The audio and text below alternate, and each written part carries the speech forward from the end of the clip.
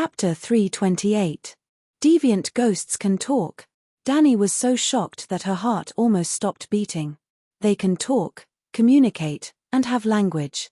What does this mean?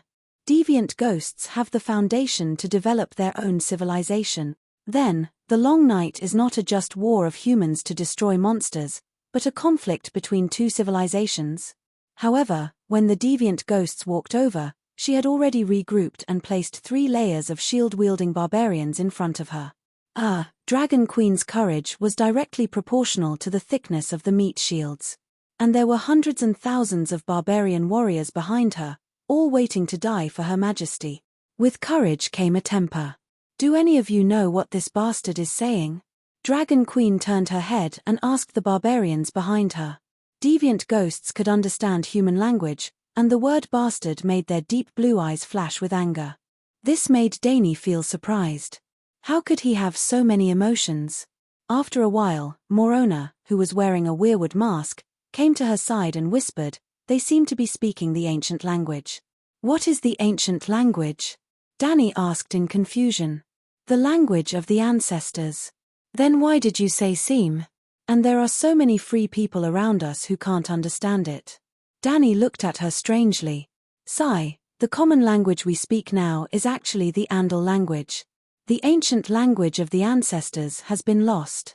Only the giants and a few free people in the extreme north still use it." Morona said. "Then do you understand it?" "A little, but I'm not proficient." Morona said hesitantly, "You should call Mance over. He can even sing in the ancient language." Danny rolled her eyes at the witch warrior and said in annoyance, "Don't you know what the situation is now?" "All right." Morona stood at the front with her spear and communicated with the deviant ghosts loudly. Every word the deviant ghost uttered was like a liquid nitrogen bomb. When it fell into the ears, it felt like the whole person was instantly frozen into ice crystals and then smashed into pieces with a hammer. The witch warrior's endurance was stronger than ordinary barbarians. From her stuttering voice, he could tell that she was enduring some kind of pain and fear, but the communication was still completed normally.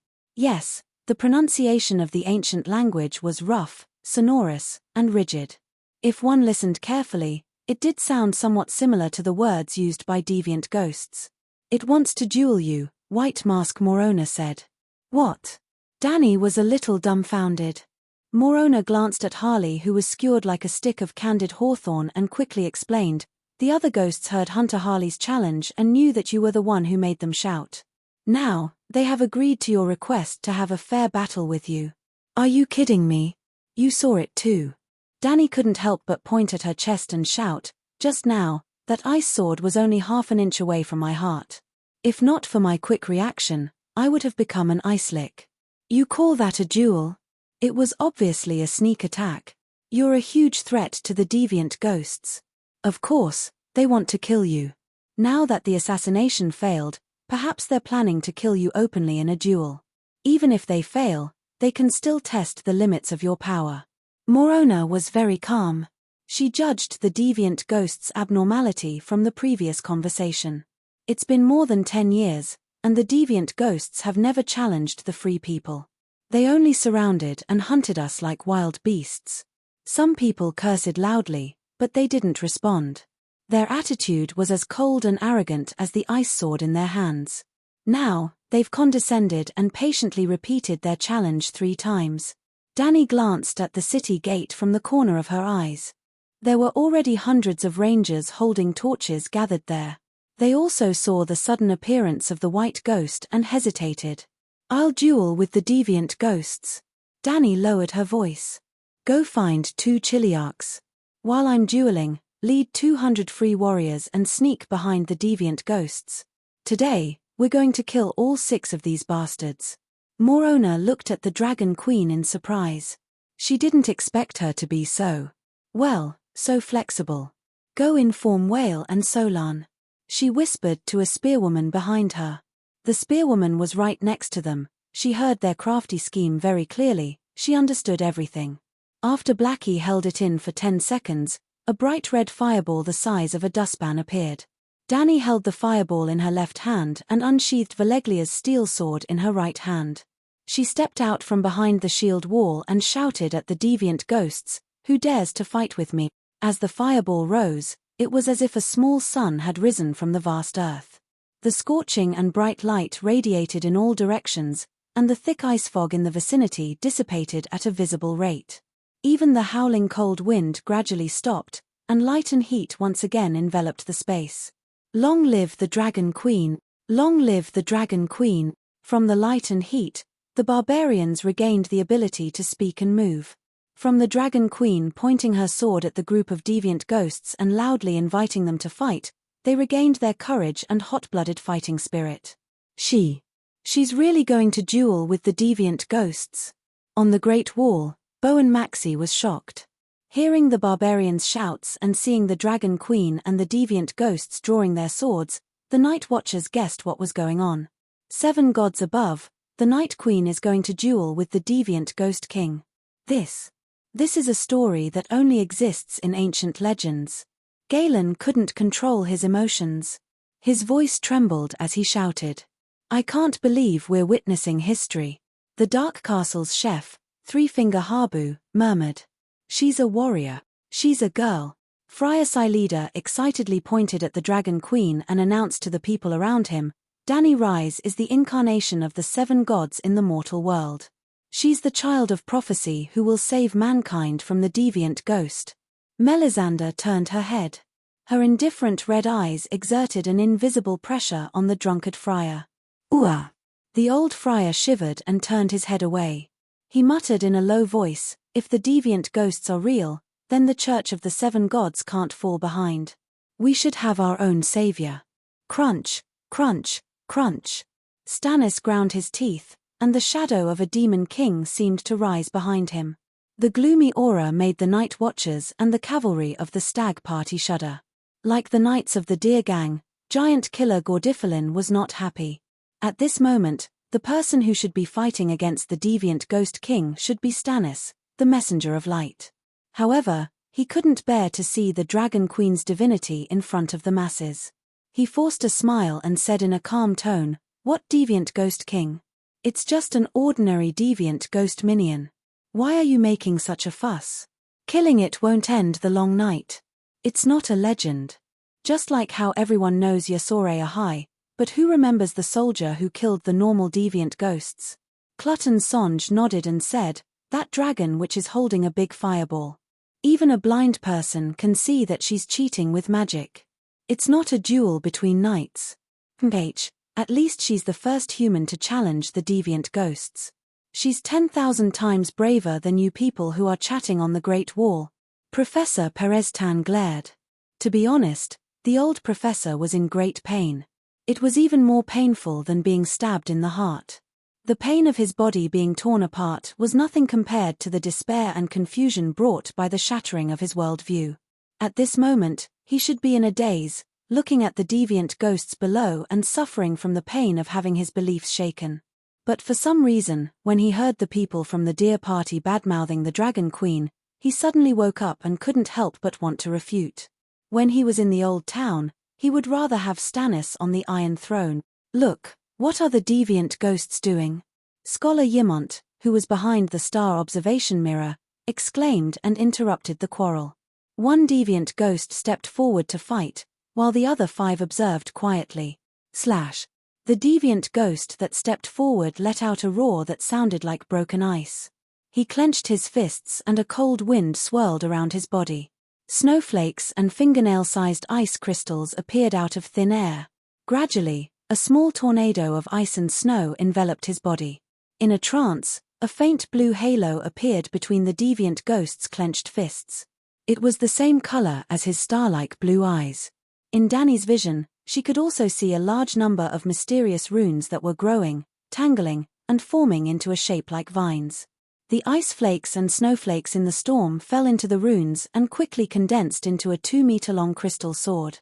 The sword was thinner than paper and emitted a faint blue light. When placed flat, its blade was almost invisible. Under the watchful eyes of everyone, the deviant ghost used ice magic to create an ice sword. Dany and the savages below the Great Wall were in disbelief. The Night Watchers on the Great Wall were also stunned. Gar the deviant ghost imitated Danny's actions and pointed his sword at the opponent, making a short but powerful sound of provocation. Kill. Without any hesitation, Danny spun a blazing fireball in her left hand. Bright red fire arrows poured down on the deviant ghost's head like a heavy rain. Swoosh! The tall figure of the white ghost disappeared in an instant. There was no sound of running. As if he had teleported, he moved 2 meters to the left and dodged dozens of fire arrows. However, his final move was not teleportation. Although his speed was amazingly fast, he still could not avoid being captured by the dynamic vision of the Megalosaurus. The blazing fireball was like a Gatling gun, spurting out a red torrent in the air. At the beginning, the white ghost dodged left and right, back and forth, with his speed of more than 30 meters per second and his keen senses. His movements were erratic, and he even moved in front of Danny in a coquettish way. However, gradually, as he tried to approach the opposite side, Danny began to get familiar with his steps. The fire arrows that flew out no longer shot forward fiercely. They were either as fast as shuttles or slowly floating in the air like willow catkins. The combination of speed and slowness seemed to bloom around Danny's body like a beautiful red flower. Sizzle! Tiny fire snakes hit the white ghost one after another, leaving holes on his chest armor, arms, and cheeks. Light blue blood gushed out with white mist. Yes, it was a hole. The deviant ghost's body and armor seemed to be made of ice. A fire arrow burned a hole the size of a bean. However, as the flashing blue blood flowed and filled the hole, the wound healed. What was more terrifying was that the deviant ghost's swordsmanship was swift and fierce.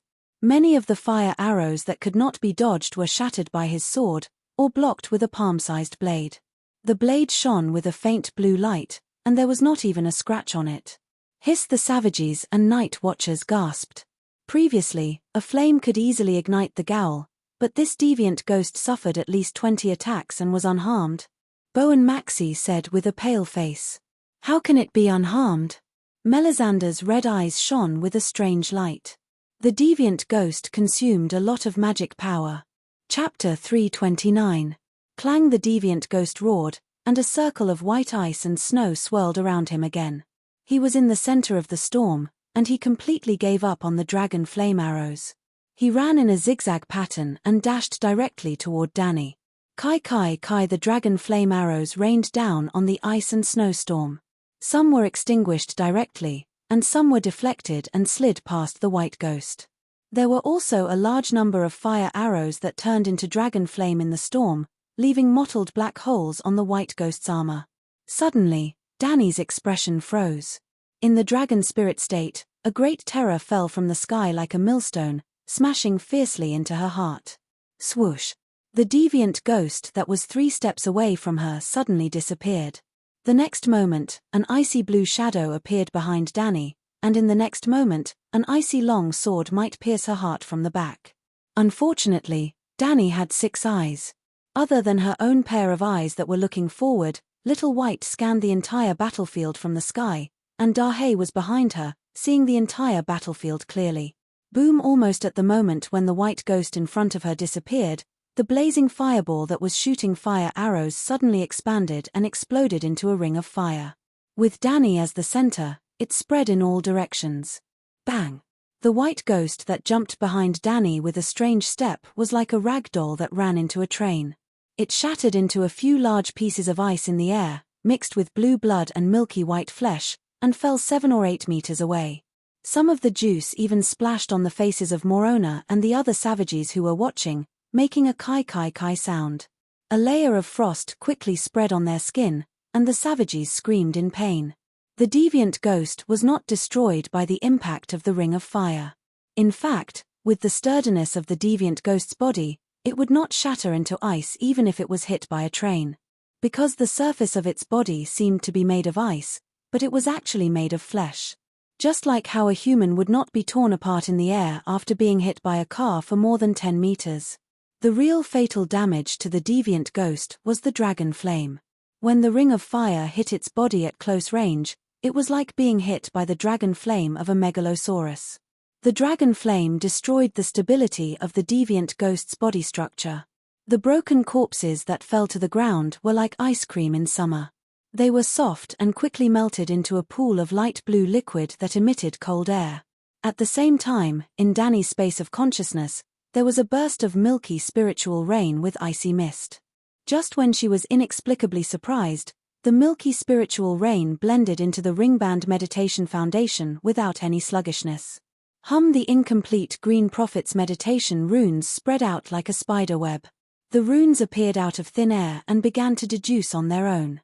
Danny was dumbfounded. Deviant Ghost's icy spiritual rain could actually complete the Green Prophet's meditation technique. Silence filled the entire place. The barbarians stared blankly at the Dragon Queen, who was standing proudly on the spot with shocked expressions. Gardahe let out a cry, stretched out its neck, and spat out a long dragon flame from its mouth. At this time, Danny came back to her senses and temporarily put aside the changes in the soul space. In the dragon spirit state, she released a large amount of magic power. Together with her mental power, she controlled the dragon flame to form a fireball. When she received the new dragon flame fireball, she was in high spirits. The long sword in her hand pointed at the 5 deviant ghosts in the icy mist one by one. Her voice shook the surroundings. Who else? Whoosh. The barbarians were awakened and shouted excitedly, Dragon Queen with torrential magic flames, Dragon Queen who awes the world, Deviant Ghost Killer Dragon Queen, Danny, long live Queen Liz. Victory, victory. The night watchers on the Great Wall cheered excitedly. Gah, gah, gah, gah. Stannis's upper and lower teeth clenched together again. What kind of deviant ghost is this?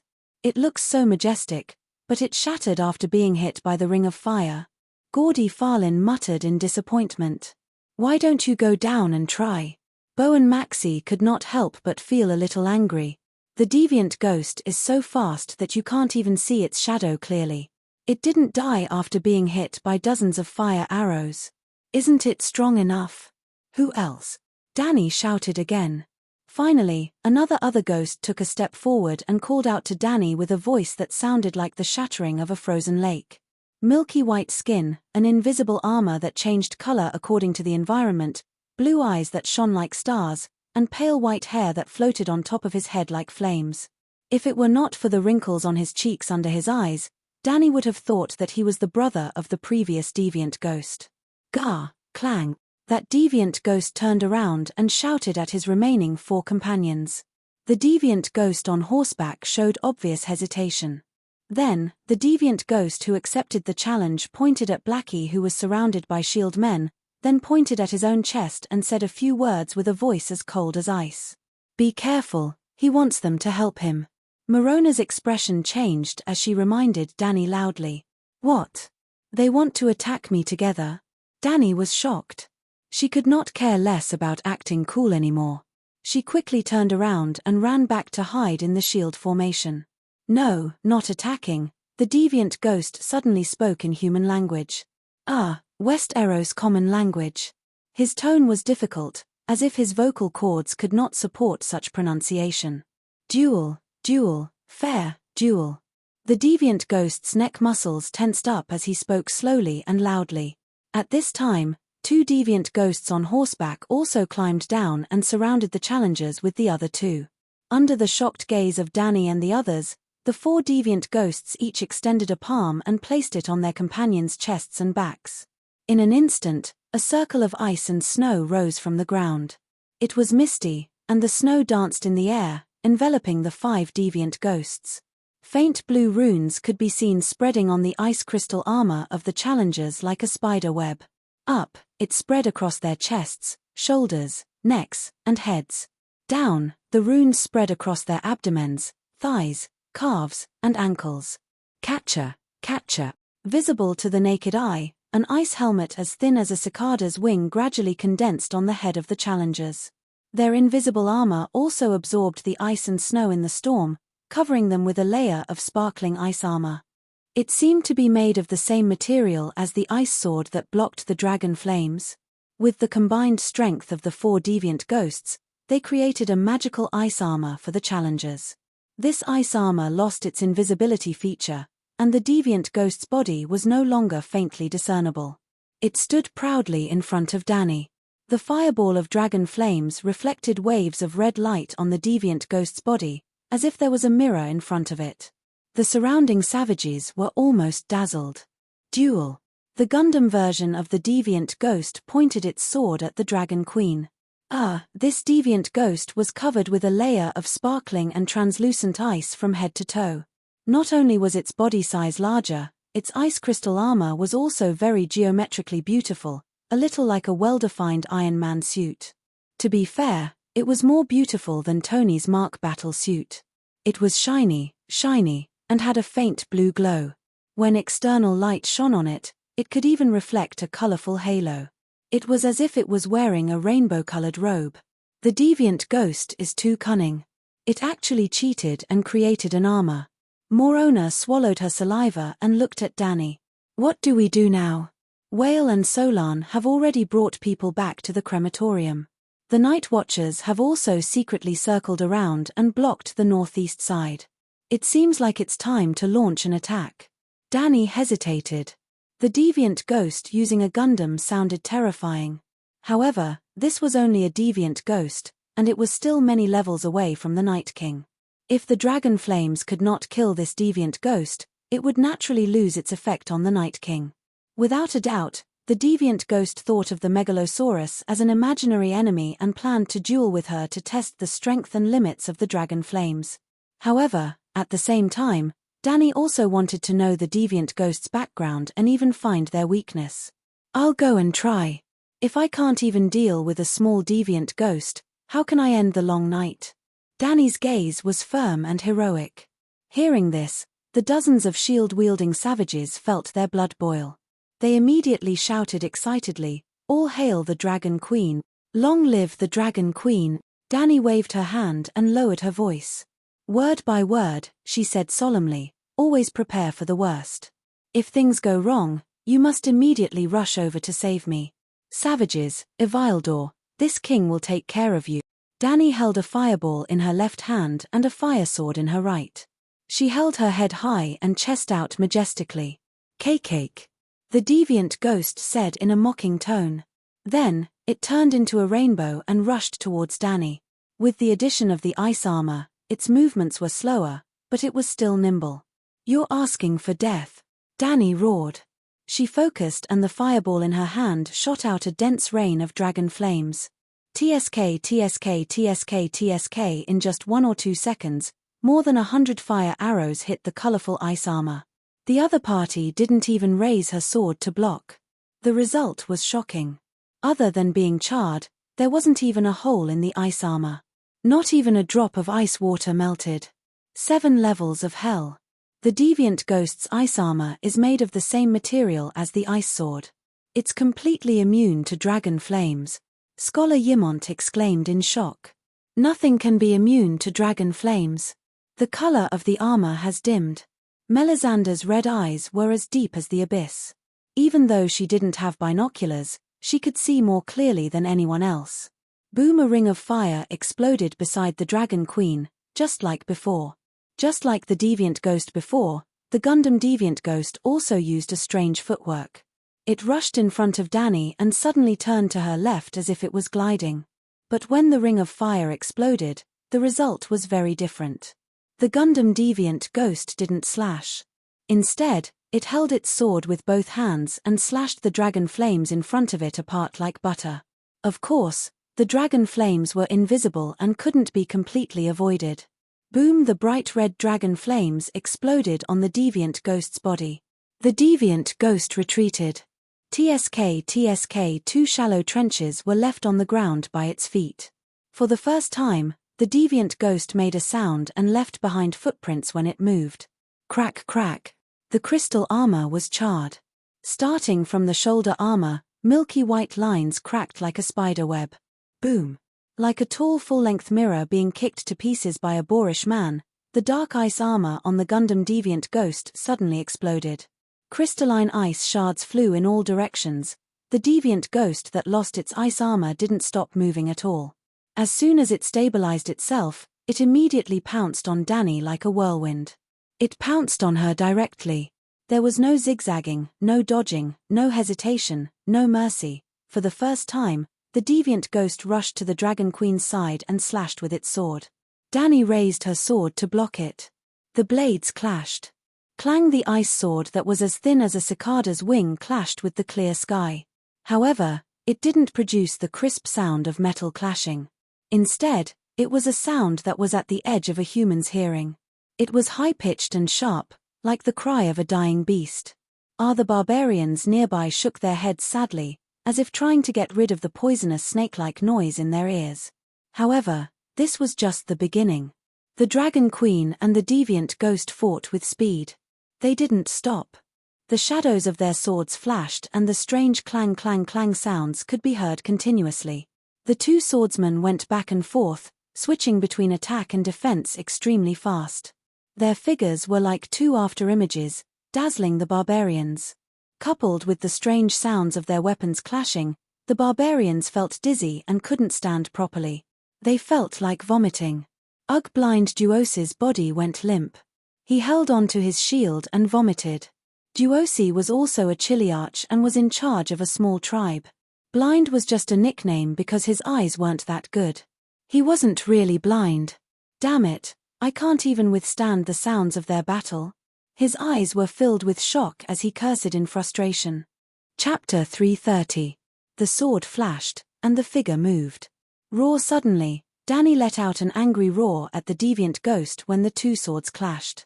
It was a soul attack from a level 2 dragon spirit. Buzz! The deviant ghost shook his body as if he was drunk. But in this moment of distraction, Dani's sword had already pierced into his neck. Pursed blue blood flowed down the blade, like ice water falling on red-hot steel, and evaporated into a cloud of mist. Sword, your sword. The deviant ghost lowered his head with difficulty, and his blue eyes looked at the black Valeglia steel sword in confusion. His body tilted, and he fell to the ground, dead. Starting from the wound on his neck, his flesh and bones quickly melted, leaving behind milky white glass-like bones, shining with a pale white light. Slowly, even the bones began to melt. Dwayne Johnson's strong body disappeared, and only a pool of cold liquid was left on the ground. Dani held the sword in front of her chest, and observed it carefully. Other than some frost, there was not even a trace of blood, and there was not even a scratch. Valeglia steel was indeed the bane of deviant ghost. Long live the Dragon Queen! Dragon Queen is brave, Dragon Queen is skilled in both magic and martial art. Seeing the deviant ghost suddenly killed, and seeing his body melt and disappear, the savages were shocked. After a moment of shock, they cheered wildly to express their excitement. Her Majesty won, Her Majesty defeated the deviant ghost. Yimont's heart dropped, and he shouted to the night watchers beside him with tears streaming down his face. The others did not care about his loss of composure, and they were even more excited than the old scholar. They all raised their hands and shouted, "Long live the Queen Dani Lilith, Her Majesty Dani Lilith is the champion of 1,000. Even the deviant ghost was no match for her in swordsmanship, if it was me." Gordy Farlin had seen the fight between a deviant ghost and a human with his own eyes, and just as he tried to put himself in the situation, his forehead was covered with sweat, and his body was trembling in fear. Just as I expected, Pereztan did not know martial arts, so he did not feel much. She defeated a few strong knights in the Honey River tournament. The crown of love and beauty is not an exaggeration, and defeating the deviant ghost is nothing. One-armed Tanner stared at him, as if he was looking at an idiot. You really understood. Robert was no match for the deviant ghost when he was young, and you said it was nothing. That's impossible, right? The red-nosed old professor said in disbelief. You must not have seen their sword moves, right? It's too far. Old Amon turned back and smiled bitterly. I didn't see it clearly even with the star observation mirror. It's okay, you, barbarians, you must have seen the savages, right? Why are they covering their ears and avoiding the duel? Why? Old Tanner was confused. You can ask the savages later, one-armed Tanner shrugged. Normal people can't even get close to the battlefield, which means there are dangers we don't know about, and Robert definitely can't resist that kind of magic damage. Look, what are the 4 deviant ghosts doing? Bo and Marcy suddenly exclaimed. Old Yimont also exclaimed, How is this possible? The deviant ghosts are actually bowing to Her Majesty Dani Rise. What? The night watchers were shocked. Not to mention the night watchers, even Danny under the Great Wall was a little surprised. After defeating the second deviant ghost, Danny did not have time to show off. She immediately rolled the dragon flame in Blackie's mouth into a fireball and held it in her hand, then looked at the 4 deviant ghosts in front of her vigilantly. They were passing through the thick frozen fog, and were collectively approaching her. Before Danny could ask, they stopped 8 meters away from her. 2 deviant ghosts on horseback dismounted, and the 4 deviant ghosts side by side knelt to her on one knee, and said a few words in a solemn tone. "They are praising your bravery," Morona said in disbelief. "The deviant ghosts admit defeat. They admit that the humans have won this duel." "Oh, I see." Danny's worry disappeared, and a proud expression immediately crept onto her face. "Hey, ask them what the winner will get." Dragon Queen, what can the deviant ghosts get?" Morona persuaded in a low voice. The deviant ghosts ignored them.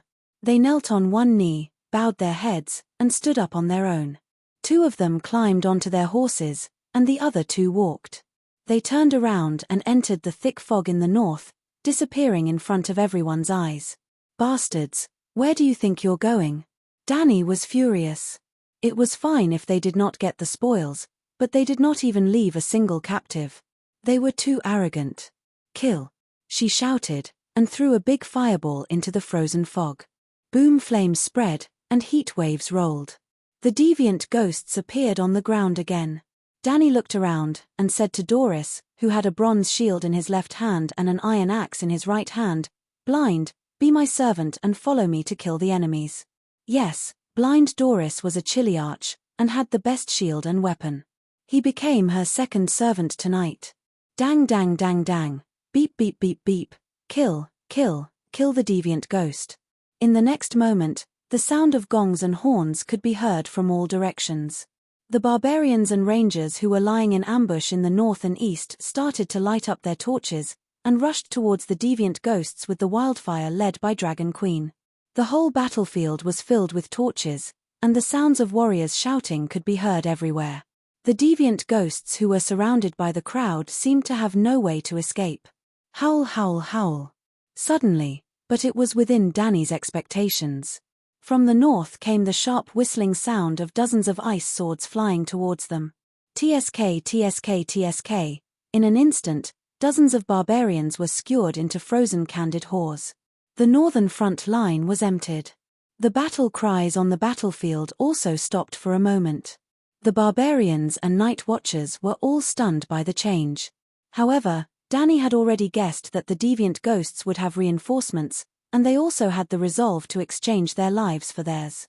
A leader must be benevolent, and cherish every one of his people.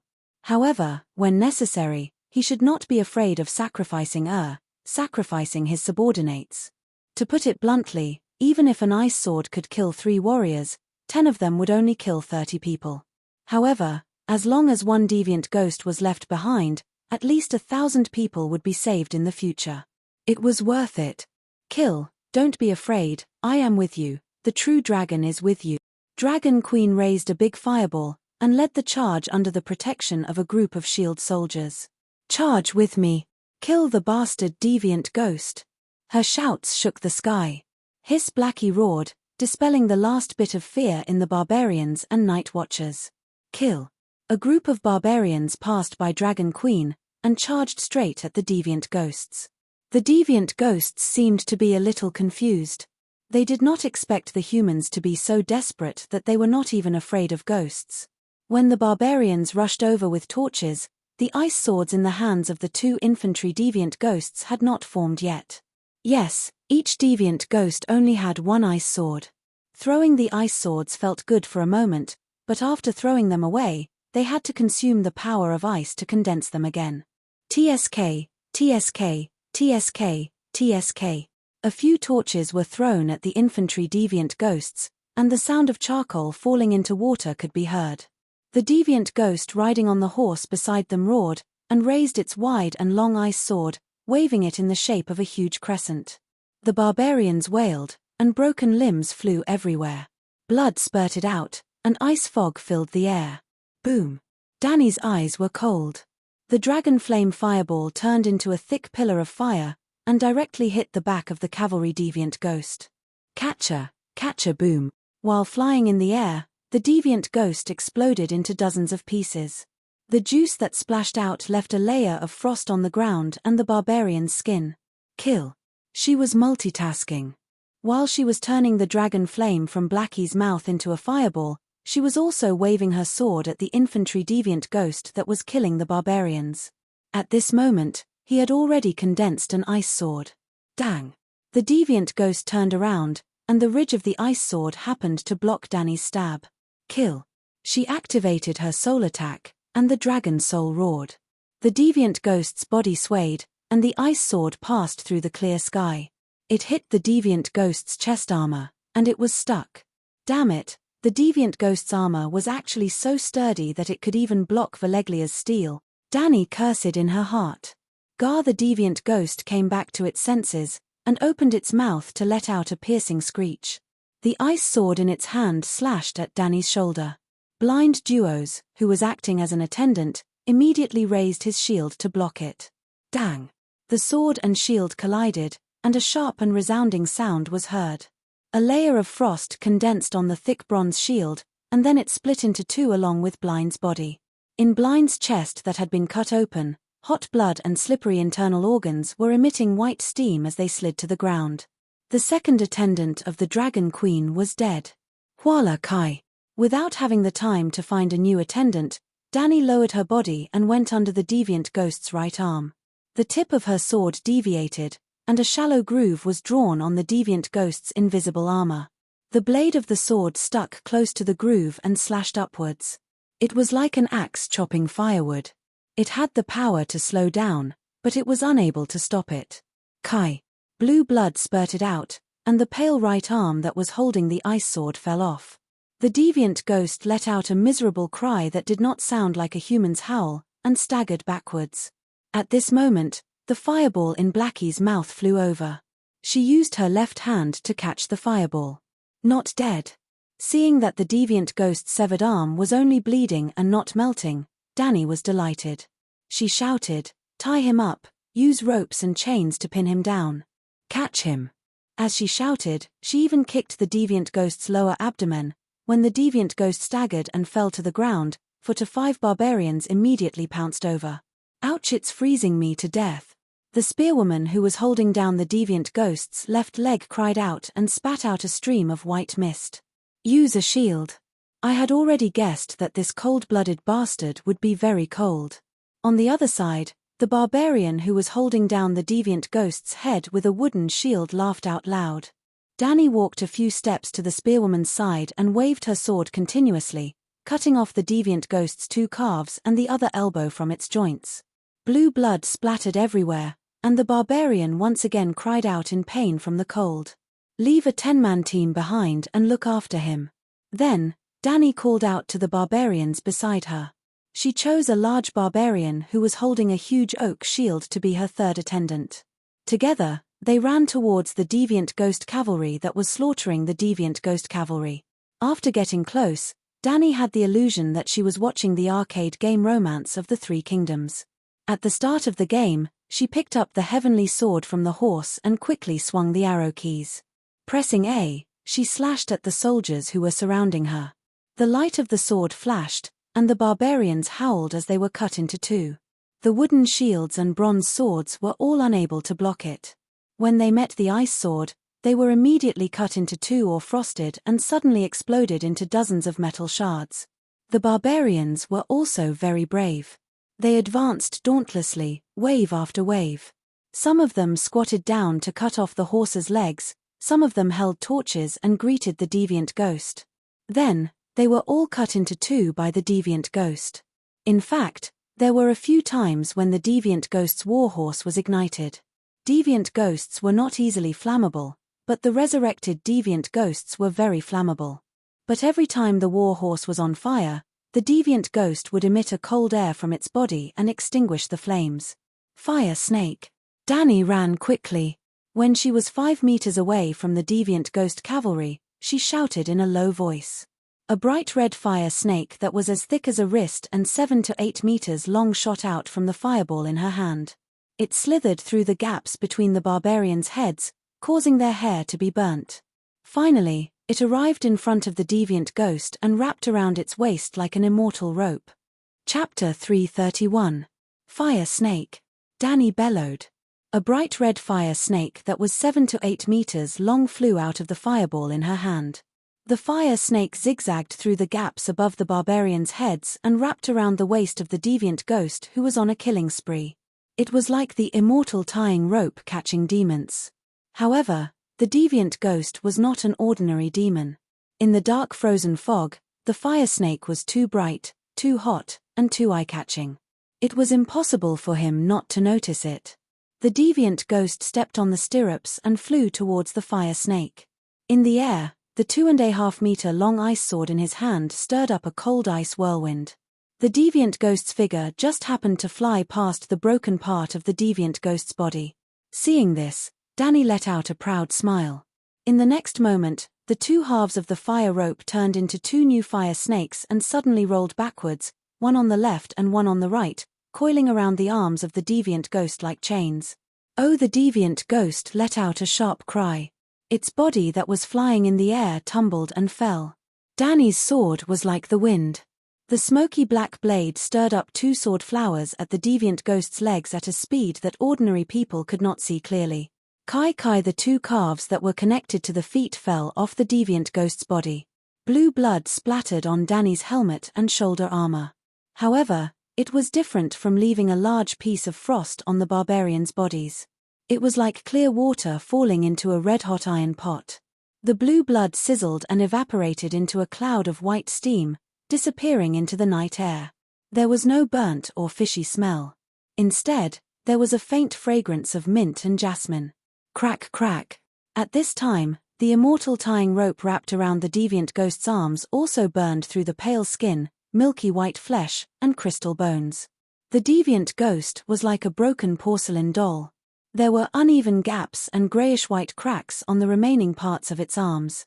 The deviant ghost's starry blue eyes also dimmed. It was like a phone that had consumed 85% of its battery and entered battery-saving mode. Tie him up. Leaving this sentence, Danny quickly rushed towards the fourth deviant ghost. Deviant ghosts were intelligent.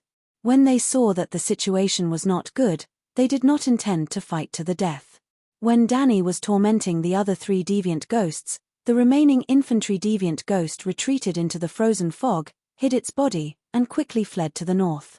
Of course, at this moment, there were people everywhere. While he was escaping, he was constantly being chased and obstructed by the barbarians. His figure could not completely disappear from everyone's eyes. Rushing to the north, Danny found that the situation was a little bad. She didn't know how many deviant ghosts were hiding in the forest, and more than 1,000 corpse ghosts had run out. Right in front of Danny, a direwolf ghoul the size of a small pony pounced on a barbarian. Its mouth was filled with sharp teeth, and the barbarian's head was sucked into its mouth like a pair of pliers. Red and white bits of flesh and hair spilled out like tofu pudding. On the other side, there was a huge bear with rotten fur and bones visible in its brown rotting flesh. It swung its paw, bringing with it a gust of wind. Bang! A savage was crushed into a pool of red, juicy flesh. White bear, direwolf, mammoth, normal wild wolf, shadow lynx, cheetah. Danny even saw a black and white striped sea snake that was 20 meters long. Their eyeballs were all glowing with a faint blue light. They were all corpse ghost. Hundreds and thousands of giants, barbarians, and ferocious beast corpse ghosts were slaughtering the barbarians and rangers. Broken limbs flew everywhere, blood dyed the ground, and cries of agony could be heard everywhere. The brave warriors who died in battle quickly opened their blue eyes, got up, and slashed their former comrades with their swords. Danny did not say a word. With a gloomy face, she split open fire arrows and shot them at the approaching corpse ghosts. Whoosh whoosh. A fire arrow landed on the bear's face, and immediately ignited a huge fire. Whoosh whoosh whoosh 1, 2, 3. 7 to 8 consecutive fire arrows were all dodged by the direwolf ghoul nimbly. In the end, the beast even came close, and pounced at Danny like lightning. The two shield-bearers immediately raised their shields to cover their faces, and stood in front of the Dragon Queen. Bam! Tch! Dany thrust her sword through the gap between the shields, and tapped the rotting wolf corpse's chest. Whoosh! The blue light in the wolf's eye sockets extinguished, and its strong and sturdy body fell limply. Rotten flesh and broken bones scattered everywhere, and the stench of a corpse spread out. Other than the direwolf Gowl that was too nimble, the other ferocious beast corpse ghosts would be ignited by the third fire arrow even if they could dodge one or two fire arrows. As her fire arrows rained down, the dragon flame fireballs were exhausted one after another. The entire battlefield seemed to have turned into a fiery hell. Corpses that were 3 to 5 feet long in flames were everywhere, and the air was filled with black smoke and the stench of burnt flesh. Thick smoke billowed, flames blazed, and corpses were everywhere. The smell of burnt flesh filled the air, and it was like hell on earth. Dany stood at the edge of the fiery hell, looking at the dense ghost shadow forest in the north, her expression uncertain. Should we charge in? The commander of the East Sea Watch, Carter Pike, rode on his horse, eager to give it a try. I'm familiar with this forest. The Rangers had also suffered heavy losses. There were more than 100 of them that had left the city gate, but now there were only about 60 left. In just half an hour of chaotic battle, they had lost 30 to 40% of their men. However, the survival rate of the Rangers had always been low. Counting from the time the new recruits joined the army, the average number of survivors was less than half of the total number. Therefore, Carter Pike and his group of Rangers were still able to maintain their fighting spirit. There's no way to chase them. Morona looked at the 100 or so exhausted savage warriors around her and said in a low voice, "The terrain in the forest is complicated, and the deviant ghosts can turn invisible. They might be ambushed." "That deviant ghost ran away," Dany said unwillingly. Out of the 6 deviant ghosts, 2 died in the battle, 1 was burned to death by her, and 2 were captured by her after she cut off its limbs.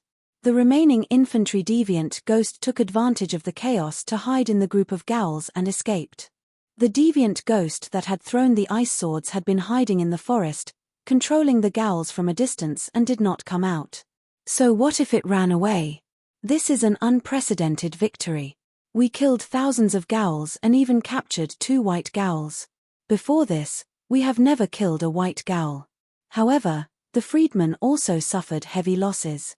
The deviant ghosts that were burned to death were all our companions a day ago. Da High Elephant wiped away the pieces of flesh between his whiskers. He looked excited and sad. Woo! Woo! Woo! Suddenly, 3 melodious and loud horns sounded from the Great Wall. The 3 horns represented the invasion of deviant ghosts. What's going on? Where are the deviant ghosts? Carter Pike turned around in surprise. Dany was stunned for a moment. She asked the savage shield soldiers who were guarding Dahe to move aside. She climbed onto the dragon's back and said to the savages and rangers around her, "Take care of the captives, especially the 2 white Gowls." Other than deviant ghosts, Dany also asked the savages to capture 20 Gowls and a Gowl wolf. The Gowls that did not have weapons could only attack with their teeth and nails. However, they were not infected by the virus, so their real lethality was not terrifying. Of course, the premise was that they did not have an absolute advantage in numbers. When the Gowls were almost cleared out by the Dragon Queen, dozens of savages raised their shields and pounced forward. They easily pinned the Gowls down and put them in chains. Hula! Hula! Dahe kicked hard with its hind legs and flapped its wide fleshy wings to leap into the sky. It flew in circles and increased its altitude before landing lightly on the Great Wall. Dany exchanged glances with Erlu, who had a gloomy expression and was clenching his teeth. She smiled. "Isn't it exciting? Isn't it nice? Actually, the feeling of killing deviant ghosts with your own hands is even better. You should give it a try." Crack, crack, crack. Stannis glared at Dany and ground his teeth. "Your Majesty, something happened to the Suicide Squad." Old Ymont hurried over and interrupted the awkward confrontation between the 2 kings.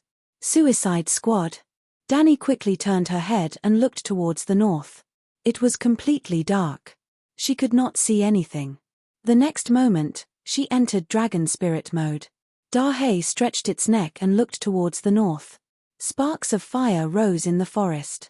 Adjusting its dragon eyes, the lens gradually zoomed in. More than a dozen raging flames were burning 8 kilometers away from the haunted forest. The treetops were set ablaze. Thick smoke billowed as the flames soared into the sky. I saw a red light in the distance through the star observation mirror. It seems to be at the place where the Suicide Squad set up their hunting spots. Actually, there were flames an hour ago. But you were dueling with deviant ghosts at that time, so we did not dare to disturb you, Audiobook said. What a vicious deviant ghost. Not only did it ambush the savages' camp, it also wants to eat the Suicide Squad. Danny cursed. She rode Dahe and jumped down from the Great Wall. She drew an arc in the air and quickly flew towards the north with Little White. Well, although Little White did not directly participate in tonight's battle, it had been playing the role of the global eagle. In the foggy night, Danny ran around the battlefield. Wherever the Gowls gathered, she would go to provide support. But she was never surrounded. It was all thanks to Little White's help to open up the map. There were more deviant ghosts than expected. While Danny sat by the fire and chatted with Beristan, Ulma, and the others, the deviant ghosts had quietly crossed the Suicide Squad's diamond-shaped defense line. Along the way, they revived the savages' corpses in the forest and headed south to attack the new savages' camp. At that time, the two dragons were within the range of the Suicide Squad's hunting spots. Danny knew nothing about the deviant ghosts' movements. Fortunately, Dahe's ears were sharp. It heard the sound of the horn 7 or 8 miles away. But when Danny rode her dragon to support the savages at the Great Wall, another wave of deviant ghosts attacked the Suicide Squad. With the help of the concealment armor that blended perfectly with the environment, the deviant ghosts silently approached the 5-man ranger squad and killed them. Of course, Danny did not make a low-level mistake. When she rode Dahe to the Great Wall, Little White was still hovering above the Suicide Squad's hunting spot. At that time, Danny was still unsure of what had happened at the Great Wall. She did not immediately recall Little White. When she discovered that the deviant ghosts were attacking the camp and she decided to support the Great Wall, she asked Little White to send a signal to the Suicide Squad, a dragon's roar. Just like how the Night Watchers used the sound of the horn to transmit information, before the Suicide Squad set off, Danny had also created a message code for the dragon's roar. One dragon's roar meant that a hunting spot had encountered a deviant ghost and everyone had to be careful. 2 dragons' roars meant that 2 or more hunting spots had encountered a deviant ghost and the queen was unable to support the rest of the hunting spots. If the deviant ghost wanted to leave the hunting spot, it would jump down and do something crazy to attract the deviant ghost's attention. 3 dragons' roars meant that the battle line had collapsed. The Dragon Queen and the 4 Ranger squads could no longer take care of them. Suicide Squad members, good luck. 4 dragons' roars meant that something unexpected had happened. The hunting plan had been abandoned, and everyone had entered emergency combat, life-saving, mode. Danny did not expect deviant ghosts to attack the Great Wall. The unexpected situation was not specified. But preparedness meant success, and unpreparedness meant failure. Danny finally prepared for the worst. After all, the name of this squad explained everything, the Suicide Squad. Then, Little White roared 4 times. The other 3 Ranger squads immediately abandoned their posts and rushed to Baristan's location. Baristan's location was at the center of the diamond-shaped formation and was the closest to the Great Wall. Chapter 332. Tonight, the barbarians suffered heavy losses. Tonight, the other ghosts suffered heavy losses. Tonight, there were several great heroes who killed the other ghosts. Besides Danny, Beristan, Jon Snow, and Ulma each killed a white ghost. Well, white ghosts, not Gowls. The corpses in the diamond-shaped formation were collected by the Suicide Squad and piled under the trees. The other ghosts could not harvest the corpses with chains. Therefore, the other ghosts who sneaked into the hunting area could only fight hand-to-hand. Of course, the other ghosts were not afraid of fighting. When the 5 other ghosts approached the small hill where the White Knights were stationed, they were faced with 19 vigilant rangers and a White Knight armed to the teeth. The key was that since Danny dared to lead the team to capture the other ghosts, she would definitely equip them with the other ghosts' weapons. It was impossible for everyone to have a steel sword, but there were many dragon crystal daggers and arrows in the Night Watcher's warehouse. Sam came back with a female barbarian and a bastard son. He also brought back a big bag of dragon crystal weapons. In the afternoon, after Sam told everyone that the dragon crystal daggers had a special effect on other ghosts, Bo and Maxie immediately cleaned up the Night Watcher's warehouse and found a big box of dragon crystal weapons in a dusty corner. There was no doubt that Dark Castle had many dragon crystal weapons. First of all, dragon crystal sounded awesome, but it was actually obsidian that could be mined from volcanoes. Although rare, it was not rare. The key was that it could not be mass-produced. Secondly, the Night Watchers had a history of nearly 10,000 years. They had experienced 2 long nights and had rich experience in dealing with other ghosts. At least, the Night Watchers were like this thousands of years ago. A long time ago, the Night Watchers had consciously stored many dragon crystal weapons. Finally, before the Andals came, the children of the forest would send a batch of dragon crystal weapons to the Night Watchers every year. This process lasted for at least 2,000 years. As for whether the dragon crystals from thousands of years ago could be kept until now, the 19 cities on the Great Wall, including Dark Castle, Eastwatch, and Shadow Tower, had all existed when the Great Wall was first built. In other words, Dark Castle had a history of at least 8,000 years. Its underground warehouse had also existed for 8,000 years. There were even many materials from 8,000 years ago. Well, if you look carefully, you might find an 8,000-year-old ham. The warehouse was under the Great Wall, and it was colder than an ice cellar. If they went to the Dark Castle, they would find countless relics that were 8,000 years old, including the Commander's Tower where Erlu lived and the King's Tower where Danny lived. These towers had been built long ago, but they were renamed in the last 200 years. The fireplace that the Dragon Queen had been using for the past few days was also an antique with 8,000 years of history. Alright, I digress. The dragon crystal weapons that the Night Watchers had prepared were definitely not enough to deal with the long night ahead, but it was enough to fight a battle of attrition. The Suicide Squad was equipped with dragon crystal scimitars, short swords, and at least 1 dagger. At the same time, they were also equipped with crossbows and bows. The arrows were all dragon crystal arrowheads. When the 5 deviant ghosts quietly approached the Ranger Squad, they were faced with a group of fierce men wielding dragon crystal weapons. The bows and crossbows were fired at the same time. In just one wave, 4 of the 5 deviant ghosts were hit by the arrows. The arrows fell on the armor and made clanking sounds. However, as long as the arrows hit the arms, necks, cheeks, and other parts of the body that were exposed outside the armor, they would immediately bleed profusely. They would be injured just like normal people who were hit by arrows. Well, the deviant ghosts could not be hurt by iron, bronze, or wood weapons. However, if the dragon crystal and Valeglia's steel did not hit the vital parts, they could not kill the deviant ghosts. The deviant ghost whose neck was shot by Ulma struggled for a moment before turning into a pool of cold liquid. In close combat, Beristan used his sword to stab the deviant ghost whose cheek was scratched to death. The remaining 3 saw that the situation was not good and retreated. Or rather, they strategically moved. When they realized that their sneak attack had failed, the deviant ghosts directly summoned the corpse ghosts. Other than the barbarians who died in the hands of the Deer Association during the day, the deviant ghosts had been searching for corpses beyond the Great Wall. Barbarians, giants, mammoths, seals, wolves, large sea snakes, and so on. As long as the corpses were not burned, even skeletons were their targets. Then, the Suicide Squad met with a tragedy. Where did the Dragon Queen go? Yrgret shot an arrow and killed a corpse ghost that was pouncing on the fire. She asked loudly for the umpteenth time. Something must have happened at the Great Wall. John's forehead was covered in sweat.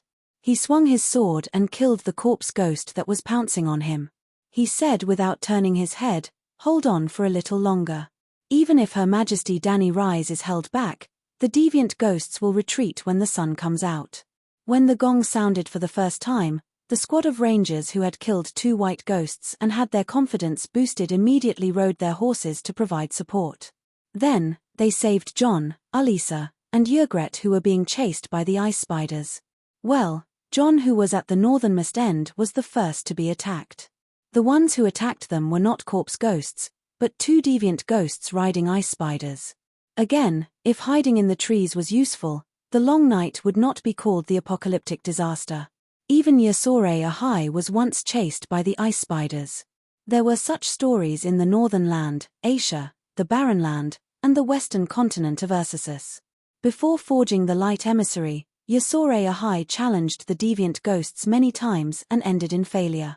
His long sword shattered like thousands of pieces of ice crystals. In the end, he could only flee with the broken sword. The deviant ghosts rode ice spiders the size of hounds and chased the last hero. The two deviant ghosts rode on the huge ice spiders, followed by a large group of small spiders the size of hounds. They directly pounced on the iron tree under John. The ice spiders did not have the speed of the apes, but they could quickly climb the tree trunk and chase after John. The two deviant ghosts each rode a big spider, followed by 20 small spiders. In the process of approaching John, they stepped on traps, pits, and hunting nets. They lost 6 spiders killed by John and the others with arrows. The ice spiders were living magic creatures. After death, they could be resurrected by the deviant ghosts. But the dragon crystal arrows could really kill them. The first to be targeted was John. He was the fiercest and killed 2 ice spiders by himself. If it was not for Yrgret, John would have died in this wave. If he died, he would become a corpse ghost and could not be resurrected. The Dragon Queen would not have to worry about her nephew rebelling. The female savage changed from a corpse guard to a dead person. She climbed down from the tree trunk and cursed at the deviant ghosts, crazily attracting aggro.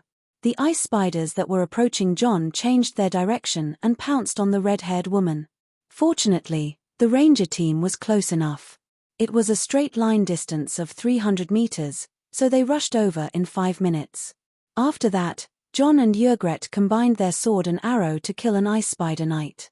After another deviant ghost escaped on the ice spider, Beristan made a prompt decision. There was an error in the intelligence, hiding in the treetops was no longer safe. He immediately lit up the treetops, gave up on the hunting spots, and gathered all the suicide squad together. Because there was no signal set to gather the suicide squad, the ranger could only lead John and the other 2 to the next hunting spot. 2 hours later, the treetops of the 20 hunting spots were lit up, and all the suicide squad members gathered together. They used the oil cans that they carried with them to burn the tree trunks, forming a loose defensive line on the small hill. Well, at this time, there were only 34 people left in the suicide squad. The 66 warriors were either killed by the ice spiders at the hunting spots or killed by the corpse ghosts after joining the ranger team. Around the small mound, there were hundreds and thousands of corpse ghosts. Some of them had just died, including the suicide squad members who were killed. Some had rotten skin and swollen muscles, some had died for a few years, most of their flesh had fallen off, and some were just a skeleton. It was a combination of zombies and undead calamity. The cold fog was mixed in with the strong wind, blowing towards the hill. The hope in the hearts of the suicide squad was like the flames in the bonfire in front of them, extinguishing bit by bit. The White Knight gave up on defense. He held his sword with both hands and slashed left and right. Like a high-horsepower cutting machine, he brought about a rain of blood among the corpse ghosts. The corpse ghosts constantly hit him with their claws, bronze knives, and wooden spears, but other than a series of banging sounds, the old knight's body shook a few times without any damage. There were even deviant ghosts who threw ice swords to attack him, hitting him in the middle of the back, sending the tall old knight flying 3 to 4 meters into the corpse ghosts. At that time, John and the others thought that fearless Beristan had finally ended his legendary life in the hands of the deviant ghosts. Who knew that the old man would roar like a tiger, rolling on the ground and waving his long sword. The rotten thighs of the corpse ghosts were like wheat in the field, and a large area was cut off. When there was room to struggle, the old knight quickly got up and continued to fight. Other than a layer of light blue frost on his back, there was almost no damage. He was the only one who took on almost a quarter of the defensive pressure for the suicide squad. He was extremely brave and fierce. Hold on, Her Majesty Dany Rise will be here soon. The White Knight retreated into the crowd and encouraged everyone loudly. Swoosh! Suddenly, A black shadow jumped out of the corpse ghosts. It jumped more than 2 meters high and landed directly on the White Knight's head. It was a boy of 7 or 8 years old. His eyes shone with a faint blue light, and his 2 skinny little hands were holding his helmet and pulling it with all his might. "Ygritte!" Jon shouted. Whoosh! The red-haired girl immediately drew her bow and shot the ghost child who had attacked the old knight, turning it into a few pieces of broken corpse. This is already the 5th one. The deviant ghosts are too smart. The red-haired girl shouted in shock and anger. "You Tin Woodman, be careful. There aren't many dragon crystal arrows left." "Enough." Beristan suddenly stopped and looked up with a smile. "Her Majesty is here. She's here." Everyone was pleasantly surprised. They looked up and saw a small red dot rising above their heads. "What's that?" Just as they were wondering, the red dot expanded rapidly. It was the size of a bowl, the size of a basin. The strange phenomenon in the sky became more and more obvious. The crimson light drove the dark fog nearby. It was as if the sun had risen, and red light covered the ground. In just a few seconds, the sky near the hills changed from the darkness before dawn to the rising sun. The scenery within a few hundred meters was enveloped in red light. Even the maggots frozen to death on the corpse ghost's teeth could be seen clearly. 7 gods above. What is this?" Sir Alisa murmured. "The gods have answered our prayers and sent down divine punishment to punish the deviant ghost." Ulmer glared. "The sun has come out early." The red-haired girl shouted. "Ah, that's Her Majesty." The White Knight mumbled. Whoosh whoosh whoosh, the sun fell from the sky, and the crimson sun smashed straight down on everyone's heads. A hot gust of wind blew through the sky, and the frozen fog brought by the deviant ghosts was blown away. "Ah, it's coming down. Run!" Someone shouted.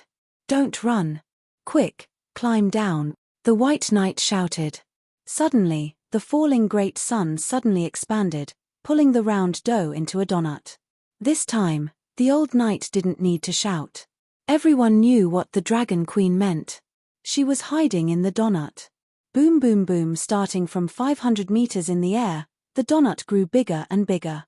By the time it landed on the ground, it had formed a ring of fire with a diameter of 30 meters, inside, and 50 meters, outside. There was no explosion, only a ring of burning, 3-foot-tall dragon flames. Chapter 333. Gulp. Looking at the gowls burning in the dragon flames, Jon swallowed hard. This is fire control, gods. He had become a shadow-binding knight and could learn shadow, blood, and fire magic. Jon had read the Tam's notes that the Dragon Queen had given him, but he did not learn any blood witchcraft. He did not dare to learn. That ghost storybook really scared him. The person involved, demigod Tam, even replaced all the weird spirits, deviant ghosts, and demons in Old Nan's story, and became Jon's most terrifying nightmare. After becoming a shadow-binding knight, he gradually familiarized himself with his wolf spirit talent and found by Ling. He also activated the Valeglia steel inheritance plate, Lisbon's, and learned the same fire control magic as Dany. So, he understood where this bread circle that protected them came from. The deviant ghosts have retreated. Look, the dead people outside have all retreated into the forest. Ygritte got up from the ground and pointed at the gowls outside the fire circle and shouted excitedly. The deviant ghosts have retreated. We have survived. We have won. Long live the Dragon Queen, long live the true dragon. The others saw this and cheered excitedly. Dany did not land. She only left the White Dragon here to monitor the Suicide Squad and rode the Black Dragon back to the Great Wall. It was still dark. She did not dare to land the dragon in the Ghost Forest. There were only 30 Suicide Squads left, and none of them had shields. If there were deviant ghosts hiding in the forest and shooting flying swords at Big Black, she would be an idiot. Back at the Dark Castle, Big Black found a place to land on the Great Wall and monitor the savage camp below. She leaned against the warm wings and dozed off, entering the dragon dream. She let Big Black work while she checked the meditation foundation of the belt in the dragon dream. After absorbing the souls of the 3 deviant ghosts, the belt's area had expanded by 1/5. Other than her multitasking skills becoming stronger, she did not feel any obvious benefits. However, The strange connection between the deviant ghosts and the Green Prophet made her surprised. Why did the deviant ghost souls have the same origin as the Green Prophet and could even complete the meditation runes?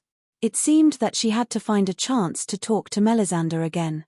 The deviant ghosts seemed to have retreated. Dany slept on Dahé's back for more than 3 hours. When the sun rose, there were no more deviant ghosts outside the city. After instructing Bowen and Marcy to keep an eye on the captured deviant ghosts, Dany, who had just woken up, rode her dragon to the haunted forest once again.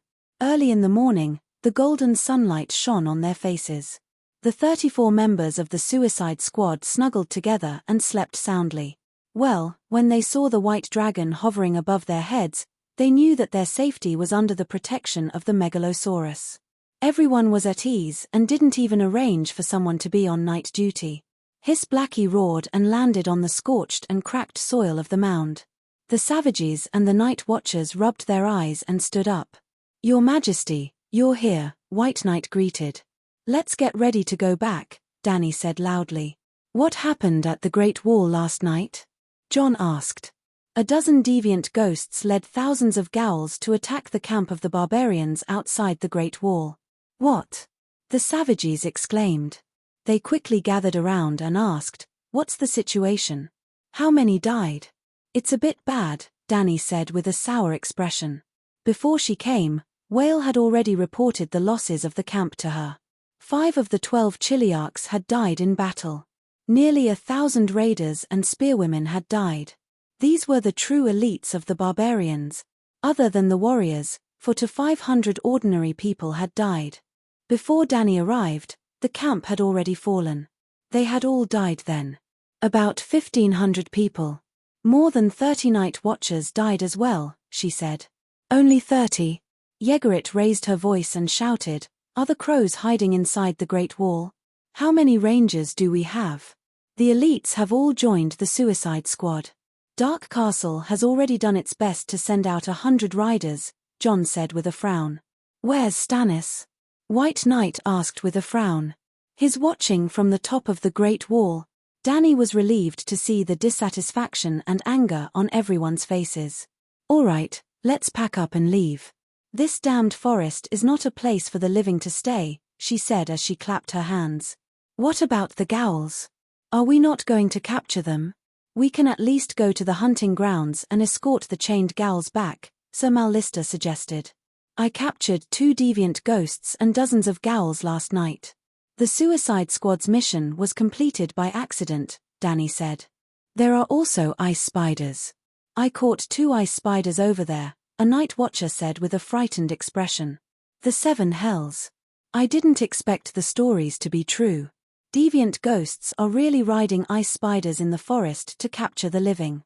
Sigh, even the white ghosts have come out. Ice spiders are nothing." Ulmer smacked his lips and said worriedly, "Among the Gauls that surrounded us last night, many of them were skeletons that had been dead for decades. Think about it, how many Westeros have died in the past few decades?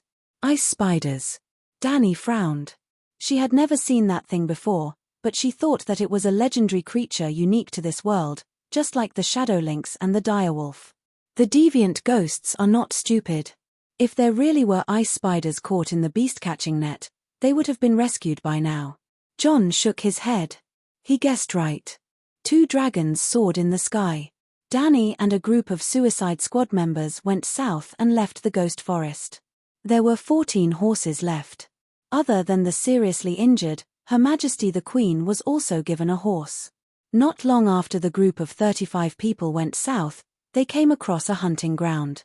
Not to mention the ice spiders in the net, even the Gauls that were chained up were gone. The treetops were burned, and the trunk at the top was charred black with faint green smoke lingering around. The beast-catching net hanging on the branches was torn into pieces. The net was woven with iron wire, and even an iron sword could not cut it.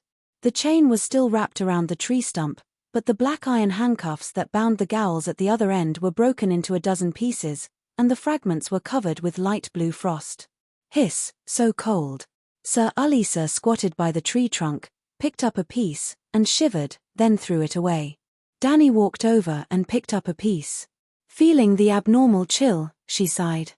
The deviant ghost's ice sword can cut through bronze and ordinary iron swords.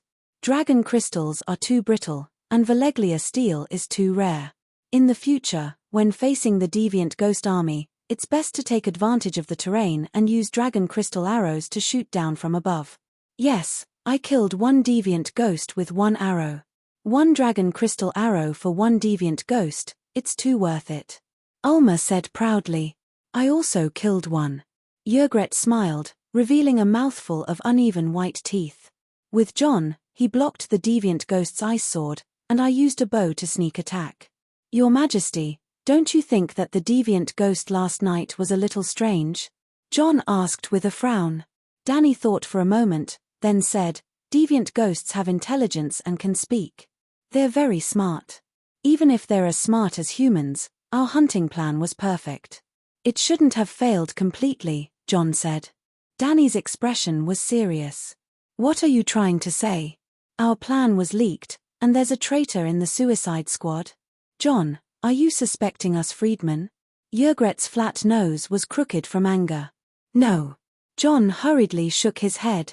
There's definitely no problem with the suicide squad, but we passed by many barbarian camps last night.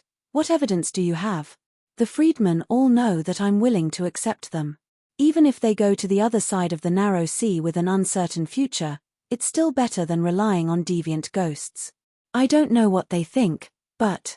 John spat out a name with an ugly expression. Cast. Hearing that, even the indignant Yrgret started to feel conflicted. Cast sacrificed the baby boy to the frost god, and the deviant ghost protected his family from being harassed.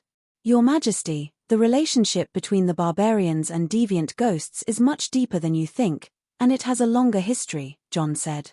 Dany glanced at the silent barbarians and asked, you all know about Cast sacrificing himself to the evil god? Cast is different from us, and he never interacts with us, a barbarian warrior with messy red hair said. When did he start sacrificing deviant ghosts?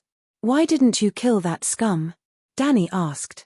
Dragon Queen, sacrificing to the frost god has always been a tradition of some freedman tribes, because the frost god is also an old god, Yrgret argued. Damn it. Dany cursed. She understood that John's guess was not baseless. Aren't you afraid that deviant ghosts will cause a long night? Beristan said in disbelief. We've worshipped it for thousands of years, and nothing happened, a barbarian mumbled. In the dark forest, there was snow everywhere. The air was cold and damp, with a moldy smell of rotten branches and leaves. The ground covered with brown sentinel leaves and withered grass was as soft as a blanket. The sunlight passed through thousands of layers of branches and leaves, finally casting spots of light on the shoulders of the pedestrians. Avoiding a large rock and stepping on ankle-deep puddles, the suicide squad moved forward with difficulty. They had only walked 4 kilometers in an hour, and it was not a straight line either. They took many turns in search of a wide and flat beast path. The gloomy atmosphere made everyone lose the mood to chat. Wu Bailing, who had been scouting ahead, suddenly stopped at the top of a hill and growled softly. What's wrong? John was startled. He hurriedly whipped his horse forward and climbed up the gentle slope. Looking down, he cried out in alarm, careful, there's a dead man ahead. Deviant ghosts. Yrgret had a bow hanging in front of her chest. The leaves rustled on her sheepskin clothes as she ran to John's side. Don't worry, the red-haired girl turned around and shouted to the suicide squad, it's an internal conflict between the free tribes, not deviant ghosts. There was once a giant tree to the east of the hill. It was unknown if the tree trunk was struck by lightning and burned to the ground, leaving only a thick tree stump. At this time, there was a circle of pits dug around the tree stump. A dozen dead barbarians lay in the pits. The thick tree stump in the middle was half charred. The corpses were naked, and the charcoal fire was extinguished. It could be guessed that a group of barbarians were hiding here, burning the tree stump for warmth, but they were tragically killed this morning. They were wounded by swords, but they did not turn into zombies. Their clothes were also stripped. Yrgret said angrily, someone stole their clothes and food. Heh, so these are the barbarians. Ulisa's sarcasm attracted a dozen pairs of burning eyes. John squatted down in front of a pale female barbarian. He gently squeezed her swollen breasts with his right hand, and 2 white balls of milk flowed out. Before Yrgret could question him, he quickly said, "This is a spearwoman who just gave birth, but there are no baby corpses here." "Let your direwolf search for the murderer's scent," Dany said with a frown. Jon whispered into Bai Ling's ear. The direwolf with white hair and red eyes began to howl towards the east and south. "Are we going?" Jon looked up and asked. "Let's go and take a look. We have to figure out what the Free People are planning. 100,000 people escaped. If we leave them alone..." Dany shook her head and did not continue. The others immediately understood her concern. Adults turned into zombies, and babies turned into deviant ghosts. His little white obeyed her call and descended from the sky, landing beside the pit. Dragon flames raged and quickly burned the corpses into torches. Chapter 334. The haunted forest was cold and damp. Ice grew out of the iron trees' trunks and hung down from the bare grey branches. The direwolf, Witty, charged through the bushes, causing snowflakes to fly everywhere. Jon and Yrgret were not slow and followed closely behind. They climbed up a small hill, then rushed down a slope and came to the forest in front of them. The direwolf howled softly. Jon and Snow Lee shouted to the team behind them, "Something's wrong." Downhill, away from the sun, the trees were sparse and short. Red blood splashed on the trampled snow, but there were no corpses nearby. The old ranger, Ulmer, squatted in the snow where half a person's body was. He pinched a dark red blood clot with his fingers and said in surprise, "The blood has just coagulated and there's a lot of blood. This person might have died and then got up. Deviant ghost, be careful. I suspect that there's a deviant ghost chasing after this group of people." A wail came from deep in the forest. It was shrill and loud, but it stopped abruptly. A Witty crouched and assumed an attacking posture, howling in the direction of the sound. "There's a deviant ghost in front." Jon was surprised. "It's already daytime and the sun is out. Shouldn't the deviant ghost be hiding?" Dany frowned and looked around the dark forest. Deviant ghosts are afraid of sunlight. Moving in the day might make them uncomfortable, but this damned place is deep in the forest and it's hard to see sunlight. "Then, should we continue chasing?" Jon asked.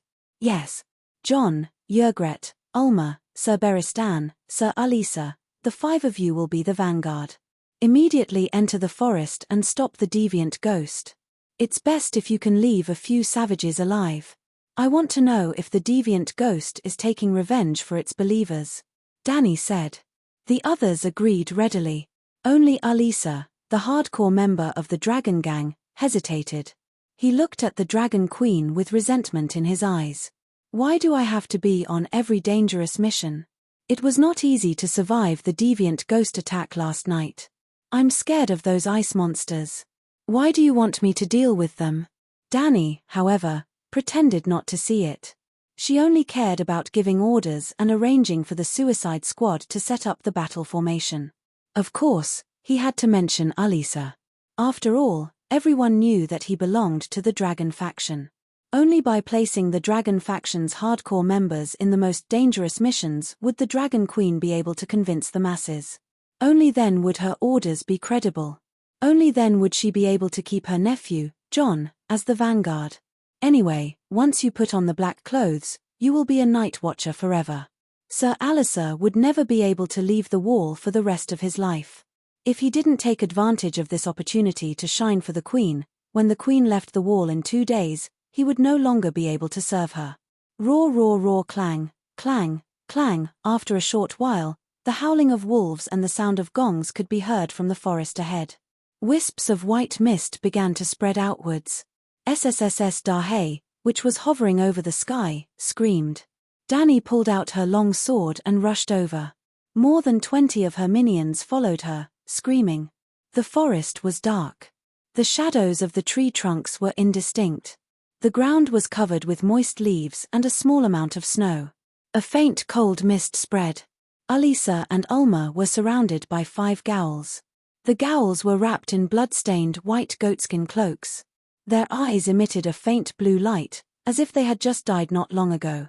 Not far away, there were 3 dead people on the ground. 2 barbarians were huddled under a tree stump, covering their faces and howling in pain. John and Sir Beristan were rushing into the waist-high bushes.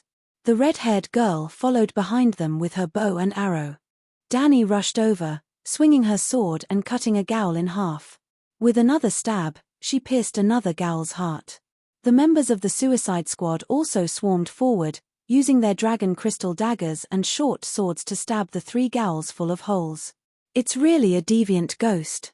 That monster was even carrying a baby, Ulma gasped. Was there nothing special about Cast's bloodline? Could all the barbarian babies be turned into deviant ghosts? That was impossible. If that was the case, wouldn't the number of deviant ghosts explode? Even 100 dragons wouldn't be able to defeat tens of thousands of deviant ghosts. Dany was puzzled. The more she wanted to find the baby, the more she asked, is there only one deviant ghost? There should be only one.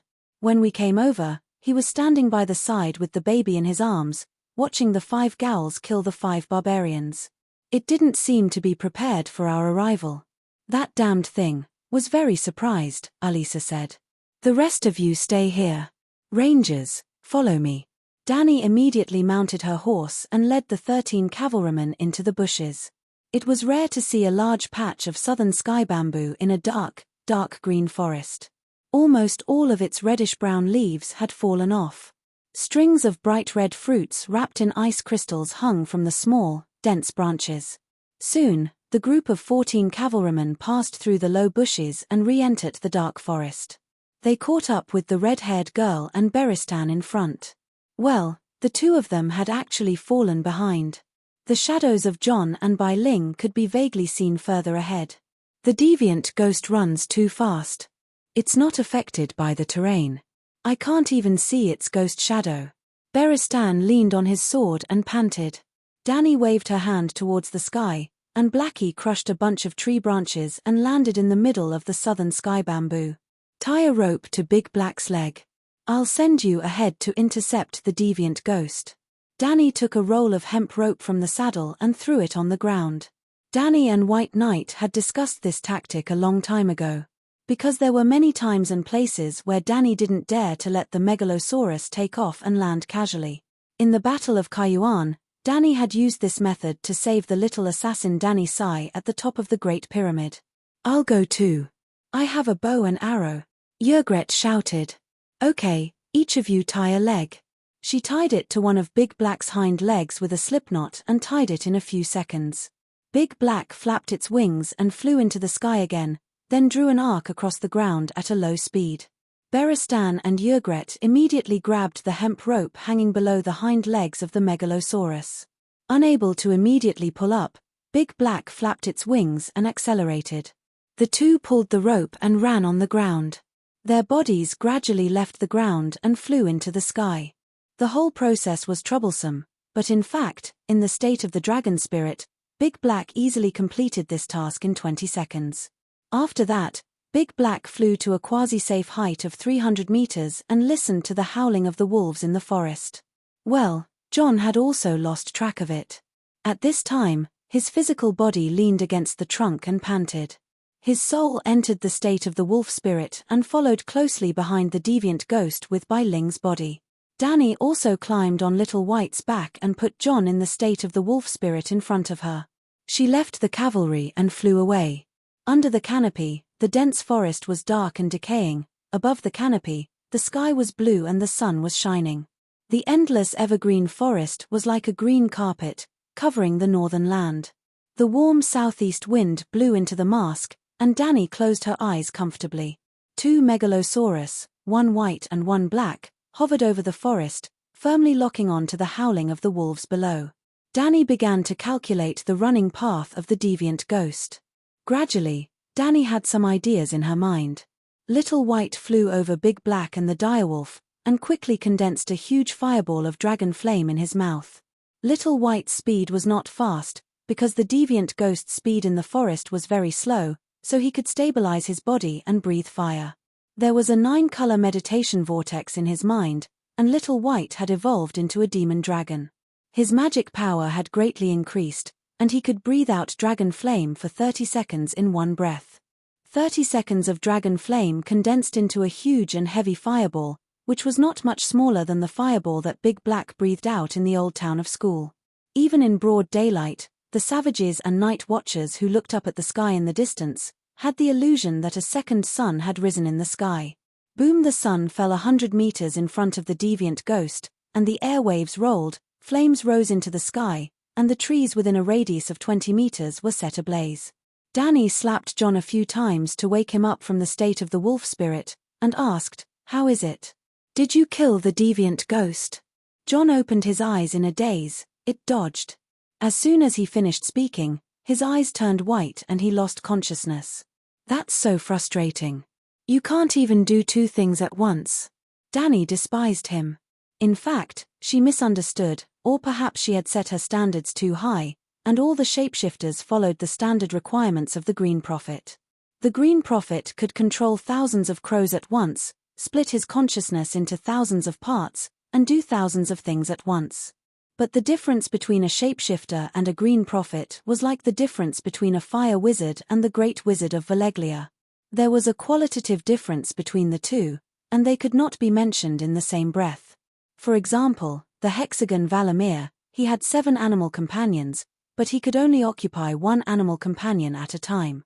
His soul could not be divided into 7 parts and enter the soul space of his 7 companions at the same time.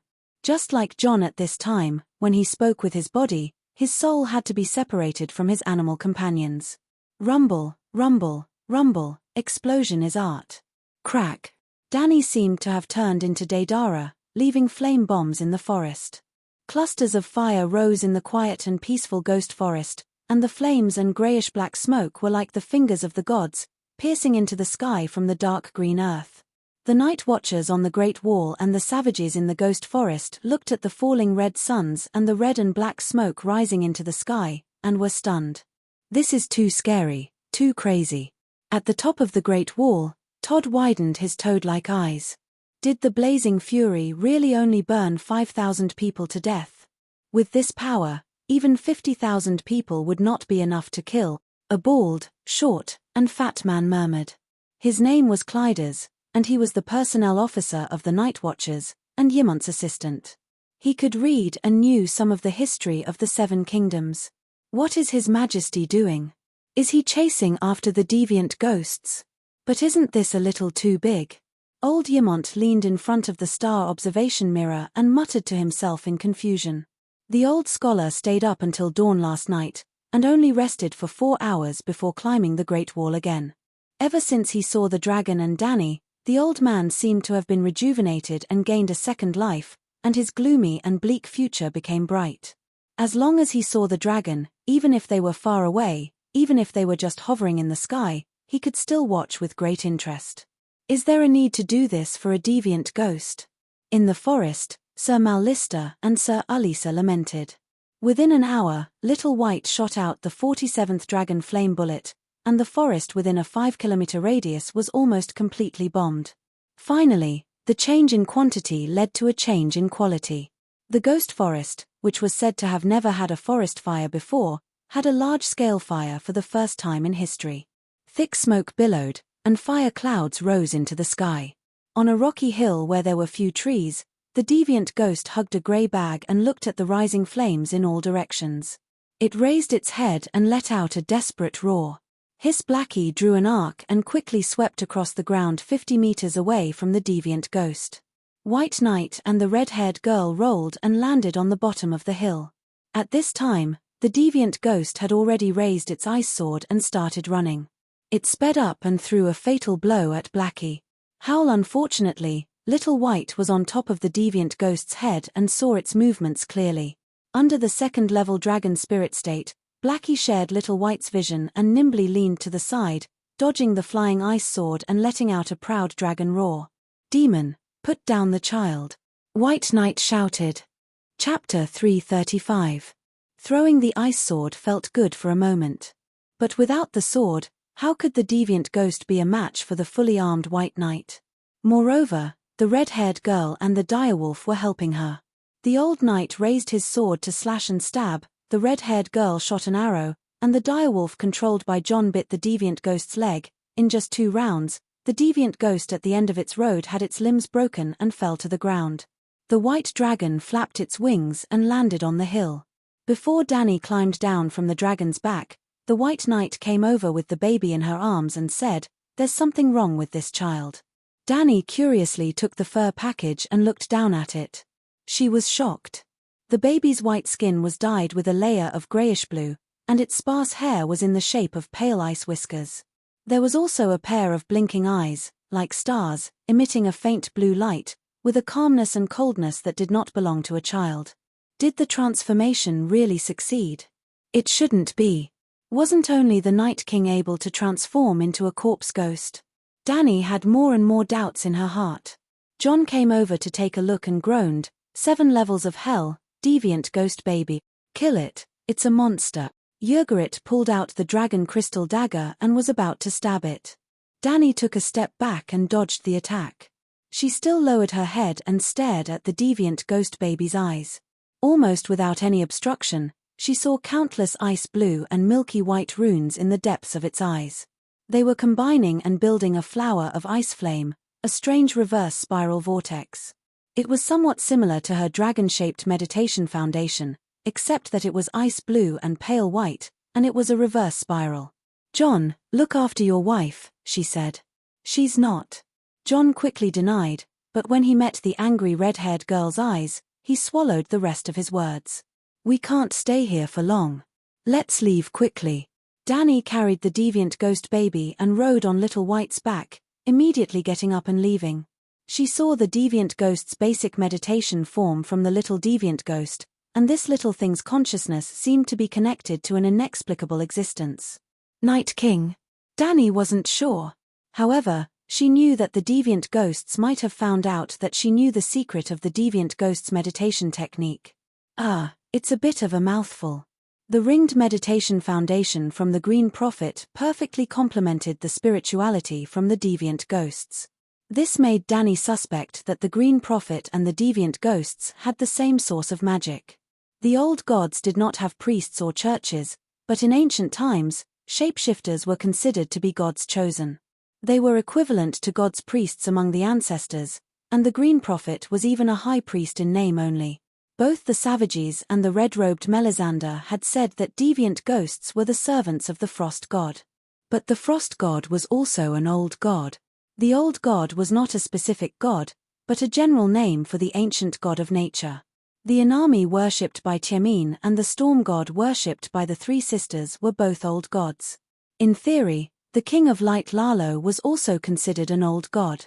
Dani guessed that the Green Prophet to the old gods was like the deviant ghosts to the Frost God. Just like the Green Prophet could control thousands of crows, observe the world through the crows, and communicate with thousands of people thousands of miles away at the same time. The corpses were the deviant ghosts' crows, and the deviant ghosts were the Night King crows. The Night King could also communicate with the outside world through the deviant ghosts. For example, at this moment, perhaps the Night King was observing Dani through the little monster's eyes, or even indirectly looking at her. If the Night King found out that she had analyzed the deviant ghost's meditation technique, then, perhaps hundreds of deviant ghosts were on their way. Not to mention hundreds of deviant ghosts, as long as there were 10 deviant ghosts lurking in the forest, Dani would have to run away immediately. The white dragon took off with Dani and the deviant ghost captives, while Blackie landed and used the ropes on its claws to lift John, Beristan, and the red-haired woman out of the sea of fire. The hill was not burning yet, but there were fires all around, so they could not stay there for long. Dani returned to the Great Wall directly, and handed Ghost Doll and the deviant ghosts to Chiliarch Whale. Then, she rode the white dragon back to the ghost forest. Compared to the forest fires in the Amazon and Australia, the fire caused by the dragon flames in the ghost forest was not even worth mentioning. The fire only burned in the areas affected by the dragon flames, and thick smoke billowed, but it was difficult to spread out. It was mainly because winter had arrived, and the trees, land, and air outside the Great Wall were too cold and damp, and many places were covered with thick snow. Also, because the forest fire burned fiercely, but did not spread out in a large area, many savages hiding in the forest came to watch the show. When the deviant ghosts were being chased, although they kept turning, they were generally fleeing north. After more than an hour, they were more than 10 kilometers away from the position of the suicide squad. When Danny rode the white dragon and found John and the other two on an empty mountain ridge, they were talking with a group of savages. It was not one or two savages, but 600 to 700 tribes of savages with families. Beristan waved to the sky, indicating that there was no danger, and Little White landed. "So it's you guys." The white dragon landed, and Danny looked at the group of savages who were looking at her with complicated expressions, and could not help but laugh. As expected of the tough people, in just one afternoon and one night, you guys have run 20 to 30 kilometers in this snowy forest, from the Great Wall to the depths of the Ghost Forest. 400 to 500 savages, all of them short and barefoot, tough people. Old and young, men and women, adults and children, their upper bodies and legs were wrapped tightly in beast fur, and only a pair of big black feet were exposed in the snow, and their skin was as hard as boiled leather.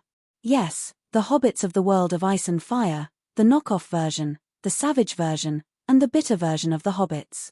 Dragon Queen. The leader of the tribe looked conflicted, and his mouth opened and closed, but no complete sentence came out. "I remember you, Sir Dos of the Mountain Tribe."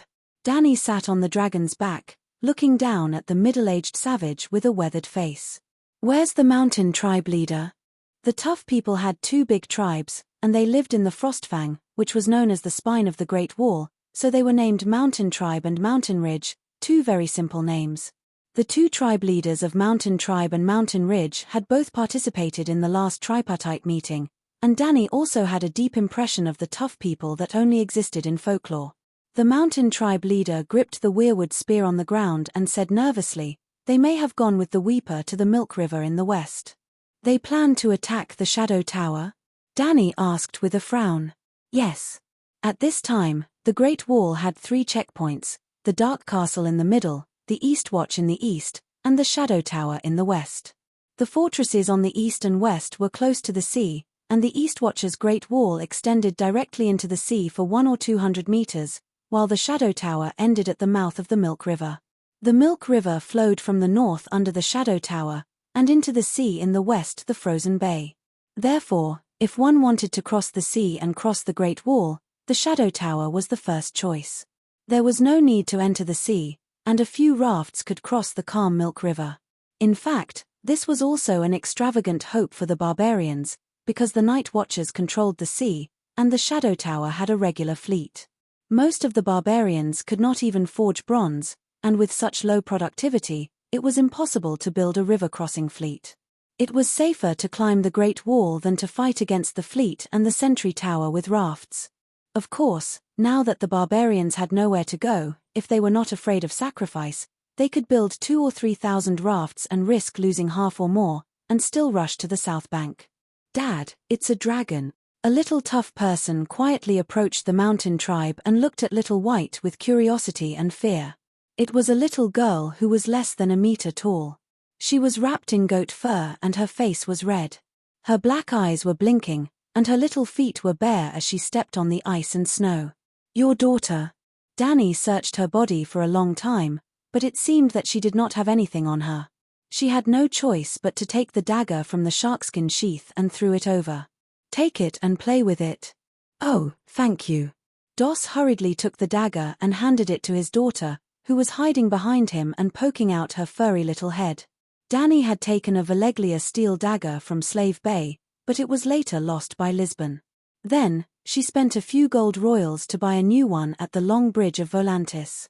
In the end, she met Bronn outside King's Landing, and gave the gem-inlaid dagger to his cheap son, Tyrion Cobbler.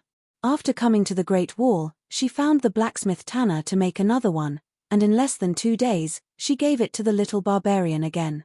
"You don't seem to be going west," Danny asked. "Sigh, you have a dragon, and forcing a river crossing is simply courting death. I plan to take my people to the difficult village in the east." The Mountain Tribe leader sighed. The difficult village was located on a peninsula 200 kilometers to the north of the East Sea, near the Deepwater port. "Why go there? The difficult village is close to the sea, and you can catch fish, seals, and walruses to fill your stomach," the Mountain Tribe leader said. "This is also a way to survive, but the deviant ghosts are getting more and more rampant. How long can you last?" This. The hard-foot people hesitated for a moment, and probed, is the three-way lease agreement still in effect? Ha, Danny laughed. Targaryen, your words are like a mountain. As long as I'm alive, my promise will always be in effect. Then why didn't you help us yesterday? A round-faced middle-aged woman walked over with a spear, looking at Danny and Whitey with hostility, and said loudly to the mountain tribe leader, "Are you stupid? How can you believe the words of the Southerner king? Mother." The little girl with the village face took a few steps back, looking at the round-faced woman in horror. She could not hold the dagger in her hand, and it fell to the ground. "You have no right to speak here, go away." The hard-foot people glared at the woman angrily, and scolded her in a low voice. Danny looked at the woman in confusion, and asked, "Who are you?" "Sorry, Dragon Queen, this is my wife, Larry," the DOS leader said awkwardly. "About what happened yesterday morning, let me explain." Looking at the eyes of the short hard-foot people under the cloak, Danny could not get angry. She could only sigh, and slowly said, "Just like you free folk, there are many tribes, and each tribe fights with each other.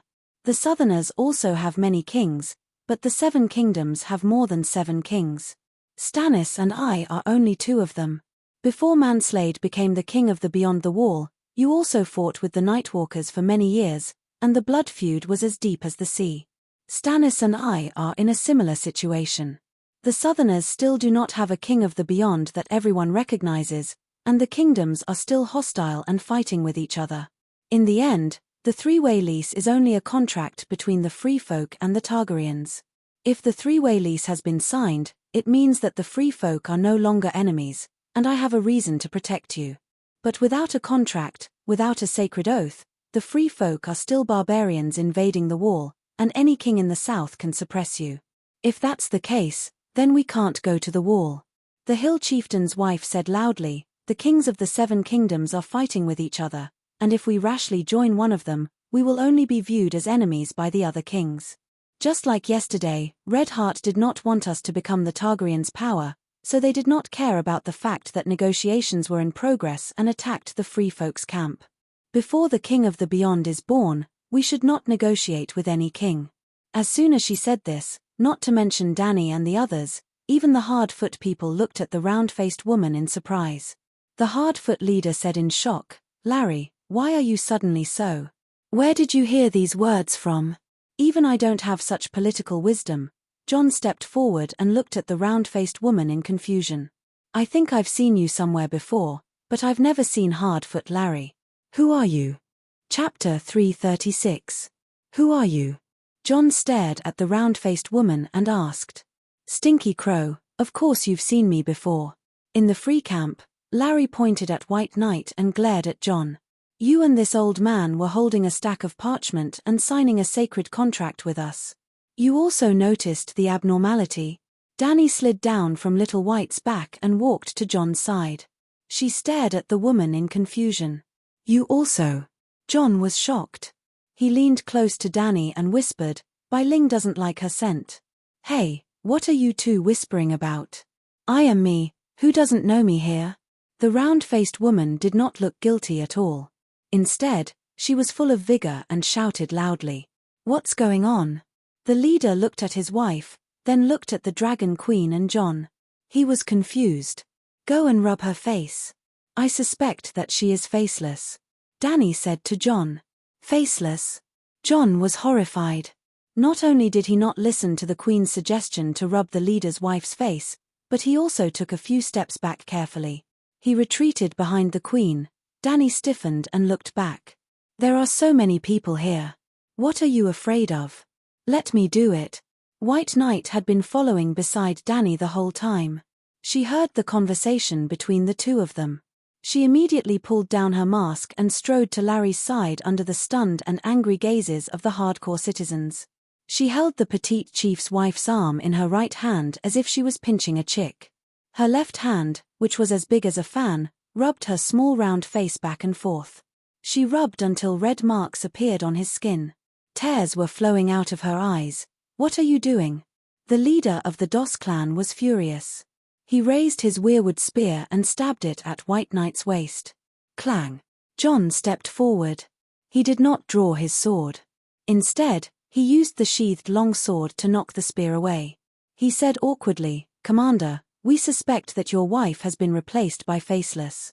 Do you know the Faceless of Bravos?" "Nonsense, how can I not know my own wife? Last night, you even..." Commander Hardfoot was furious, but he kept his spear with a cold expression.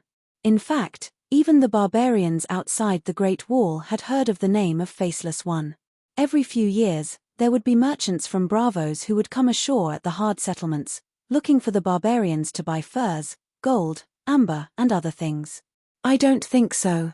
White Knight opened her left hand. Between her fingers and palms, there were many fine black grime clips. However, there was no human skin. On the other hand, the chief's wife's round little black face was also rubbed until it was bright red. There were many red lines on it. "Kill him. Kill them all." The chief's wife screamed at the top of her lungs. The hardcore citizens behind her were eager to give it a try. They all looked at the commander. Hiss Whitey opened its dark golden eyelids and let out a low growl as a small fire snake shot out from its nostrils. Silence filled the entire place, and all the commotion vanished like smoke. "Larry, let me ask you." Yrgret walked to the opposite side of the chief's wife and looked at her carefully. "A year ago, when we were bathing in the hot spring of the Windy Gorge, what did we talk about? In the end," she added, "I also think you have a problem. You are not like the Larry I know. She is not as eloquent as you. She has always used her knife instead of her mouth." The chief's wife sneered and said without hesitation, "What else can two spear women talk about when they are bathing and chatting together?" "The second son of Bedos and Jig." "Bedos, second son?" Danny's eyes almost popped out. John's face was ugly. He grabbed the red-haired woman's right arm and asked in a low voice, "Who is Jig?" "Freeborn Jig, a marauder in my team. Half a year ago, Mance sent him out to patrol, and he hasn't come back yet. He is most likely dead." Yrgret sighed. "What is his relationship with you?" John asked again. "He stole from me, and I stole from him." Yrgret did not evade and said generously. John's face turned green. Danny and Beristan also looked at him sympathetically. The barbarians beyond the Great Wall did not have a strict marriage system, or rather, there was no such thing as marriage. The barbarians did not have the concept of law or private property. They took and owned what they wanted based on their ability, including their partners. When a male barbarian took a fancy to a female barbarian, he could not be a bootlicker. He had to be very strong, a complete male chauvinist. If the woman was disobedient or resisted, he would slap her. When he married her, he did not need the consent of her and her family.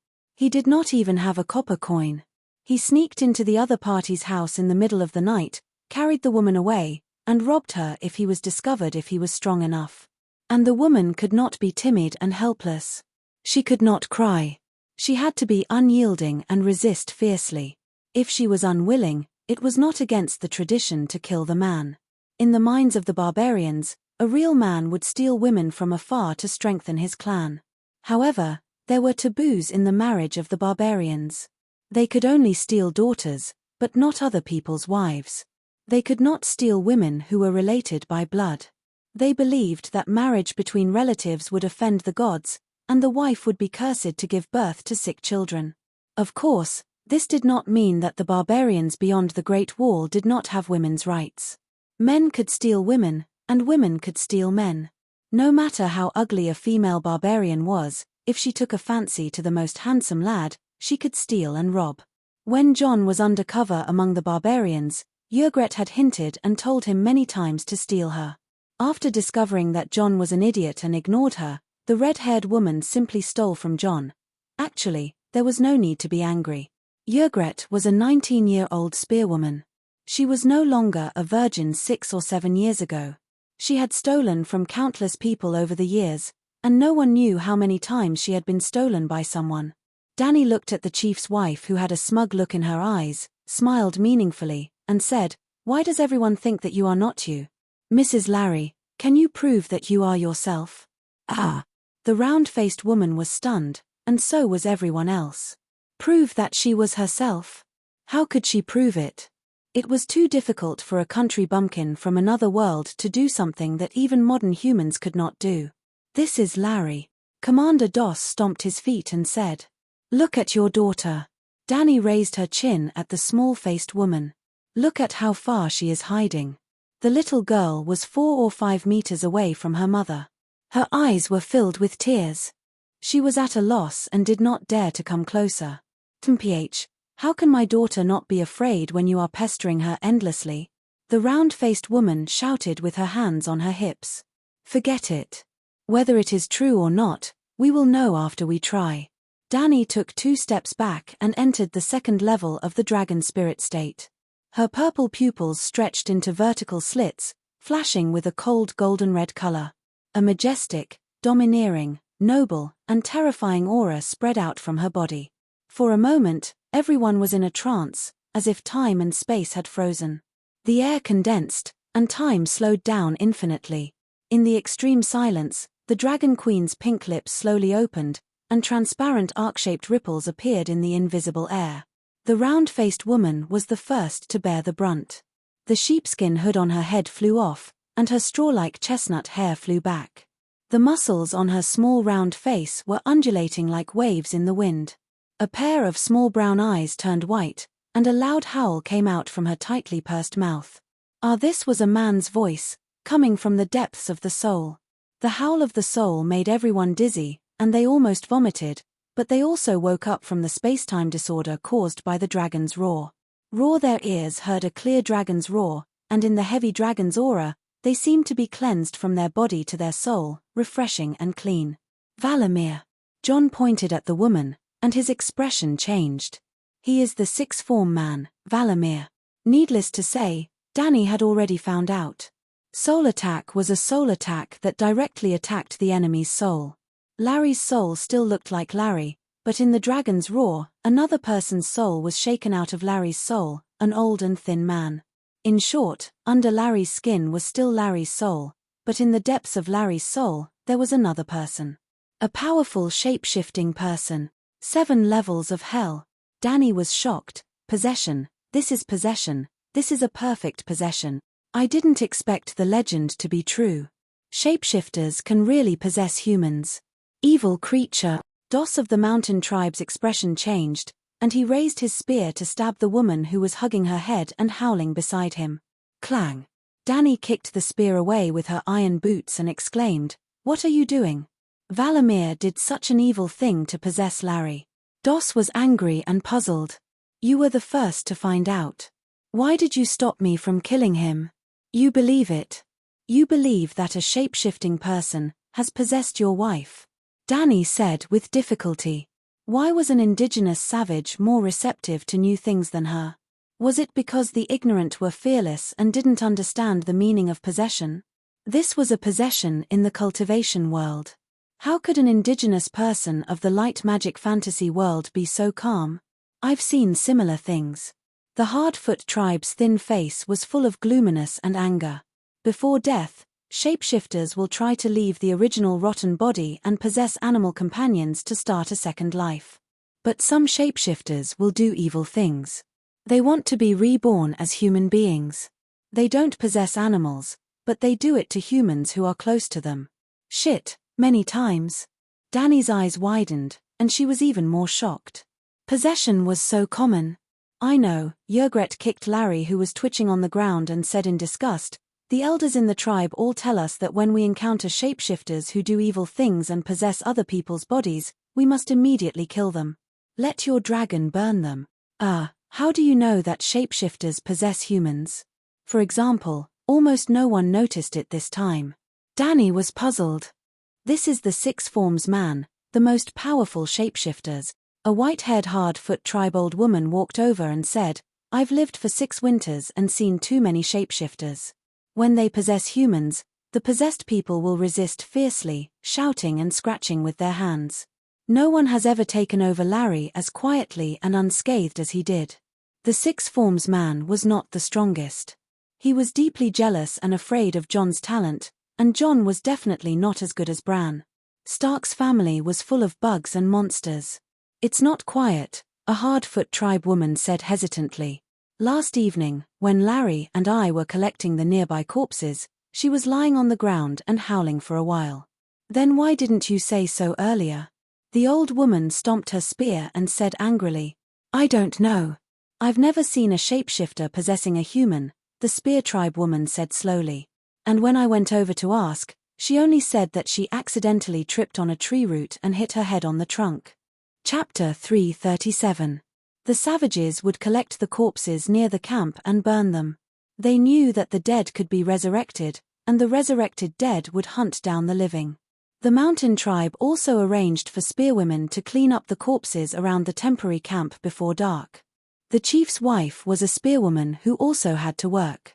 When she was moving the corpses, she met the six forms Valamir. She touched him, and he possessed her. In the battle with Melisandre, Valamir was burned 7 times in a row. 6 of the times, he withdrew from his animal companions before his soul was attacked, so he did not suffer much damage. However, on the 7th time, when he pounced on the red-robed woman's face in the form of an eagle, he was affected by Uriel in the eagle. The red-robed woman seemed to have noticed this. The fire witchcraft that burned the eagle was different from the one that burned the white bear, the shadow lynx, and the grey wolf. There were 3 levels of fire control.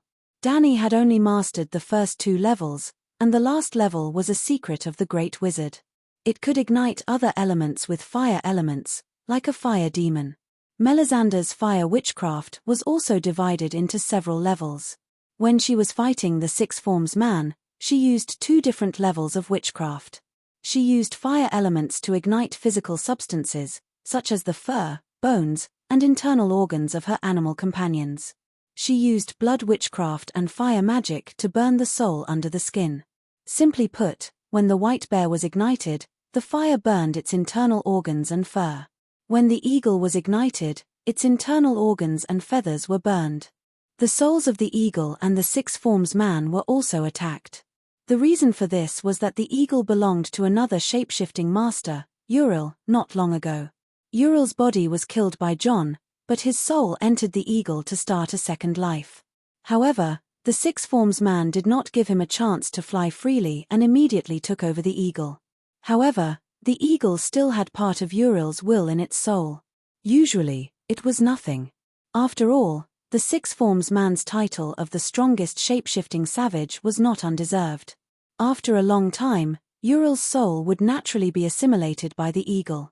His humanity would disappear, and he would completely become a beast. However, during the battle with Melisandre, this small flaw almost cost the 6 forms man his life. The 6 forms man's soul was severely damaged. His 6 animal companions, the white bear and the eagle, died on the spot. The shadow lynx and the 3 wolves were severely injured. After that, he forced the shadow lynx to come back and carry him away from the camp. But after entering the forest, the shadow lynx noticed that its owner was gradually becoming weaker. It became ferocious and bit off Valamir's arm on the spot. Well, animal companions also had their own will. They could be controlled by the shapeshifters, but the resentment in their hearts would not be any less. Therefore, many savages chose wolves as their animal companions. Dogs were the easiest beasts to establish relationships with, and they were also the most loyal. However, dogs were too weak. Compared to other wild beasts, wolf-type dogs were easier to develop feelings for. Furthermore, wolves were strong enough, so wolf spirits became the most important branch of shapeshifters. Ordinary people even mistook shapeshifters for wolf spirits. At that time, Valamir, like all the dying shapeshifters, only had one last chance, to occupy a life and start another life. He had originally planned to occupy the shadow lynx, but the lynx had brought him to the hard-foot people's camp, where a group of spearwomen had come out to collect corpses. Shadow lynx escaped. Larry found Valamir, who was badly mutilated and whose face could not be distinguished. The 6 forms person changed its target and occupied the spearwoman in front of it. Bastard! No. Larry, who was originally wailing and rolling on the ground, suddenly straightened his body. His face was distorted as he screamed sharply. It was a duet between a man and a woman. The high-pitched howl was mixed with a man's low groan. The combination was a bone-chilling howl of the soul. Get out, Every muscle on the spearwoman's body was trembling as she struggled. Her brown eyes were covered by blood-red veins, almost protruding from her eye sockets. It was as if every muscle, bone, and skin was a battlefield. Larry and the six forms person were frantically fighting for control of them. Mother, mother, sob sob sob. The patriarch's daughter began to wail. What's going on? The leader of the hard-foot people was shocked and angry. You haven't completely occupied it. Valamir, you bastard, get out of here, get out of Larry's body. I can't leave, she will die too. The spearwoman's face was distorted like an evil spirit. Her mouth was full of blood, and her tongue and lips were bitten so hard that they broke the flesh. Bastard, bastard, bastard. The chief's eyes were spitting fire. He stomped his feet and scolded, Bastard, you have taken over Larry's body. Last night, you even took the initiative to be intimate with me. Bastard. Danny glanced at the hard-foot people and nodded in agreement. Bastard, you really are a bastard. Help Larry end his suffering. The white-haired old woman sighed. Grandma, don't kill Mother, I want Mother, sob. The barefooted little girl threw herself on the old woman's thigh and cried. You are also a shapeshifter. Enter Larry's spirit ocean and drive the six forms person away, Danny said to John. I can't do it, I have never done such a thing. No one taught me the techniques of shapeshifting, I don't know what to do. John hurriedly shook his head. You can't save him. If you drive the six forms person away, Larry won't be able to come back to life, the old woman said with tears in her eyes. Your Majesty, try using the true dragon roar on her a few more times, Beristan suggested. I'm not sure. Although Larry has the home advantage, his soul is definitely not as strong as the six forms person. It's hard to say who will die first. Danny bit her lower lip and said hesitantly. Sigh, let's just give it a try. We don't have time to waste here, everything is fate. The old woman choked. All right, you guys hold her down. Soon, Danny ordered John and the rest to stuff Larry's mouth and press his limbs, torso, head, and neck firmly onto the ground. After hesitating for a moment, she decided to try the new true dragon roar. All this time, Danny had been using the fire wizard power to activate the soul strike. The wizard power condensed by the grand wizard meditation technique did not have the ability to penetrate souls. It could only be used to charge and hit the opponent's soul with the dragon's aura. If she was so reckless, there would definitely be a backlash. The strength of the opponent's soul would determine the strength of the backlash. To normal people, the soul strike would be able to crush them and there would be no backlash. To legendary creatures like the deviant ghosts, the effect of the soul strike would be greatly reduced. However, the backlash would be borne by the Megalosaurus and Danny herself would not be affected. To a powerful demigod like Balerion, even the Megalosaurus could not withstand it. Danny would be in trouble. Now, she had a new wizard power foundation in her sea of consciousness.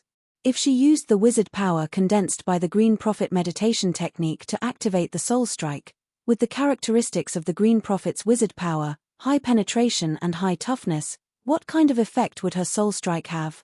Danny felt uneasy. She placed her right index finger between the brows of the spearwoman and activated the soul strike.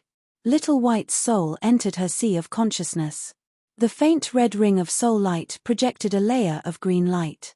It was a green light with a fresh and cold aura. The green light was the mental energy and wizard power condensed by Danny's second meditation technique. It was equivalent to the projection of a second soul. It merged with the white dragon's soul without any hindrance. Little White turned green.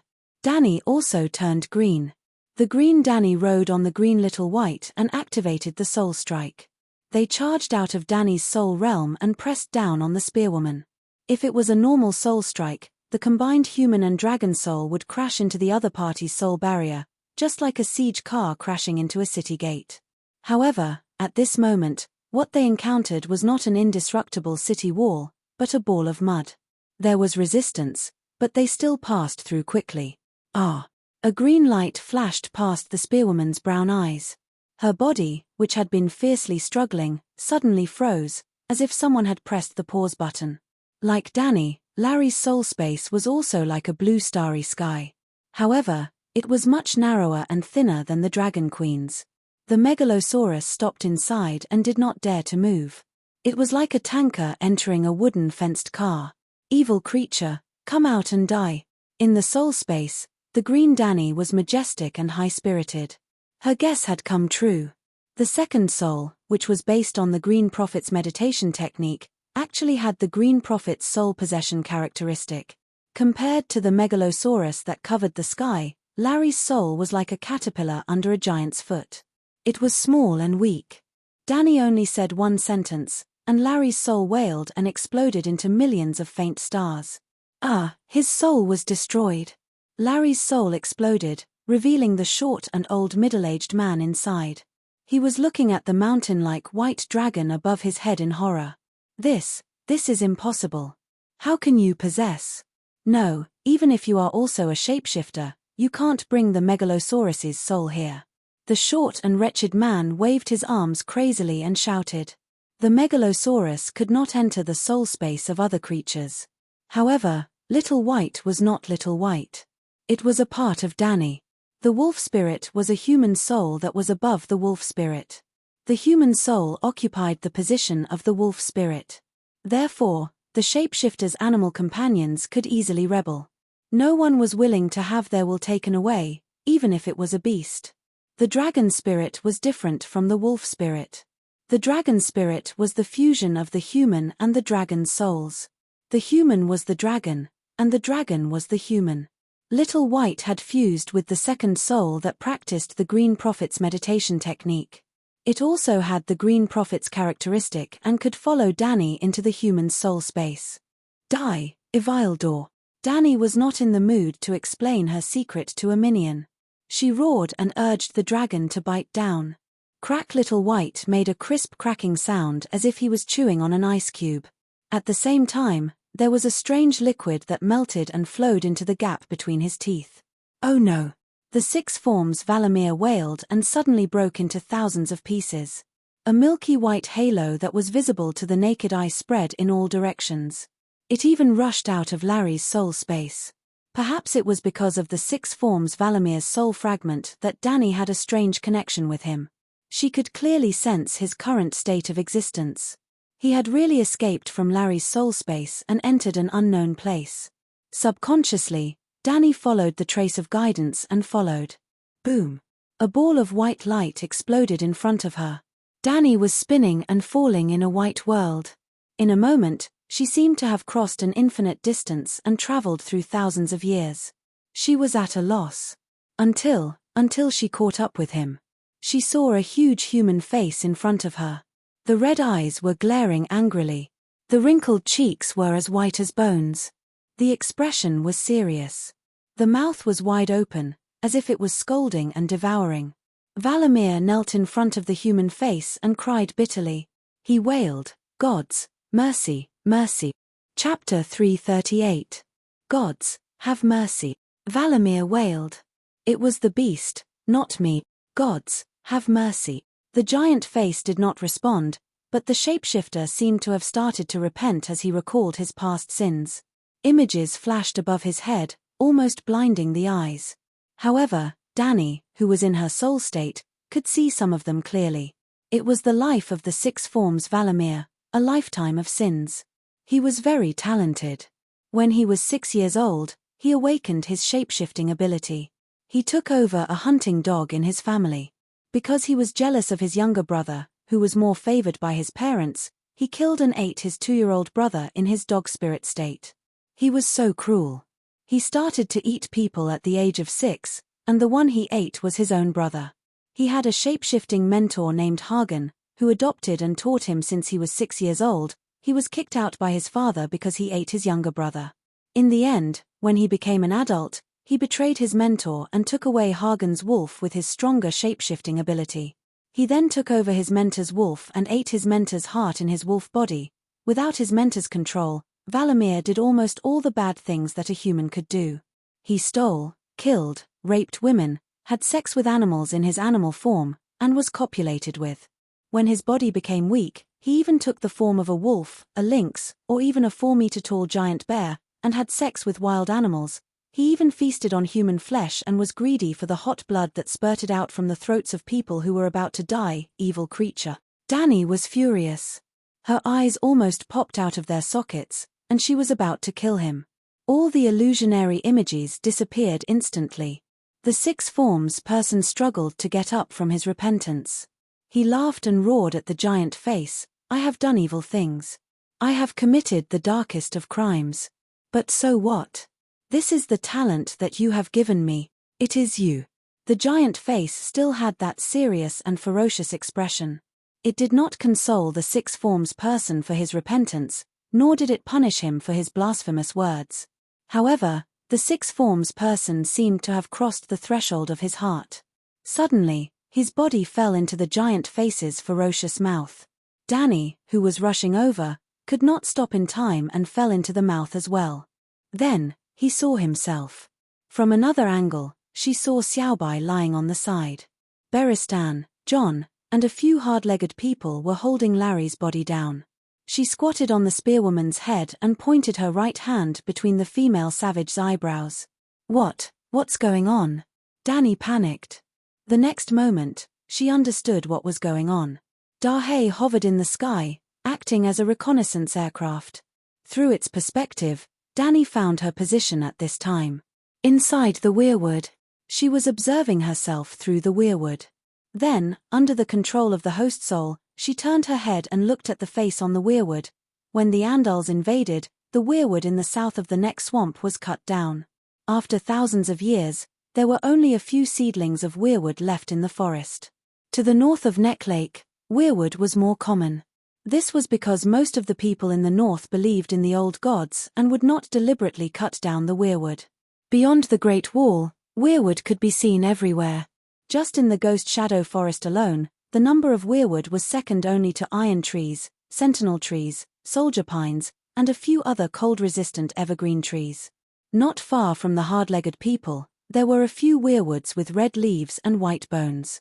One of them was even carved with a human face by the savages. The trunk was thick, the deep eye sockets were smeared with the juice of the red leaves.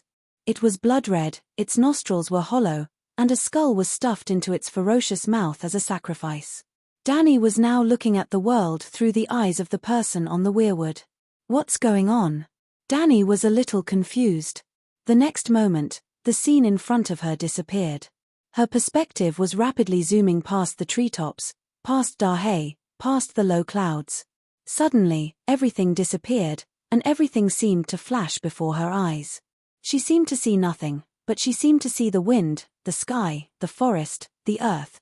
She saw sparrows and falcons in the sky, squirrels and owls in the treetops, wild deer and antelopes in the snow, and even in the depths of the frozen earth, she saw voles gnawing on old brown tree roots in the dark. Dani suddenly understood that she had disappeared with the wind, and her soul had returned to heaven and earth. No, it was not her, it was Valamir. The souls of the six forms people were absorbed by the weirwood and returned to the earth and sky. She followed him and witnessed the process with her own eyes. Is this the final destination of mankind? Ashes to ashes, dust to dust. A world without death. As Dani was thinking, the scene suddenly changed. In the depths of the forest, a pack of wolves stepped on the snow and ran on the hills where the north wind whistled. 3 of the wolves looked listless, and there were burn marks on their fur. They were Valamir's 3 animal companions. The next moment, Dani's body fell rapidly toward the dark-furred old wolf and landed between its eyebrows, entering a dark and gloomy space. Fuck, he's still alive. How can the soul of a shapeshifter be so strong? That's too much. She was so shocked that she could not help but curse. Because she saw Valamir again, who should have been dead.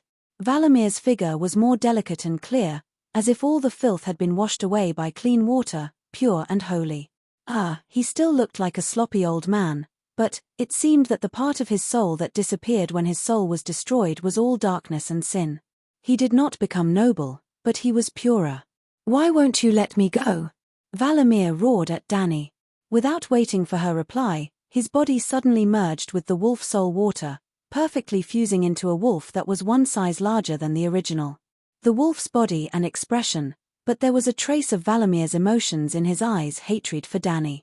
Wolf soul, this is the real wolf soul. The perfect fusion of human and wolf is exactly the same as my dragon soul mode. No, his humanity is disappearing, assimilated by the wolf soul. Dani was amazed. At the same time, she understood something. Valamir had started a second life in the form of a wolf soul. If I die in the future, can my soul be stored in Blackie's body? As the mother of dragons, she had raised 5 dragon babies. When the old mother's body weakened, she could take turns living in her son's houses for a month, right? Heh. Thinking of this, Dani could not help but laugh. Vile spawn, this king kills people, kills gods, and kills ghosts. I also control people, gods, and ghosts. Even if you can escape reincarnation, you can't escape this king's punishment. Dani roared and rushed over with the white dragon. I sentence you to death, roar. The Megalosaurus roared, as if a dragon's roar that had been suppressed for centuries was finally released. The newborn wolf soul shattered inch by inch in the dragon's roar. In order to prevent the 6 forms from causing any more trouble, Dani immediately activated the spiritual bestowment skill and washed away the soul imprint of the shattered wolf soul, completely turning it into a clean spiritual substance. The light green spiritual substance was much lighter than the green prophet. Well, the quality was far inferior to the green prophet. Awu, the old wolf that was running on the hill, staggered and fell, bleeding from all 7 orifices, and was no longer breathing. Woo. Its companions curiously came over and nudged it a few times. Seeing that there was no sign of life, they swarmed over and wolfed it down. Valamir's soul had really been scattered. After killing the evil shapeshifter, Dani immediately left the old wolf's body and floated in the air in the form of a soul. She had a feeling that if she wanted, she could directly cross more than 10 kilometers and fly back to her body. Sigh, you've gone too far. Suddenly, an old sigh sounded in her ears. Every shapeshifter is the child of the gods. You've taken something that belongs to the gods. You've blasphemed the gods. Dani was shocked and looked around vigilantly.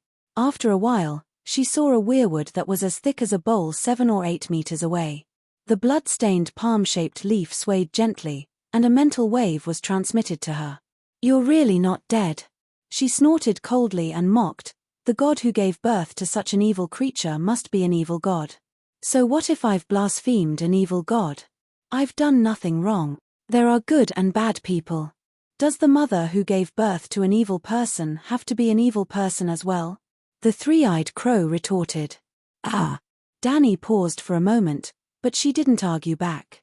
Instead, she changed the topic and said, it doesn't matter if your old god is righteous or evil.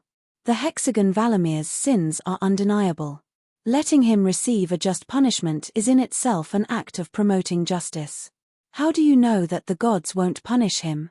Without you, he will meet another person in half a month, a shapeshifter.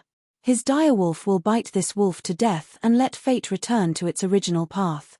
In her soul form, Dani rode the white dragon and faced the weirwood proudly.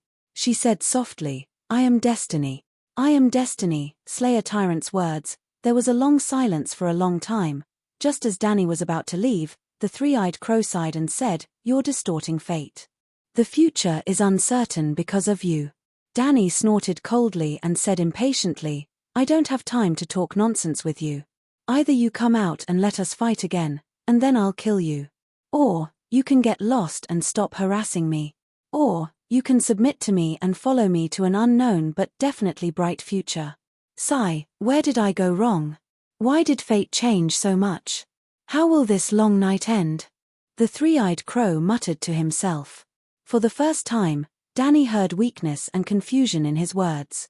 She wouldn't sympathize with her enemy, but she still wanted to understand some things. Deviant ghosts, frost god, green prophet, and old gods. What's the relationship between these 4? The deviant ghosts and the green prophet seem to come from the same source, while the frost god is one of the old gods. Could it be that the old gods are divided internally? She asked. I didn't expect that you would have such a deep understanding of the deviant ghosts after coming to the Great Wall for just a few days. The 3-eyed crow was shocked. He paused for a moment before he said slowly, you guessed correctly. The deviant ghosts have a deep connection with the green prophet. The first deviant ghost was transformed from the green prophet. What? Weren't the deviant ghosts captured by the children of the forest and transformed into humans with magic? This was the standard answer in Game of Power. Dani didn't dare to believe in Game of Power's plot now. There were too many differences between the plot and reality. If she really used Game of Power's plot and did things based on it, she would probably be cheated. But as for the origin of the deviant ghosts, she had personally witnessed a human baby being transformed into a ghost doll. This proved that Game of Power wasn't wrong in this aspect. Dani Liz, what's your current state? Why do I sense the Green Prophet's aura on you? The three-eyed crow asked curiously. I learned it from you. Yesterday evening, after I dealt with the big crow in the White Dragon's mind space, I got a part of the Green Prophet's meditation technique. When I looked at it, inspiration gushed out of me, and the meditation technique evolved. Dani boasted. This. The three-eyed crow was even more shocked, and he hesitated.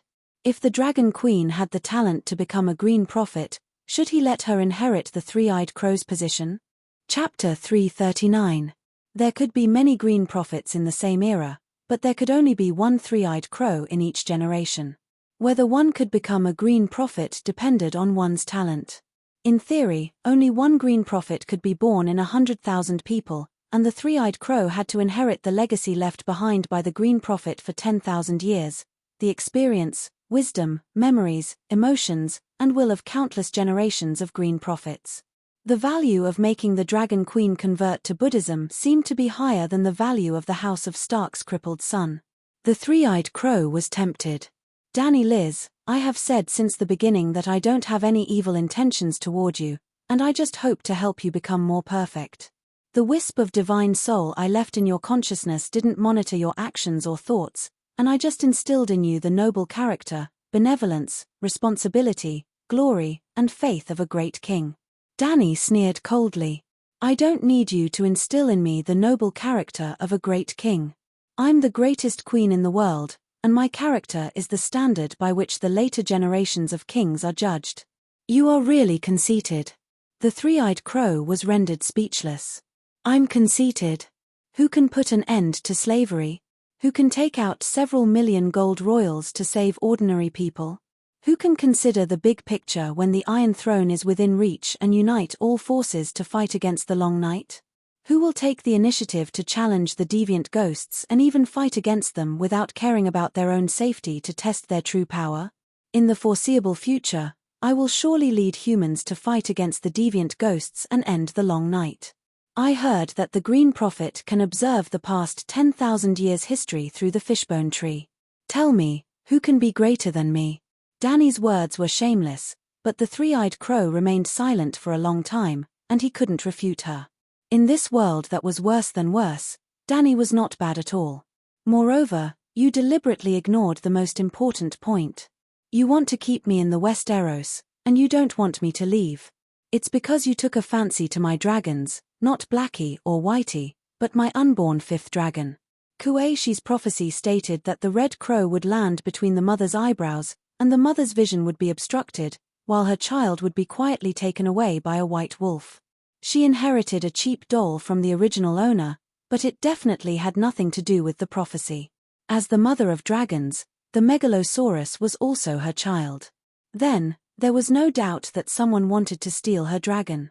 The question was, which dragon would the wolf take? Furthermore, it was done quietly. Dani used to think that it was Little White, but yesterday evening, the Green Prophet had personally made a move. Even with such a huge commotion, Little White still managed to hold on. This was because Little White was already 2 years old and had a very mature sense of self. It could even take the initiative to look for her dragon spirit in a crisis. Last night, in the apple orchard, when she put the glass candle into her backpack, she accidentally touched the red dragon egg. In an instant, Dani understood. The little thing was about to be born, and the Green Prophet's real target was him. Considering Jon Snow's identity as the child of prophecy, true dragons must have dragons, and the child of prophecy needs dragons even more. Each of the 6 children of the House of Stark received a direwolf bestowed by the old god. The direwolf's fate was closely related to its master's. As Whitey's master, Jon was the White Wolf, wasn't he? Little 5 came from the Targaryen family. In theory, Jon should be able to establish a connection with him very easily. Because Dany already had Blackie, a knight could only control one dragon. And Jon was a shapeshifter, so he had a stronger soul talent than her. Of course, Dany was the mother of dragons after all. If she deliberately caused trouble, Prince Rhaegar would not be able to steal Little 5 away even if he was reborn. At this time, it was time for the Green Prophet to make a move. A shred of consciousness was lodged in the depths of her soul. The whispers of the evil god never stopped. It could make her change her mind and stay in the Westeros. It could also make her acknowledge her nephew. This was the three-eyed crow's wishful thinking. If he really did that, Dany would probably notice her abnormality due to the great contrast in her thoughts. She would then come to her senses. The three-eyed crow's scheme was exposed, but his tone was still calm and gentle. He said, "I won't deny that I hope that you will leave the fifth dragon to the true child of prophecy. He needs it more than you. Dany, rise, the gods have already arranged everything, and fate has already determined it. Your mission is to bring back the Megalosaurus to the world, but this doesn't mean that all dragons are your exclusive property. Dragons have 3 heads. Fuck. Dragons have 3 heads." Dany interrupted him angrily. She announced firmly, "Listen carefully. Dragons have only 1 head, and that's their original head. It's not me, nor is it the child of prophecy, nor is it a Targaryen. A true dragon's will cannot be distorted, and it won't allow anyone to override it. My dragons are my children, and no one can ride on them as a dragon knight and show off their might. After me, the Megalosaurus won't have any dragon knights." Hiss. Whitey roared proudly at the weirwood, and a human-like resolute look appeared in his eyes. He wouldn't accept any dragon knight other than his mother. The three-eyed crow seemed to be shocked by her speech, and he couldn't maintain his calm tone any longer. He said anxiously, "Dragons can't live without knights, and a wild dragon without knights is a disaster." Hiss. Whitey roared angrily and let out a true dragon's roar at the weirwood. The leaves on his blood-stained palm started rustling. "You saw it. My dragon is different, and is very smart," Dany said with a smile. "Dany, rise. No matter how many misunderstandings you have about me, I still want to help you." The three-eyed crow sighed and invited her, "Do you want to get the complete Green Prophet's inheritance? I will teach you, and I will give you all of my life's experience and power." Dany had an odd look on her face. If he didn't say that last sentence, she would have been tempted. But if she wanted to receive his inheritance and become the second three-eyed crow, why would she get power if her will had become so weak that it almost disappeared? "Do you still remember your original name?" she asked. The three-eyed crow sank into his memories. After a long while, Blindenhawen, he sighed softly. Dany didn't manage to react for a moment, and she just nodded. She asked curiously, "Since you're from Hedgen County, how did you become the Green Prophet?" The first requirement for a transfiguration user was the bloodline of the ancestors and the belief of the old gods. It was common knowledge that there were descendants of the ancestors in the south of Necklake, but there weren't any believers of the old gods. Hawen was the surname of an illegitimate child in Hedgen County, and this three-eyed crow came from the south of Necklake. "You don't know me?" Blinden asked in surprise. "Why should I get to know an illegitimate child?" Dany was even more baffled. The three-eyed crow spoke with pride, sadness, and anger. He clenched his teeth and said, "I'm the Bloodcrow Duke." "The Bloodcrow Duke." Dany furrowed her brows and pondered for a long while. Suddenly, her expression changed, and she said in disbelief, "You're the illegitimate child of the mediocre King Aegon? You're also a Targaryen, and a Targaryen became the Green Prophet? Remember Saint Bailey, who locked his sisters in the virgin residence? When Saint Bailey and Aegon IV were born, the gods seemed to have played a joke on them. Saint Bailey cut off all his desires and became a saint. The desires that Saint Bailey cut off were all absorbed by his cousin Aegon, and he became the most lascivious person in the history of the Targaryen family. Saint Bailey didn't get involved with women, but Aegon had countless lovers and countless illegitimate children. What was even more foolish was that Aegon the mediocre king not only messed around, but he also granted legal status to all his illegitimate children before he died. He also allowed them to inherit the throne after the eldest son, Dylan II. He gave his illegitimate children the right to inherit the throne. After that, the Blackfire Rebellion, which was second only to the Blood Dragon's Wild Dance in terms of damage to the Targaryen family, occurred. Robert also liked messing around and had many illegitimate children, but he wasn't picky about food. Most of the illegitimate children's mothers were commoners, and some were even prostitutes. The illegitimate children's mothers' families were too lowly, and they weren't a threat to the eldest son. It was a pity that Robert didn't have any eldest son, so it was awkward, but Aegon the mediocre king was different. He was picky about food, and he had a high status. He especially picked the daughters of rich families. One of his lovers was even Saint Bailey's fiancée, Diana, who was locked in the virgin residence. Aegon the mediocre king had 6 illegitimate children because his mother was from a rich family. They were called noble illegitimate children. The scary thing was that these noble illegitimate children even had the right to inherit the throne. Unsurprisingly, Diana's son, Demon Blackfire, raised the flag and rebelled.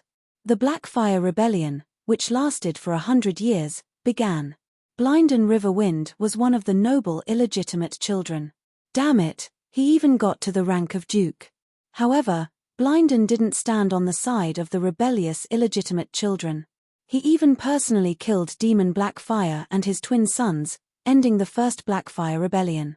He also became a kinslayer who was despised by everyone. He killed his brother and nephew. Later on, he committed a crime and violated the sacred oath to kill a nephew. He was sentenced to death by Ymant's younger brother, Aegon V, Dany's grandfather. Blynden chose to put on a black coat and went to the Great Wall with Ymant to become a night watchman. He even became the commander-in-chief of the Night Watchmen. Then, 50 years ago, he went missing during a ranger patrol. Everyone thought that he died. If Dany remembered correctly, this old ancestor who was 5 generations older than her was already 125 years old. Even old Ymant had to call him grandfather. Well, old Ymant wasn't young either. He was 102 years old. You have been monitoring the West Eros? You used Weirwood to monitor the north, and you used crows to monitor the south. Last time in Dawn, your original target was Dawn's prince, Dowlord Martell, Dany said with a complicated expression. I was waiting for you there. The West Eros don't have any secrets from me. The crow prepared it for you. Before you set foot on this continent, I knew that you would come, when you would come, and where you would come from, the three-eyed crow said. Since you are so powerful, why did the Targaryens get exterminated? Dany sneered. I know everything, but I won't easily get involved in the disputes of the 7 kingdoms. You are a Targaryen. My duty is to protect the West Eros, not to serve the Targaryen dynasty. From the moment I put on black clothes, I lost my family and surname. I will only protect the 7 kingdoms for the rest of my life. You should know the oath of the Night Watchers, Brandon said calmly. You still have the face to mention the oath of the Night Watchers to me? Dany sneered and asked, the most important oath of the Night Watchers is to always remain neutral. You already have a political inclination, and you attacked me for a certain child of prophecy. The three-eyed crow sunk into silence again. After a long while, he sighed and said, Winter is coming, and only the child of prophecy can end the long night. You don't know how much I wished that you were the child of prophecy, but you aren't. The Night Watcher's oath of neutrality is to get the recognition and support of all suzerains so that they can better protect the Great Wall. I don't adhere to rules and oaths, and I have a clear conscience. Good, you said it very well. Dany laughed. According to this, the oath of neutrality is to get the recognition of all suzerains. Now that I am being targeted by you, does it mean that the Targaryens can no longer support the Night Watchers? Chapter 340. I will wait for you in the Wisdom Temple. When you understand the principle of sacrificing yourself for righteousness and understand your responsibility, you will naturally come back to me. Dany left the hill where the wolves were eating the 6 forms person's second body. She could faintly hear the three-eyed crow's words. Let the Ghost King come to you. She got tired of it and ran away. The three-eyed crow chattered non-stop. He didn't care whether she could stand it or not. He kept talking nonsense that didn't make any sense. He seriously conflicted with Danny's worldview. Since she couldn't do anything to the three-eyed crow for the time being and couldn't obtain much useful information from him, Danny returned to her own body. Valamir's soul ascended to the sky, traveled through the weirwood, and finally entered the body of an old wolf. The entire process seemed long, but it only took an instant. She was only delayed by chatting with the three-eyed crow for a while. When she returned, a group of hard-legged people were crying on Larry's corpse. Yes, the soul that controlled Whitey to use the true Dragon Roar's soul-chasing strike was the Green Prophet's second soul. Her nine-colored whirlpool first soul was still in her body. She could control her body freely. "My little baby, your mother is with the gods," the white-haired old woman told her crying granddaughter. "She will never be hurt again. She will never be hungry again. She will never be sad again. The gods have brought her back to the earth and brought her back to the forest. The gods are with us. They live among the rocks and streams, among the birds and beasts. My daughter has joined them. She is the world, and the world is her." This speech was quite interesting. It almost described the final end of the souls of the old gods' believers. Ordinary people couldn't possibly know about the process of the soul merging with the world. They didn't experience it when they were alive, and they didn't have the chance to talk about it after they died. Only the Green Prophet could see it and describe it to others. Danny looked at the old woman thoughtfully. She asked the leader of the hard-legged people who had a sad face and kept stomping his feet and sighing, "What position does your mother-in-law hold in the tribe?" "She is a forest witch. She presides over the birth of children, the death of adults, and the marriage of young people in the tribe." It seemed that this witch without magic power and meditation runes was equivalent to the priest of the savage tribe. "Your daughter is not dead yet," Danny squatted down and said to the old witch. "He's not dead yet, but he'll die sooner or later. Her soul has already returned to heaven and earth, and only her body is left gasping for breath." The old woman lamented. From a certain point of view, the old woman was right. Spearwoman Larry's soul shattered, and the fragments of her soul continuously transformed into spiritual essence, dissipating into the world. Without a soul, the physical body would naturally die before long. Danny didn't make any promises. She only placed her hand between the round-faced spearwoman's eyebrows and activated her modified soul strike once again. The second soul and Little White passed through a soul barrier and entered Larry's soul space again. There were many dark and deep holes at the edge of the broken blue space. A great terror and a great chill were hidden within. In the center of the soul space, there was a cluster of soul fragments floating in the air, like countless pieces of broken glass gathered together. Every piece of soul fragment was sparkling and translucent, and some incomplete images flashed past quickly. They were all Spearwoman Larry's life. The soul was made up of memories and willpower. At this moment, pieces of broken glass were slowly flying away from the center area, and following a strange suction force, they floated towards the dark hole in the soul wall. There seemed to be a crushing machine there, and the soul fragments that entered the black hole were immediately crushed into even smaller pieces and powder. Then, they sprayed out from the hole and entered the mysterious old god's reincarnation system into streams, forests, lakes, birds, beasts, humans. They merged with the whole world as one. Danny rode on the dragon's back and reached out her hand to gather the sparse fragments in the center of the space. Gather the soul, endow the soul, Hualala. The sparse rain of spiritual essence pierced through the void and fell on the broken soul space. The colorful spiritual essence dyed the air with a faint green glow, and then, like tired birds returning to their nest, they all rushed towards Larry's soul fragments. There were no corpses nearby to burn, and there was no high concentration of spiritual essence for Danny to gather, so the spiritual essence rain was very thin, even thinner and softer than a cow's hair. But to this soul space, this rain was a life-saving nectar that fell from the sky. In theory, other than the Megalosaurus and the dragon egg, Danny was unable to bestow spiritual essence to others. She once had an idea: if she could enter another person's soul realm like how she entered the soul space of the Megalosaurus, then if she used the endow skill in other people's soul realm, would she be able to bestow spiritual essence to others? Unfortunately, with the main soul based on the Grand Wizard meditation technique, she was unable to enter other people's soul realm, so she was unable to test out that idea. Now that she had the second soul based on the Green Prophet meditation technique, she could also enter other people's soul realm like the Green Prophet. Just as she expected, the spiritual essence that floated in from the outside world seemed to have her weak spiritual imprint, dyed with a faint green glow, but it was indeed able to merge with Spearwoman Larry's soul. Visible to the naked eye, the broken fragments began to grow. That's right, it was growing.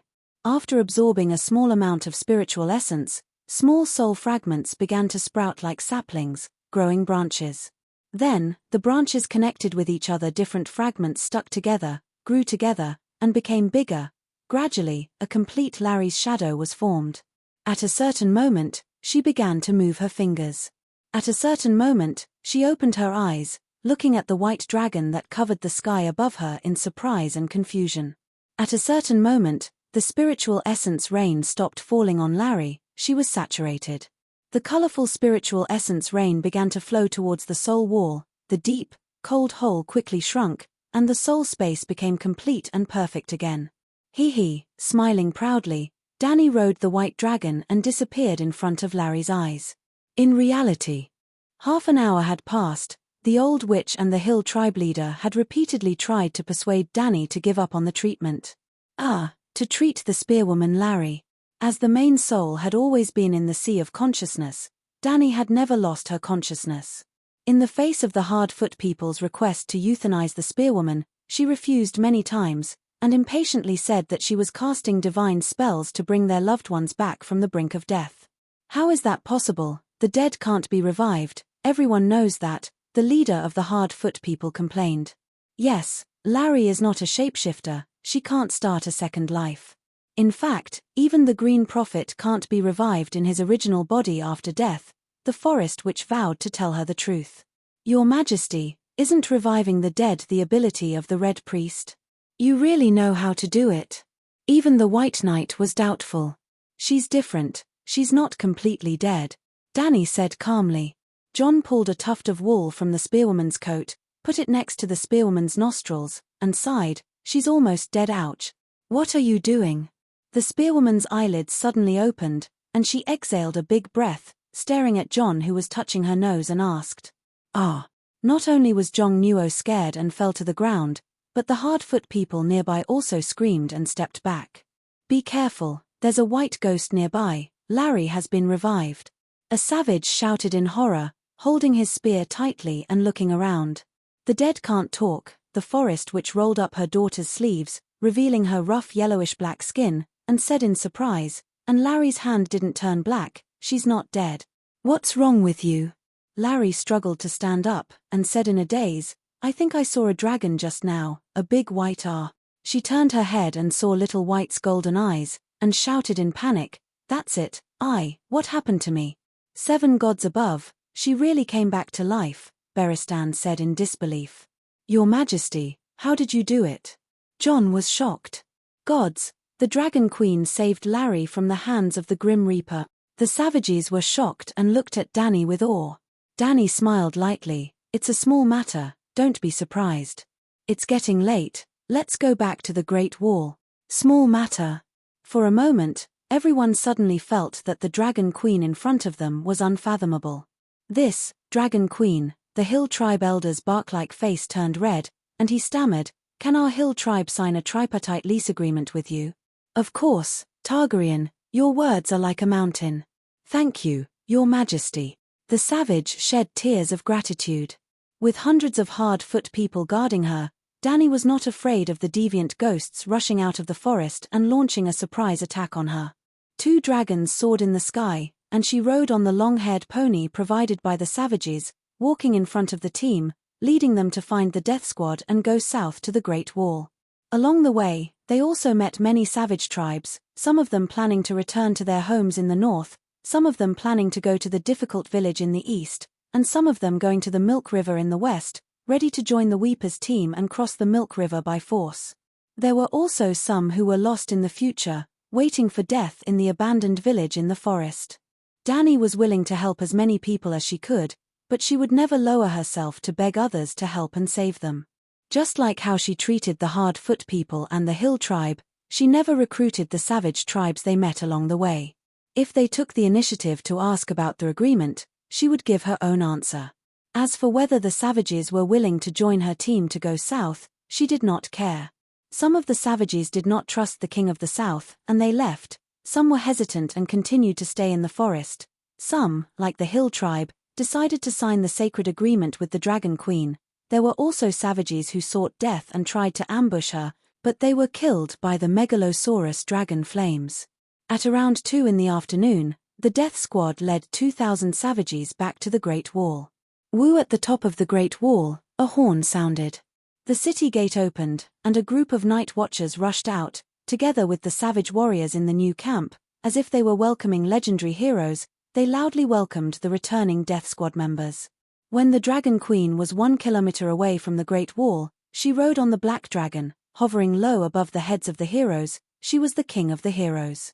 Under the blue sky, on the open ground where the remaining snow had melted, thousands of people cheered as the Megalosaurus spread its wings. Long live the Dragon Queen, long live the Death Squad, long live the Megalosaurus. The brave and fearless Dani rise. The hero queen, Dani rise. Force could conquer people, but it could not subdue them. At the top of the Great Wall, Stannis clenched his fist, jealousy flashing in his deep blue eyes. Chapter 341. I, Dos of the hard-footed Hill tribe, swear on behalf of all my people that I will strictly abide by the tripartite lease agreement after entering the Great Wall. I swear on my father's foot to all the southern kings that I will never bring anyone to plunder the north, and I will resolutely oppose and actively stop any free people who break the rules and sneak into the north. Under the gate of the Great Wall, there was a 2-meter-high wooden platform with 2 wooden chairs on it. The Dragon Queen and Stannis sat side by side. Next to them were Beristan, Melisandre, and the leaders of the Night's Watch. Under the wooden platform, the short chief of the barefooted tribe led his people to make a sacred oath with the king and the Night's Watch. After returning to the Great Wall, Dani began to move the barbarians as soon as possible. It was too dangerous outside the Great Wall. Deviants could attack the camp from time to time. Not to mention that the deviant ghosts would definitely try to kill the Dragon Queen and her dragon. Just the casualty rate alone was much lower when defending against deviant ghosts on the Great Wall than when fighting outside the city. Therefore, letting the barbarians into the Great Wall had become a necessary choice. The only problem was whether the barbarians would abide by the sacred oath. Dani did not act arbitrarily on this matter. She had to leave here soon. In the coming days, the Urlu party would become the most powerful force on the Great Wall, and Urlu's army would also be able to suppress the barbarians who broke the oath. She had to let Urlu participate in this matter.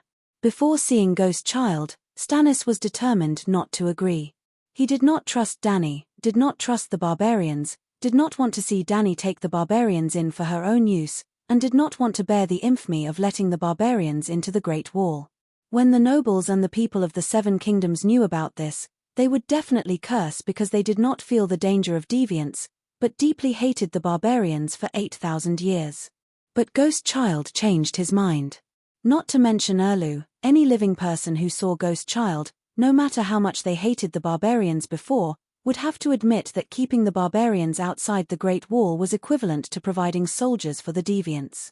She could either accept the barbarians and use their power to deal with the deviants, or let the barbarians join the deviants. How should he choose? However, Stannis also had some demands. First, the barbarian warriors and powerful spearwomen had to stay at the wall, become temporary night watchers, or work as farmers. They could not join the Dragon Queen and fight across the narrow sea with her. Second, the Dragon Queen had to swear a sacred oath that she would not recruit the barbarians to invade the 7 kingdoms.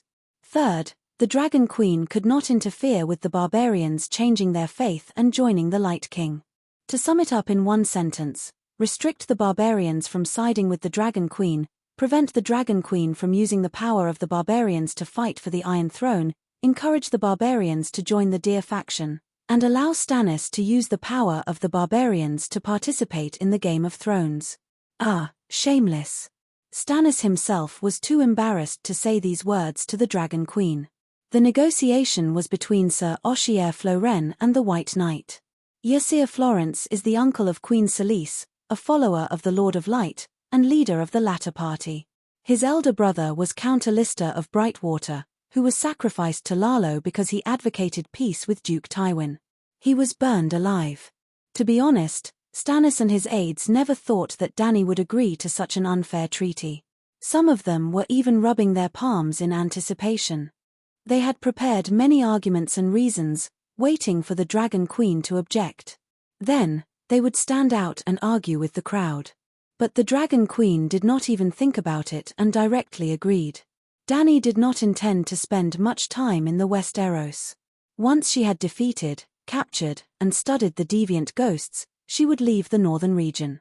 In the Westeros, there was only one purpose for taking in the barbarians, and that was to conquer the north. Stannis was so poor that he thought the northern lords were his hope of turning the tables in the Game of Thrones. Dany never had any expectations for the north, nor did she intend to win the hearts of the nobles and people. Stark was not dead, and it was difficult for the people of the north to accept the leadership of a foreign king. Also, the north was the front line against the deviants, and there was an extreme shortage of food. The north almost did not store any food for winter. The north was different from Hadjen. It was obvious that when she ascended the Iron Throne, the position of Hadjen would no longer belong to the Tully family. As the granary of the Seven Kingdoms, Hadjen was extremely rich, had a large population, and was connected to the king's territory. Why did Dany not revoke the title of Kingdom of Hadjen and merge it into the king's territory, making it a direct territory of the Targaryens? Therefore, there was a need to help Hadjen. But the north was different. It was cold, barren, and sparsely populated. The north belonged to Stark, and would always belong to Stark. The people of the north did not recognize the Iron Throne, and they would not recognize the Dragon Queen. The ending of Game of Thrones explained everything. If she had to intervene in the affairs of the Westeros, Dany might as well take back Dragonstone Island and focus on the Three Rivers Basin. She did not want to occupy many cities, but she wanted to preserve the population and use it as her base in the Westeros. She only had a cheap son, but 20 years later, she might have a dozen cheap grandsons. She did not care for the Iron Throne, but she could leave it for her grandsons. Without a dozen thrones from a dozen countries, what kind of royal family would the Targaryens be? Grandmother Dany was thinking too far ahead. I, the commander of the Greenshell tribe, Chiliarch Morona, on behalf of 1,000 free people under my command, swear to the gods that I will sign a sacred contract with Queen Dany Rise. After entering the Great Wall, I will never leave the old land. After the hard-legged Duth led 1,000 barbarians into the city gate, the white-masked Morona led a group of women and children to swear an oath with Dany. Unlike the hard-legged Duth, Morona would not stay at the Great Wall. She would lead 1,000 people under her command to the East Sea and cross the Narrow Sea by boat. She only needed to sign a contract with Dany. The Night Watchers and Stannis both thought that Dany should take away the barbarian women and children who did not have much combat power to reduce the burden on the Great Wall. After Morona, there were Chiliarchs like Whale, Sea Elephant, and Solan. Some of them stayed at the Great Wall, while others followed Dany to the west to seek food. There were about 13,000 barbarians.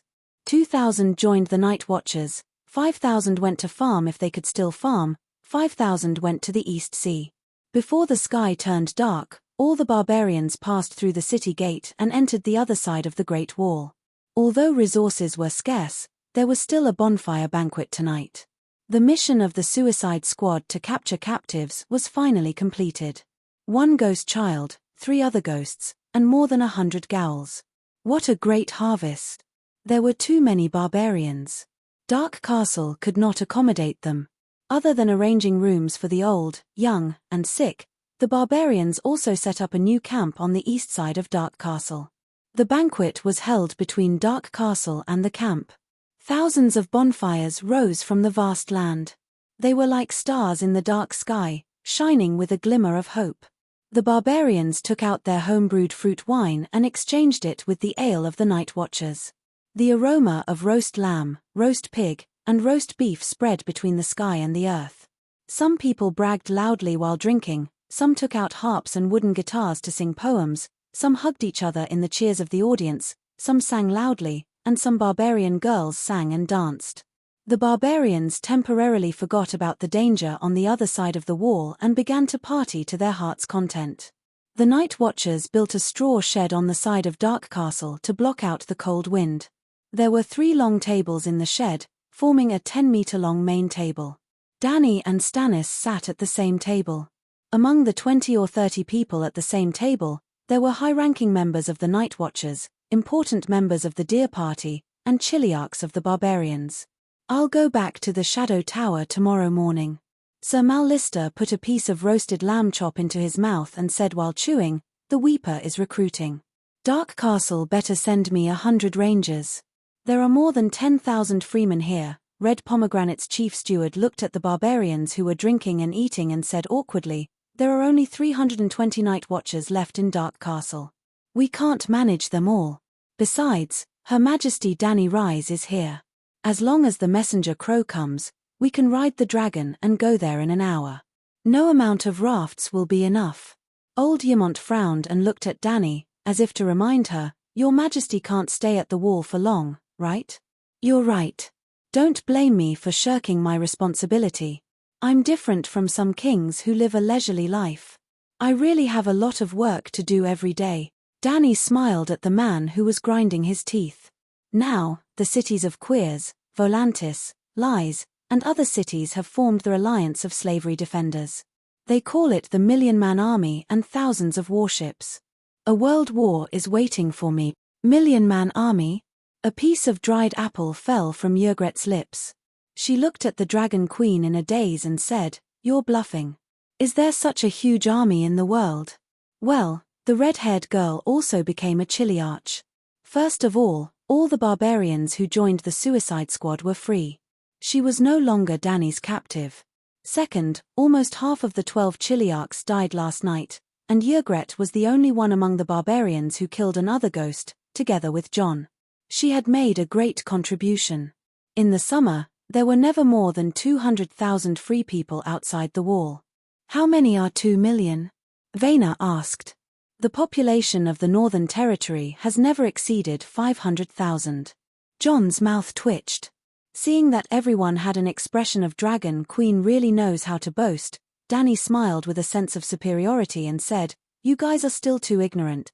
In the battle to conquer Slavers Bay, I wiped out 200,000 soldiers of the Guy's army.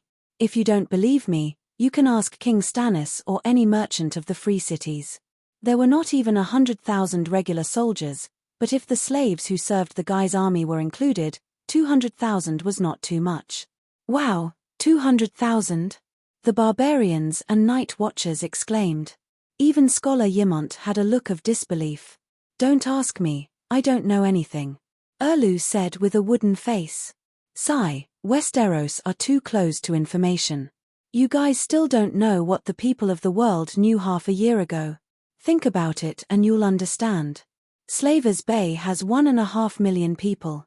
With 10 to 1 soldiers, 20 to 30,000 mercenaries and 10 to 20,000 new guys navy, 200,000 per person is not too much. Those 200,000 people should have been defeated by you many times, right?" Sir Ysir Floren snorted.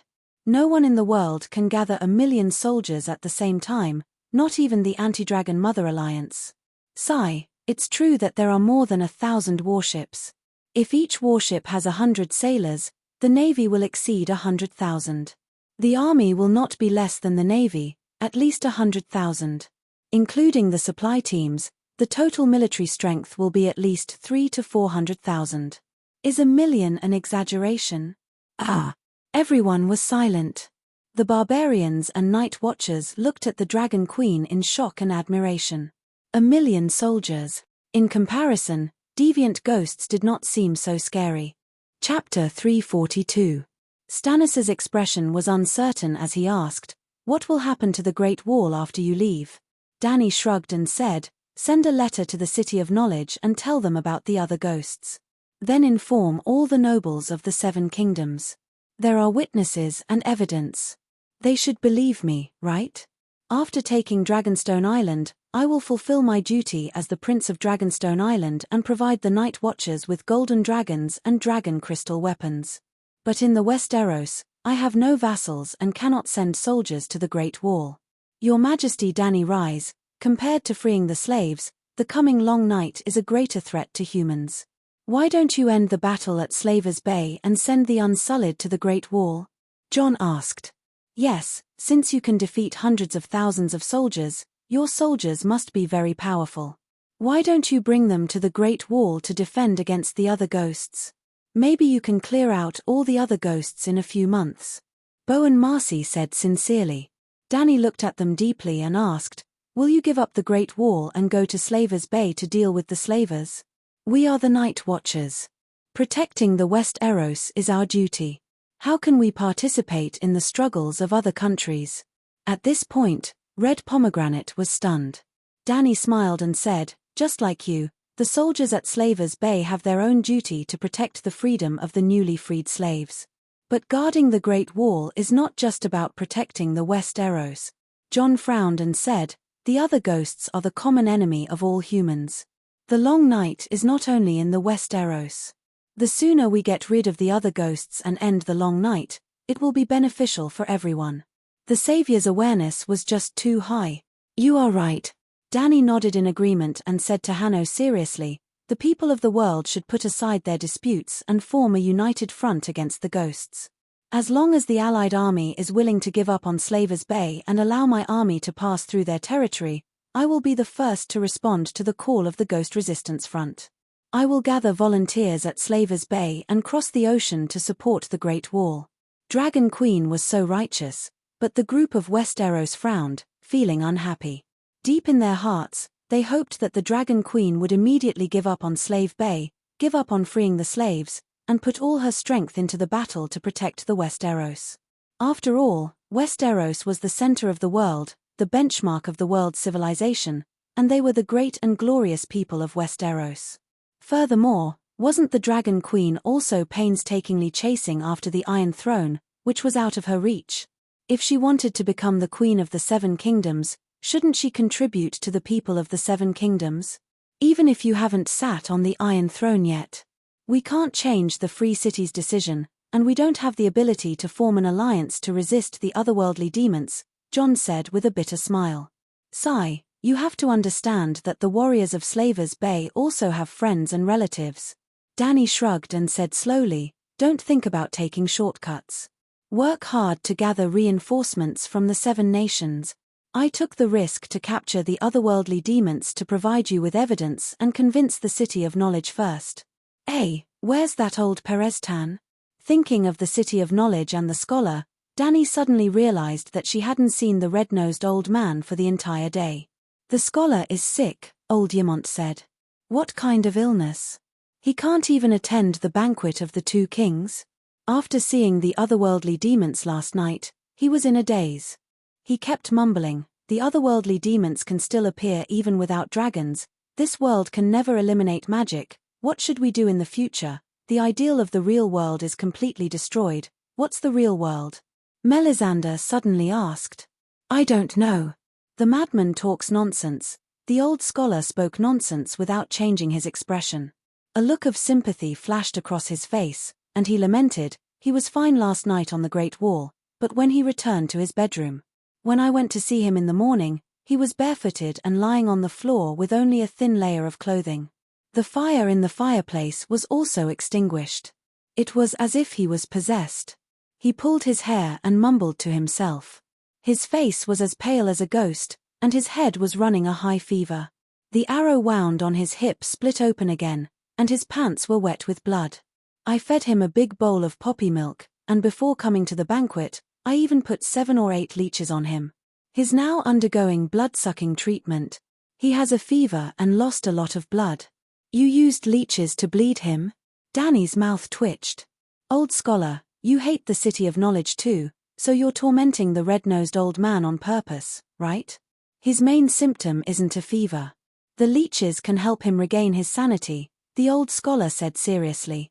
All right, but don't let him die. The task of convincing the scholars of the City of Knowledge depends on him. As long as the scholars know that the otherworldly demons are real, they'll definitely warn the lords of the Seven Kingdoms. There are hundreds of earls in the Seven Kingdoms, and each earl sends 100 soldiers. That's tens of thousands of people. This is much faster than me mobilizing troops from Slave Bay. Slave Bay is tens of thousands of kilometers away from the Great Wall, and it'll take a year or two by boat. Moreover, if the Alliance doesn't remove the blockade of Slave Bay, even if we organize a large fleet, we won't be able to leave the bay. Everyone nodded helplessly. It was true. No matter how powerful Dragon Queen's army was, it was too far away from the Great Wall. Before the true king appears, the nobles of the Seven Kingdoms can't unite. Why am I fighting for the Iron Throne? For power. Stannis put down his fork and looked at Dany with a contemptuous smile. Isn't it? Dany raised her eyebrows and asked. Responsibility. Because of responsibility. He emphasized in a serious tone, I saw the arrival of the long night in the sacred fire. I received a revelation from the King of Light that it's now a dangerous time. The ancient prophecies are coming true. I need the Iron Throne only because the King of the Seven Kingdoms can unite the forces of the Seven Kingdoms to resist the coming long night. I will start the war only because I know what kind of people the nobles of the Seven Kingdoms are. When they hear the news of the coming long night, they'll be afraid and hide. They'll raise the castle walls and stock up on food, but not many will bring soldiers to defend the Great Wall. Unless there's a powerful king leading them. That king is you. Dany laughed. It won't be you, Stannis said solemnly. I have talent, virtue, power, and law, Dany said. From the moment the Targaryen dynasty fell, you no longer have law. You should have some self-awareness. Look south from the Great Wall, how many enemies do you see? The north, Hergen, Arryn Valley, Lannister in the west, and the Stormlands all have irreconcilable conflicts with you. They won't support the Targaryens. It's strange to hear this from you, Dany said with a strange smile. Aren't you even more unpopular than I am? You should walk among the people more and see how the people and nobles talk about you. Stannis pursed his thin lips and said seriously, I know that everyone misunderstands me because of the Red God, but this is only temporary. When the long night comes, when the seven gods can no longer answer the pleas of the people, when the light of the King of Light shines upon the world, everyone will understand that the long night is long, and only the King of Light can control the darkness. When the long night was about to fall, Ulu's idea was not wrong. The seven gods would never answer the people, but the King of Light had already begun to show his miracles. Humans were very realistic. The reason they had faith was because they hoped to be rewarded by the gods. When the seven gods could not satisfy them, their piety would immediately turn into resentment and curses. In the foreseeable future, the Church of the Seven Gods would definitely suffer heavy losses in this long night. It might even disappear from Westeros completely, just like its experience on the continent of Essos. On the contrary, the Red God, who had been scheming for the long night and the savior since thousands of years ago, was very likely to be the biggest winner in this long night. If the Red God doctrine became the mainstream religion of Westeros, then Ulu, who hung the Red Heart flag high, would naturally be the most orthodox king.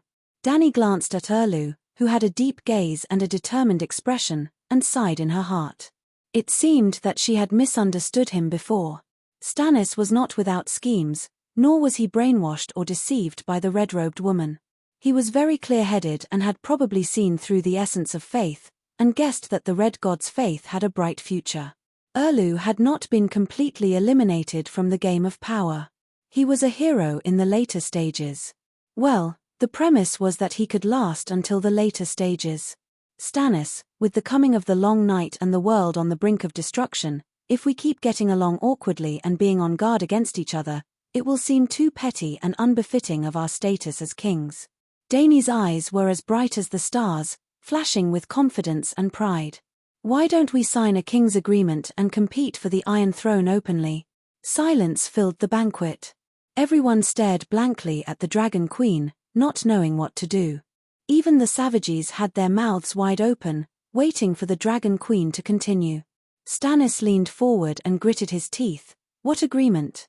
The one who ends the long night will be the king. Dany leaned back in her chair and smiled faintly. Wow. Everyone was shocked.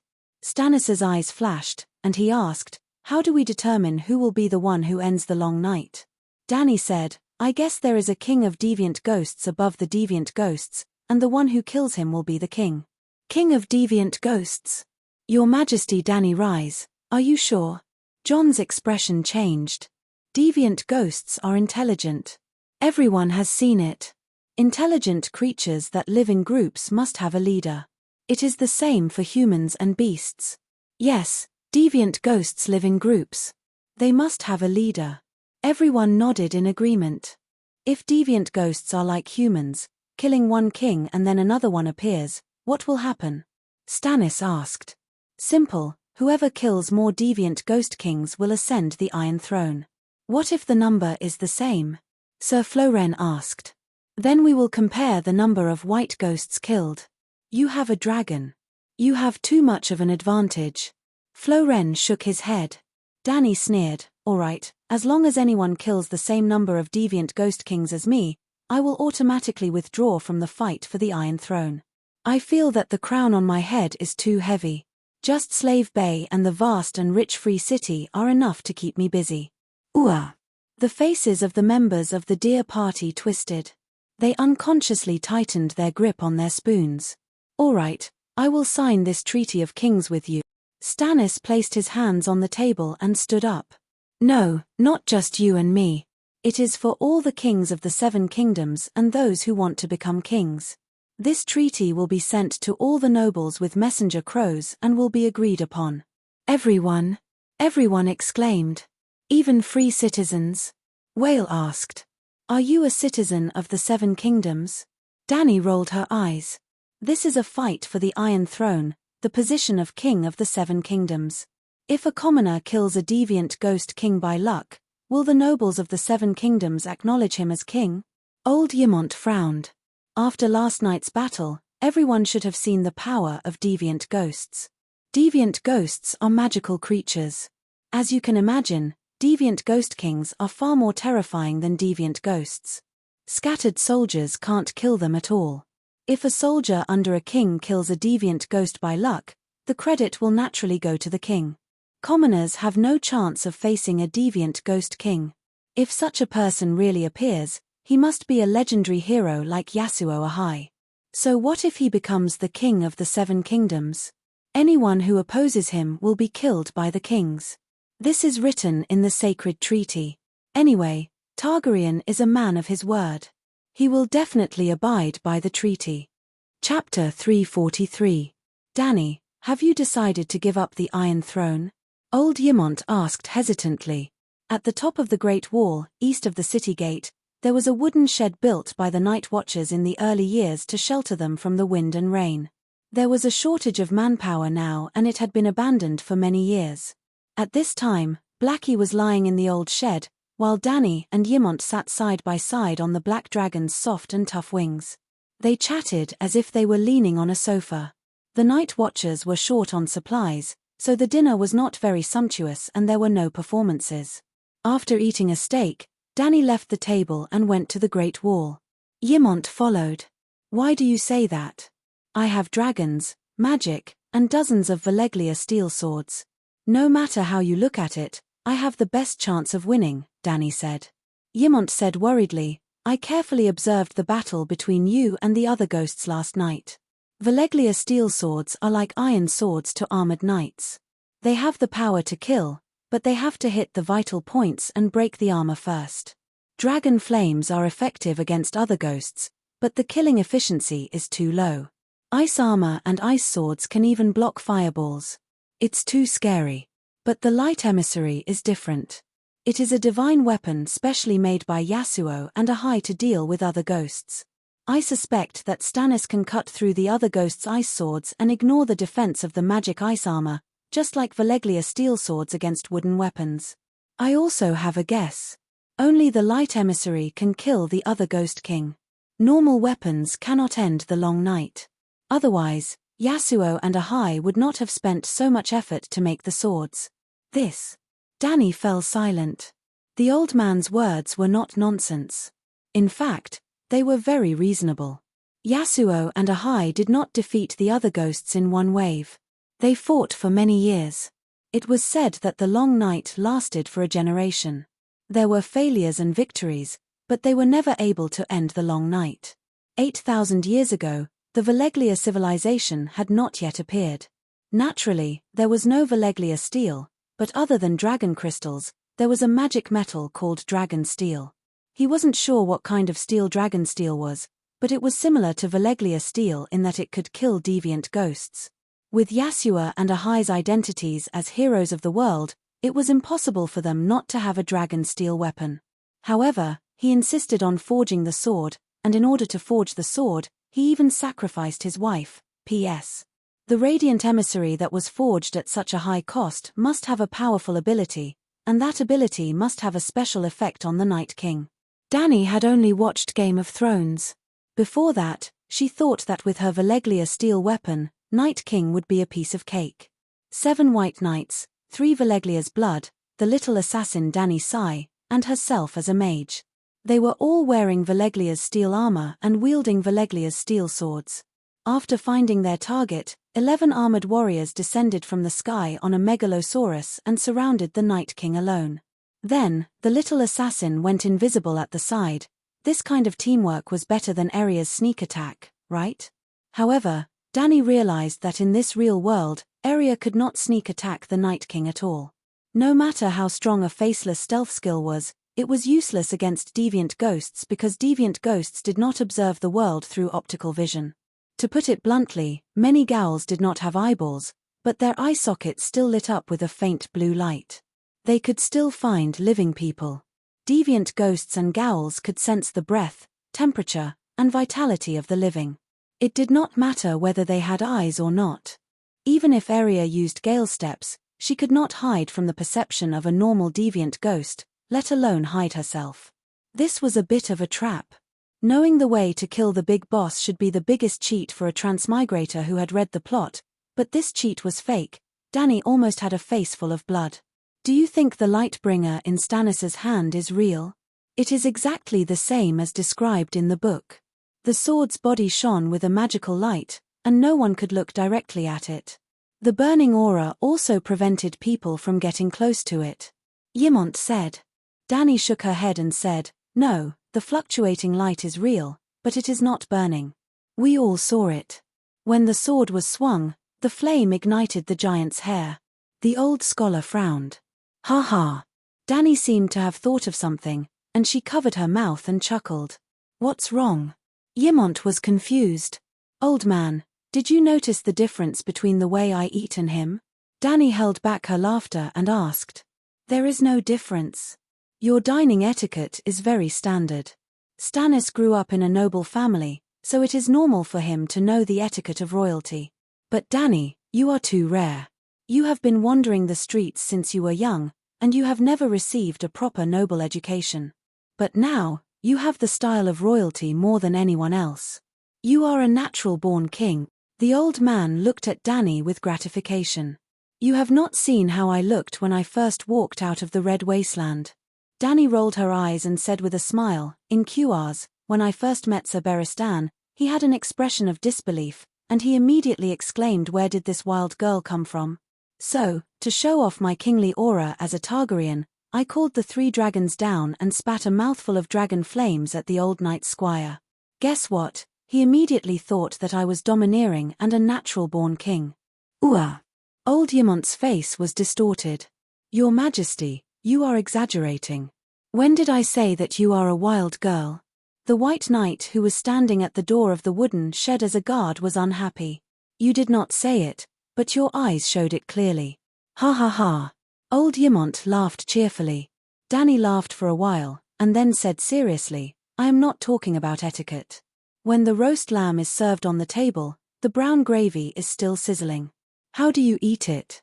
Old Ymont's expression froze, and said in realization, "When it cools down, you still eat it while breathing. It is too hot." Stannis is like a normal person, afraid of being burned by the high temperature. "What about me?" Dani smiled. "You stuff it into your mouth without hesitation, as if it was cold to begin with." Old Ymont muttered. Beristan immediately said, "His Majesty is not afraid of the heat at all. In fact, His Majesty especially likes to eat roast meat when it is hot. You said that the meat is softer, the juices are fuller, and it melts in the mouth like it is exploding. In other words, The radiant emissary looks like a blazing flame, but the temperature is not high. Yimont frowned. Dany's eyes flashed, and she said, "Anyway, we have 3 other Gowls as captives. Let him try the sword tomorrow and we will understand. If only the radiant emissary can deal with the other Gowl king, what should we do?" Old Yimont was worried again. If Stannis can end the long night, then let him be the king. He has already saved the world. Is he not worthy of a crown? Dany said casually. "Dany, the roots of Targaryen are in the Westeros." Old Yimont said sadly. "I did not say that Targaryen will be completely removed from the Westeros." Dany smiled strangely. "Even if we cannot become kings, we Targaryens can still become dukes. I will take over Dragonstone Island and part of the 3 rivers. No matter who ascends the Iron Throne, Targaryen will have a large territory." "Ah, you can do that?" Old Yimont was dumbfounded. "Of course you can. Being a duke in the Westeros is more comfortable than being a king." Dany smiled, and asked, "Old Master, are you familiar with Blynden River text? Why do you think of him?" "Blynden has been dead for many years." The old scholar was puzzled. "He is not dead. Not only is he not dead, he has also become the Green Prophet." "What?" Dany's revelation was like a clap of thunder in Yimont and Barristan's minds. Both of them cried out in surprise at the same time. "Blynden is alive as the 3-eyed crow. He is in a secret place beyond the Great Wall." How is this possible? "He is older than me by a few decades." Old Yimont muttered. "The Green Prophet has the same lifespan as a normal person. He was the one who fought with me yesterday afternoon. Blynden wanted to control my thoughts and take away my dragon. He even admitted his identity." Dany slowly told them about her conversation with the 3-eyed crow. "Blynden does indeed have the bloodline to become the Green Prophet. His mother's family, the Blackwood family, has a long history. Before the Andarians invaded, they were the royal family of Riverland. At the same time, they are the only family south of the Neck Marsh that still believes in the old gods and worships the Heart Tree. No wonder his intelligence network is so terrifying that even Igo is afraid of him. Yet, no one has ever investigated his intelligence network." Old Yimont came to a realization. "Since he is also a Targaryen, why would he make an enemy out of you, Your Majesty? Just because you are not the child of prophecy? That's ridiculous." Barristan was puzzled. "Blynden has a wine-colored birthmark from his cheek to his chin. It looks like a red crow. It is also because the Blackwood family's emblem is a black crow with a red background that he has the title of Blood Crow." The old man looked at the silver plate-like moon through the hole in the roof. He recounted the past events related to Blynden in his memories. A hero with a slightly tragic story. This isn't a question of whether I want it or not. As Robert's successor, the throne is mine. Tanner, this is the law, this is the rule." Just as Dany was pondering over Blynden's personality, Stannis' soft curses came from the west. Then, the blacksmith Tanner's pleading voice came. "She has a dragon, my good highness. You have no hope. Take the initiative to surrender to her before we completely fall out with each other. Support her in ascending to the Iron Throne. At the very least, you will be able to protect the Wind's End castle that has been passed down in the Bella-Theon family for generations. The one who started the War of the Usurper was Robert. Robert has already met his retribution and is dead. You are not Robert. You have no direct blood feud with her. Why throw away your life for that iron chair?" Dany and Yimont looked at each other. They never thought that the one-armed blacksmith would persuade Erlu to surrender. Dany was conflicted. She was very hesitant to accept someone like Erlu as a follower. It was too difficult. She thought too highly of herself. Erlu was very strong-willed. "I have never asked for this crown." Stannis pointed at the pure gold crown on his head. The edges were deliberately made into the shape of flames. Well, when the 2 kings sat at the same table, Erlu was well-dressed, with a crown on his head. Dany had only scrubbed her iron armor once, and her hair was braided in a thick braid, without a crown. In fact, apart from the 3-headed Dragon King's crown given to her by the Tourmaline Brotherhood, Dany had never forged a crown for herself. The three-headed dragon king's crown had been left to collect dust in the treasury. She had never worn it before. But when she appeared on the megalosaurus, no one did not think that she was a queen. Gold is cold and heavy on my head. It is uncomfortable, but it is my responsibility. Robert is my eldest brother. After his death, it is my responsibility to inherit his throne. Not to mention Joffrey and Tommen, they are not even Robert's children. There are also the others. You have seen it. The night is coming. As the one in the prophecy, it is my responsibility to save millions and the people of the Seven Kingdoms from the darkness. This is my mission. Stannis gritted his teeth. His slightly twisted expression contained an endless amount of determination. It was unknown what the blacksmith opposite Erlu had on his face, but Dany's cheeks were twitching.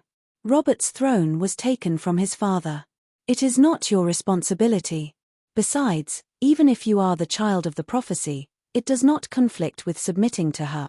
How can you be the savior if you are dead? No, I will not submit to anyone. You have submitted to Robert. Chapter 344. You've served Robert before. You're Robert's good brother, a good subject.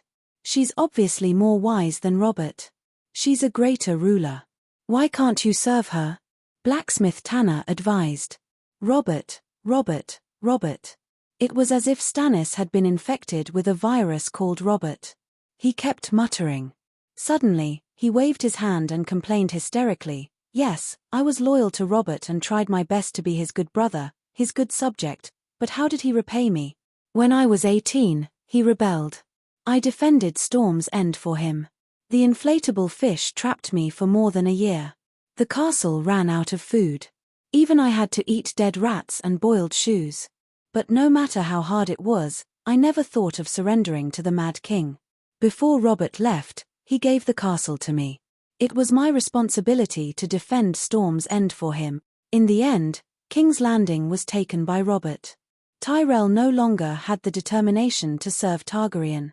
Iden Stark led a few thousand men and drove away the Riverbend army that surrounded Storm's End. At that time, Robert laughed and hugged Iden Stark. He called him my brother and thanked him for saving Storm's End. Ah! Stannis screamed, holding his head. He forgot about me, his true brother. He didn't even give me a hug or a word of thanks. Even a fool would know how insignificant Eddard Stark's actions were during the siege of Storm's End. Well, Robert was happy to treat Ide as his brother. I won't be jealous.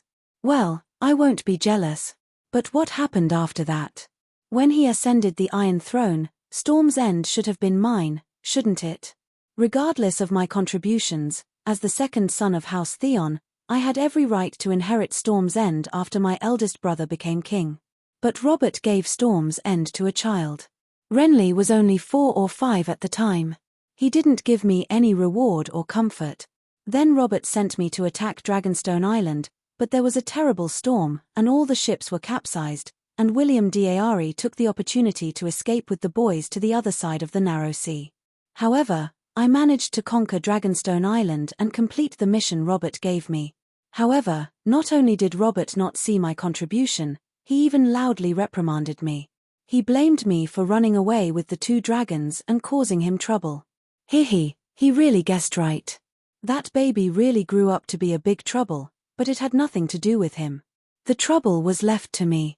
When Robert made me the Duke of Dragonstone, I dare say that everyone in King's Landing laughed at me. They even thought that Robert was humiliating me on purpose. Because I am the rightful Duke of Storm's End, the ruler of the vast and rich Stormlands. What else does Dragonstone Island have apart from rocks? During the Targaryen era, the Prince of Dragonstone Island held great significance. It was the fief of the heir to the throne. However, that was because Dragonstone Island was the land of the Targaryens. To Theon Bella, the Windstop Castle had a special meaning. Robert really humiliated me. On the night of my wedding with Celis, he dragged the bridesmaids to my wedding room and opened Celis's cousin's bud on my wedding bed. He even left a bastard for me to raise. I tried my best to be a good younger brother, and I tried my best to be a good subject, but all I got in return was his humiliation. Why? Even the Targaryens knew that the king chose his brother to be the king's hand after he ascended the throne. But what did Robert do? After Jon Arryn died, he would rather go thousands of miles away in the north to find I'd Stark than consider me. As if he had vented all the resentment of a lifetime, Stannis calmed down. He looked at the conflicted blacksmith in front of him and said indifferently, "This is what I get for pledging my loyalty to Robert. Now you want me to pledge my loyalty to that woman? She has a dragon," the blacksmith said bitterly. Stannis, who had calmed down, began to grind his teeth again when he heard the word dragon. "I should have listened to Melisandre and hatched the dragon earlier. That red-robed woman can't be trusted." The blacksmith sighed. 2 years ago, before the dragons appeared, Melisandre let me see the snowy plains and the otherworldly ghosts in the flames. Everyone knows about Yezha Ahai's prophecy. Who's hiding in the shed? Stannis suddenly realized when he got close to the wooden shed. He held his sword and shouted at the shadow in the shed. SSS Blackie sneezed.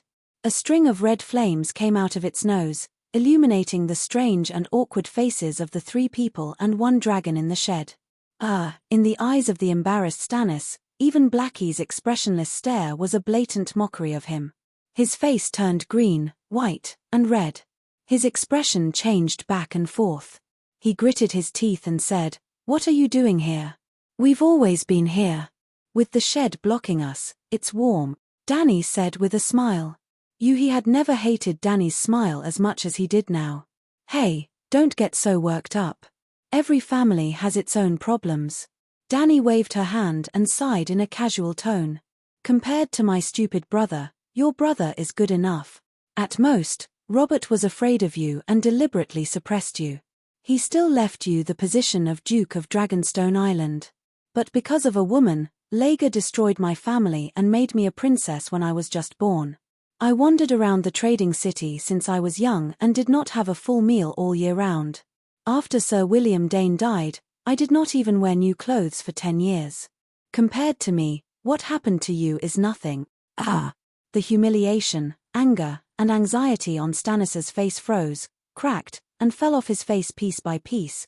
Blacksmith Tanner, Scholar Ymont, and Beristan also had strange expressions.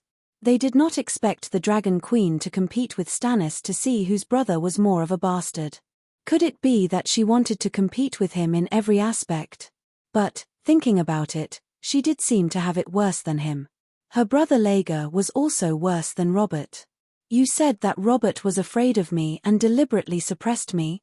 Stannis was stunned for a moment, but he heard something else from the Dragon Queen's words. You didn't feel it yourself?" Dany was also stunned. Robert did it so obviously, but Stannis did not realize it. He simply thought that his brother did not like him. "Your Majesty, Dany rise, please do not slander a dead man who cannot defend himself. Robert may be a bastard in some aspects, but he would never have such thoughts." The one-armed blacksmith righteously defended his master's reputation. "Your Majesty, aren't you thinking too much?" Old Ymont also frowned. Robert was open-minded and generous by nature. Why would he suppress his brother for no reason? Beristan, on the other hand, had a thoughtful look on his face and was not surprised. He had always remembered the matter of Laega's youngest son and had long been suspicious of Robert's forthright and upright character. Don't use Duke Robert's character to guess King Robert's thoughts. Think carefully, how did Robert ascend the Iron Throne? Without waiting for them to answer, Dany sneered and said to herself, he could rebel against the king as the Lord of the Stormlands. Is he not afraid that the next person will learn from him?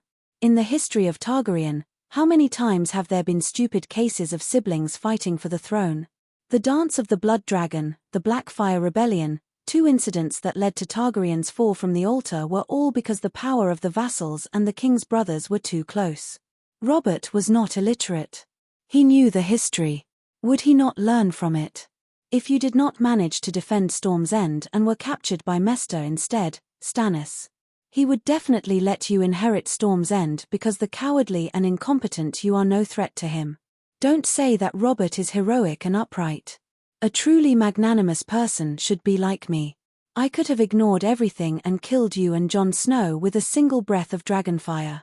One was directly involved in the war that destroyed the Targaryen dynasty, the other is the bastard son of a great enemy. Yet, I gave you a chance to fulfill your duties. A person who kills a baby and chases after a baby is not a heroic person. Danny's words were a little shameless, but it made Erlu and the blacksmith's expressions change drastically because she might have said the truth. Robert has always been afraid of me, ha ha ha.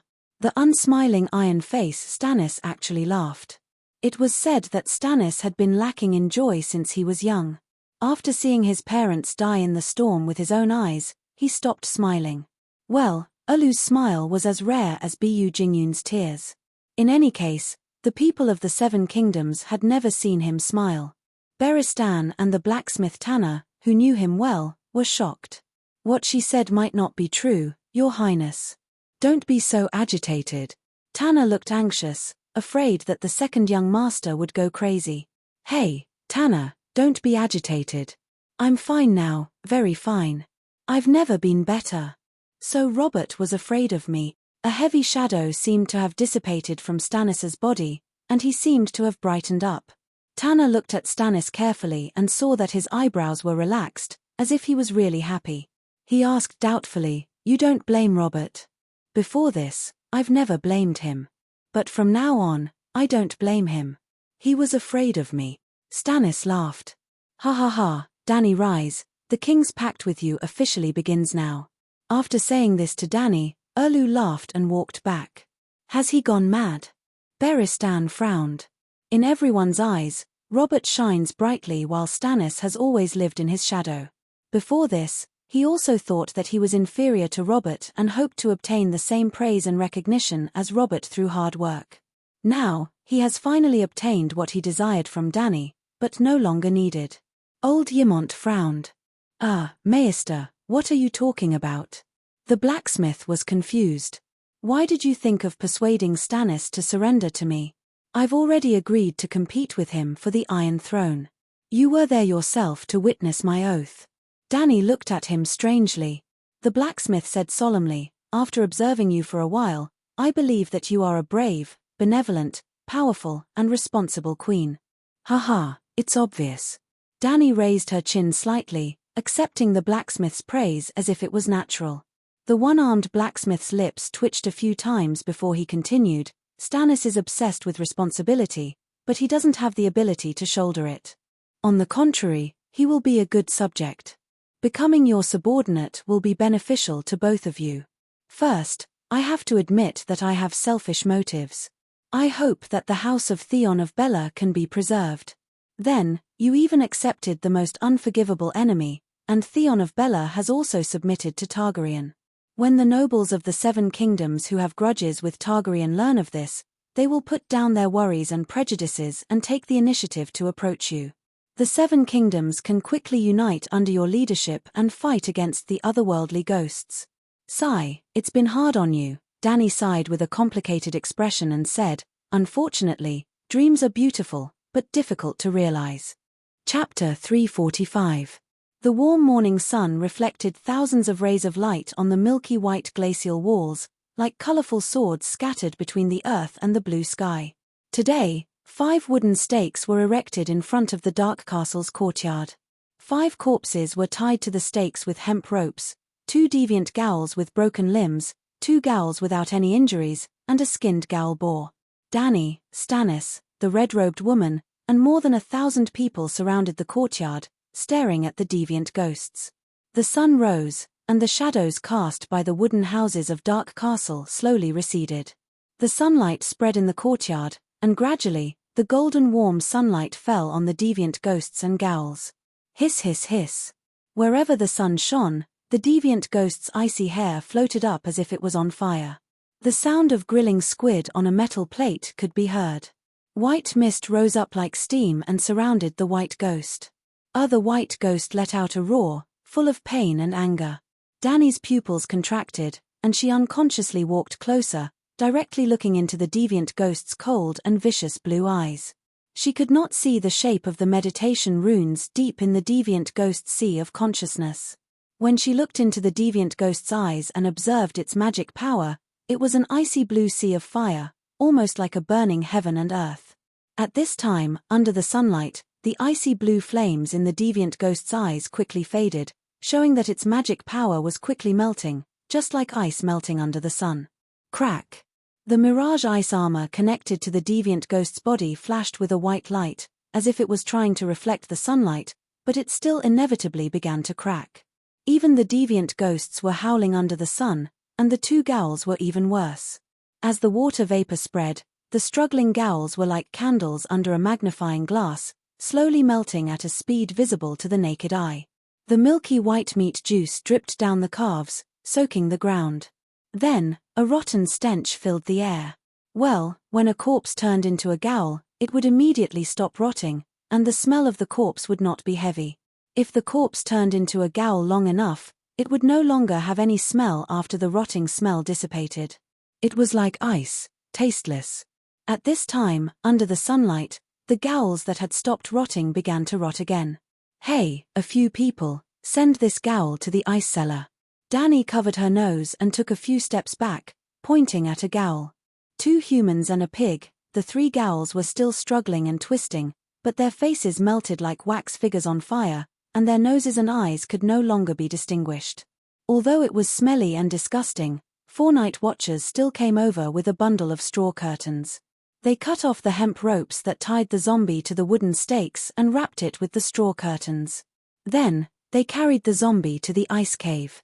Although the snow of snow of the snow of dark of winter of the snow of the snow. Of the snow of the snow of the snow of the snow. Only an hour later, before the sun reached noon, the Gowls had completely disappeared in front of everyone, turning into a puddle of rotten water that soaked the mud of the courtyard. The Gowl of the wild boar was a little special. Its skin was smooth, and its stomach was cut open, and its intestines and organs were taken out. Dani could almost imagine the scene at that time.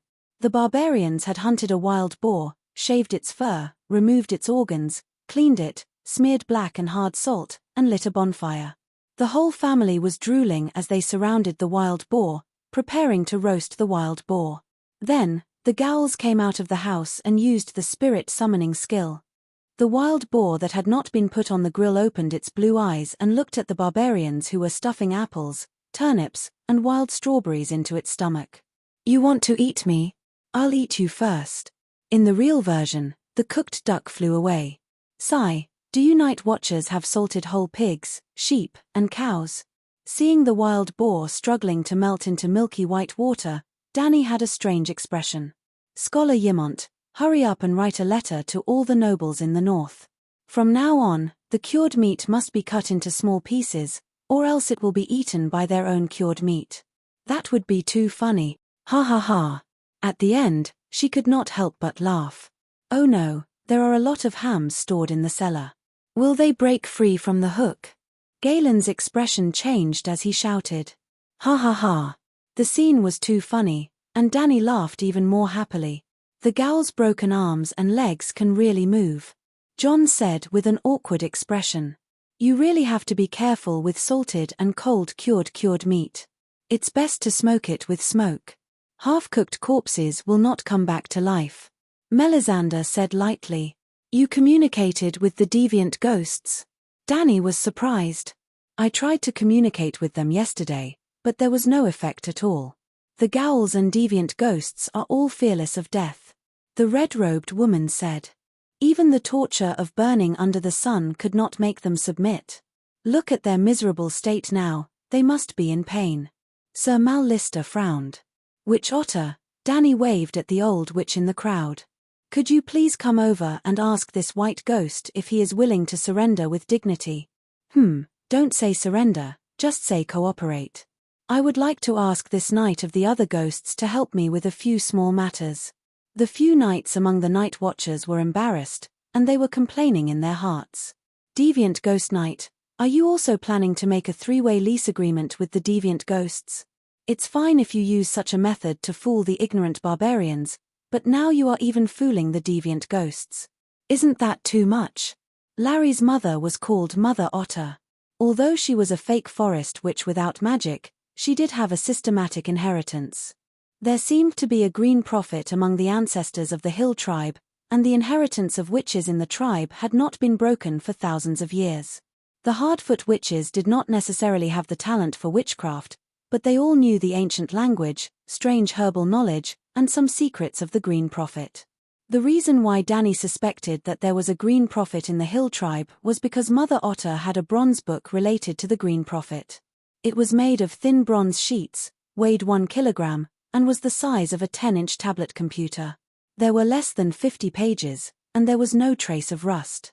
There were densely packed words and pictures engraved on it. Mother Otter talked about some of the contents of the bronze book. Most of the descriptions were very mysterious, and for ordinary people, it was difficult to understand. But Danny knew that it was talking about the Green Prophet's feelings when he entered the weirwood to observe the world. Well, the bronze book was borrowed by the Dragon Queen, and she planned to use it to learn the ancient language. After 15 minutes, the old witch turned around and said to Danny, "Dragon Queen, it's ignoring me." There was no need for her to say anything, as Danny and the others were watching from the side. The old witch talked for a long time, but the deviant ghost didn't even move its lips. "That's enough." Danny pointed at a deviant ghost whose ice armor was completely shattered, revealing a pale white chest, and said, "Carry this one back to the ice cave."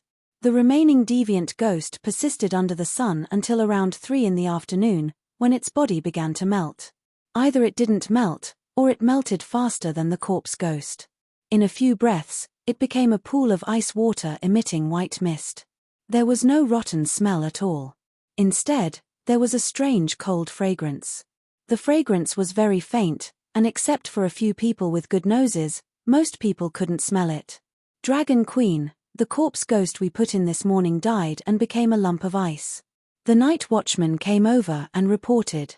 Let it stay for a few more days. Maybe it can slowly revive in the ice." Danny said uncertainly. "What about the deviant ghost?" she asked again. "The deviant ghost is alive." Danny looked around. At this moment, most of the night watchmen and barbarians around the courtyard had left. On the contrary, the outside of Dark Castle was very lively.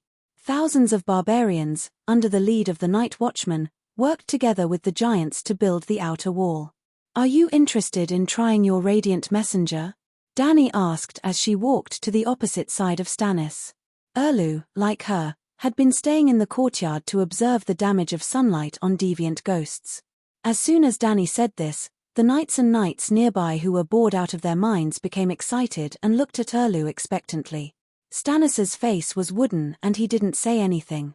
He only looked at Melisandre from the corner of his eyes. The red-robed woman didn't hesitate at all and said frankly, "I can try. I also want to know what effect Yasa and Ahai's weapons have on deviant ghosts." Danny was deep in thought. Regardless of whether the sword was real or not, the red-robed woman didn't deliberately lie to Erlu. She believed that she had given him the real radiant messenger. "Go and bring the deviant ghost in the cellar that hasn't been punished by the light. Oh, and the ice sword and the corpse ghost. Let's compare." After the night watchman left, she asked the red-robed woman curiously, "Where did you find the radiant messenger?"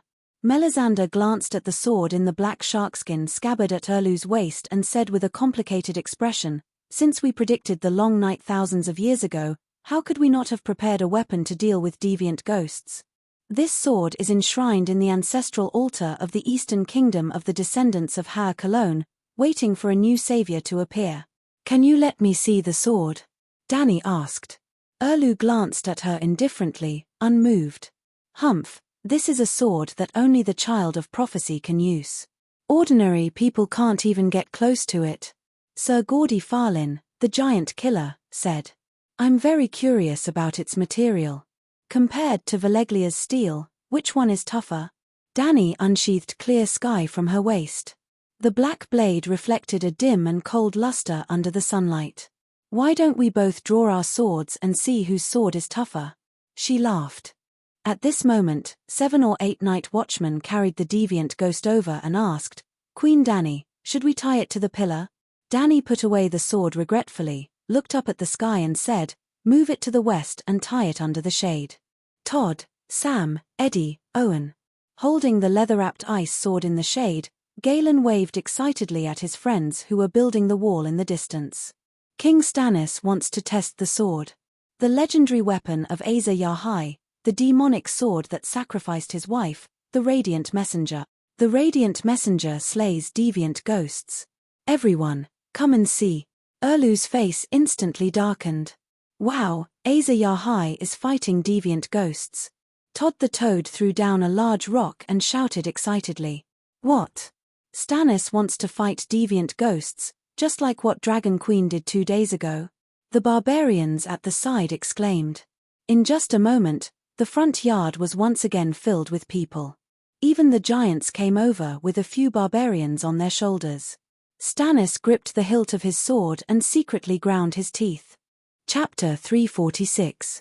In order to achieve a better performance, Dany even warmed up the atmosphere in advance. She went forward personally and used a normal iron sword to stab a zombie that had broken free from its restraints a few times. The zombie was still alive and kicking, as if nothing had happened. It bared its teeth and pounced towards her. Then, she pulled out Valeglia's steel sword and stabbed it into the zombie's heart. It did not struggle at all. Like a robot that had its battery cut off, the blue light in the zombie's eyes disappeared and it fell to the ground. It turned back into a corpse and started to rot. Then, Dany asked Galen to go forward and use the normal steel sword to hack at the ice sword placed on the wooden shelf. Bam bam bam bam. The sound of the collision was sharp and loud. It made people dizzy and nauseous. After a few strikes, Galen started to shiver. He spat out clouds of thick white fog from his mouth. The sword in his hand was covered in a layer of light blue frost. Crack. Finally, the iron sword shattered into thousands of pieces like glass. The small and sharp shards scattered all over the ground. 7 levels of hell. It's just a sword and it almost froze me to death. Galen threw away the sword hilt and took off his leather gloves. He put his hands that were red from the cold near his mouth and breathed heavily. Try my sword. Dany passed Clear Sky to the dumb bull Galen. He rubbed his hands on his woolen sweater to warm them up before putting on the thick sheepskin gloves. He took Clear Sky and swung the ice sword fiercely. Clang clang clang clang. The two swords clashed with each other. The vibration frequency exceeded the limits of human hearing. It formed a sharp sound that was almost like infrasound. The nearby barbarians, night watchers, and stag party knights all stepped back in discomfort. That's enough. Seeing that a layer of frost had started to cover Galen's gloves, Dany waved her hand to stop him. Huff huff huff. Galen's hands were cold and he had almost lost all feeling. However, he was so tired that his body was hot and he was panting heavily. It's too scary. I can't even beat a deviant ghost sword. What should I do if I really meet one? He said dejectedly. Fatty Sam stared blankly at Clear Sky that was covered in a layer of ice crystals. He then looked at the ice sword that did not even have a crack the size of a grain of rice. He said worriedly, Dragon crystal is more fragile than steel. However, Valeglia's steel swords are limited. Hey, how many deviant ghosts are there? And how many warriors of the 7 kingdoms are there? Dany received the Clear Sky sword that was covered with a layer of ice. She circulated her wizard power and the fire elements flowed around the sword. Hualala, the ice instantly shattered and fell to the ground. With a whoosh, the blade of the sword was even covered with a layer of pale yellow flame. The onlookers were amazed. Even I, a dual cultivator of magic and martial arts, and a master of both magic and martial arts, do not dare to say that I can win every duel with deviant ghosts. You are far inferior to me, and fighting one-on-one is the same as seeking death. But we don't have as many deviant ghosts as we do, so we can surround them and attack. If one person takes the knife, the other person will let the deviant ghost take the knife.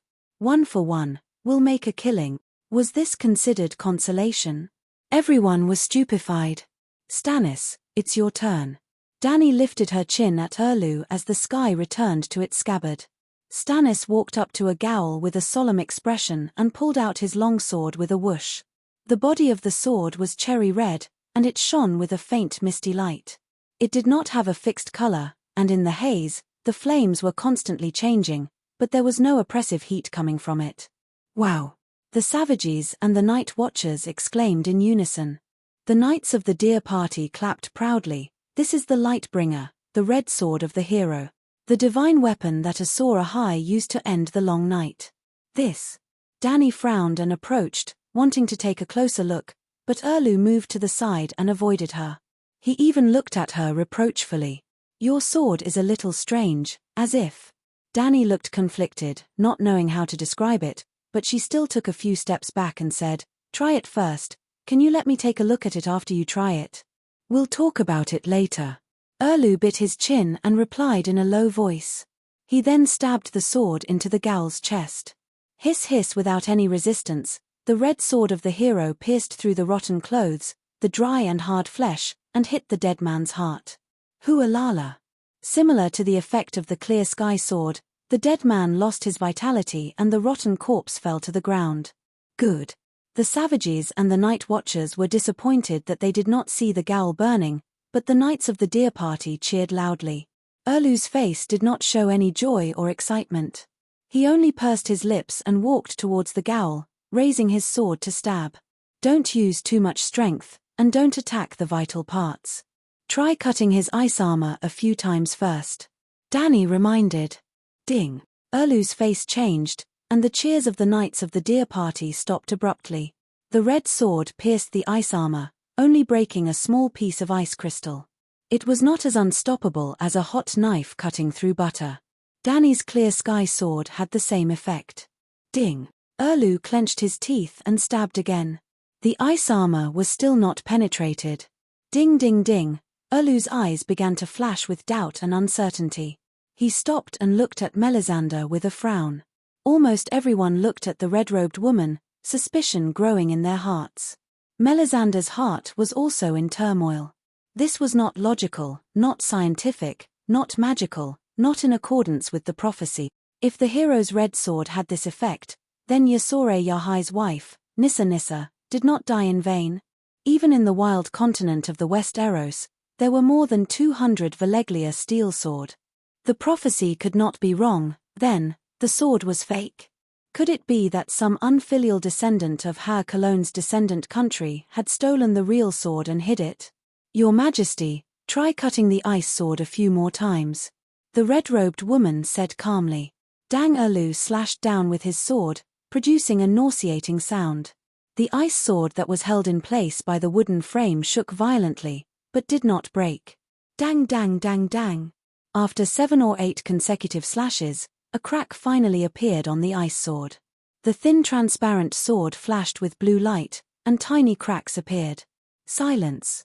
No one cheered loudly because the red light on the radiant bringer in Erlu's hand receded, revealing the ink-black blade. A thin layer of frost covered the blade, and the magical light around the sword was so thin that it was almost extinguished. Huff huff. Stannis held the sword in front of his chest, exhaling white smoke as he looked at it. The blade was still sharp, and there was no crack, but the mysterious light had disappeared. Does this count as a qualified hero's sword? He asked Melisandre with a serious expression. It's better than the Veleglia steel sword. The red-robed woman raised her chin uncomfortably, and the pigeon egg-sized ruby on her neck flashed with a strange red light. Boom! The radiant bringer suddenly burst into flames, and the frost quickly melted and evaporated. The magical light once again surrounded the sword. Danny glanced at the red-robed woman who cheated, and asked Erlu, "Can you let me try it? I just want to test it. I have a guess that needs to be verified." TSK.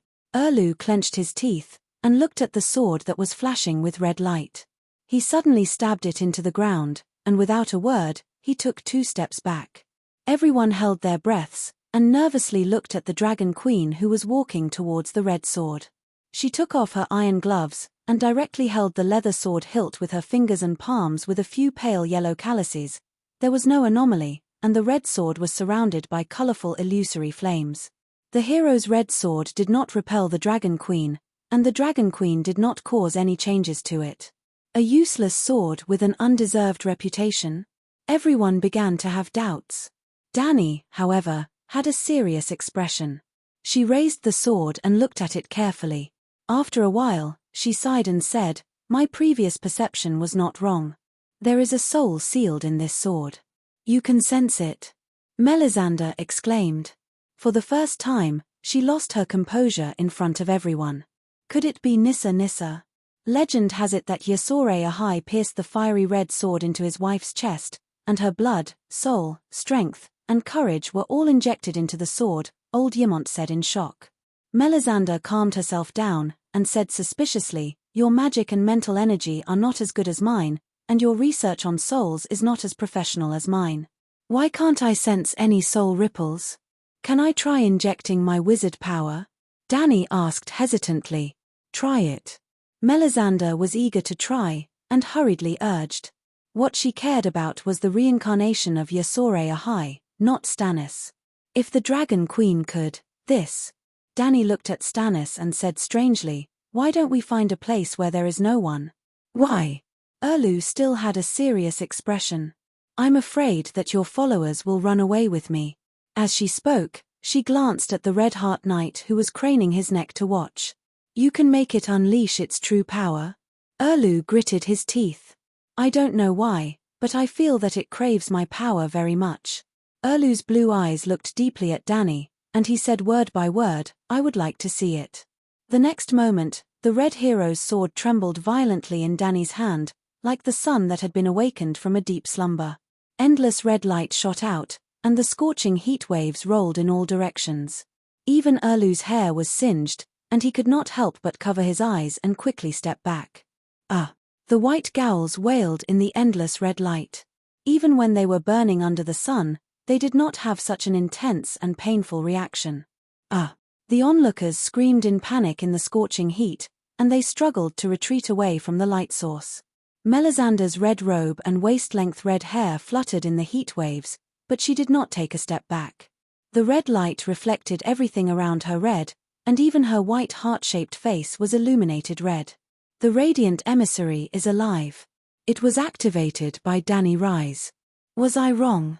Is she the child of prophecy? Her red eyes were filled with shock and confusion. The flames raged back and forth between the blade and the hilt.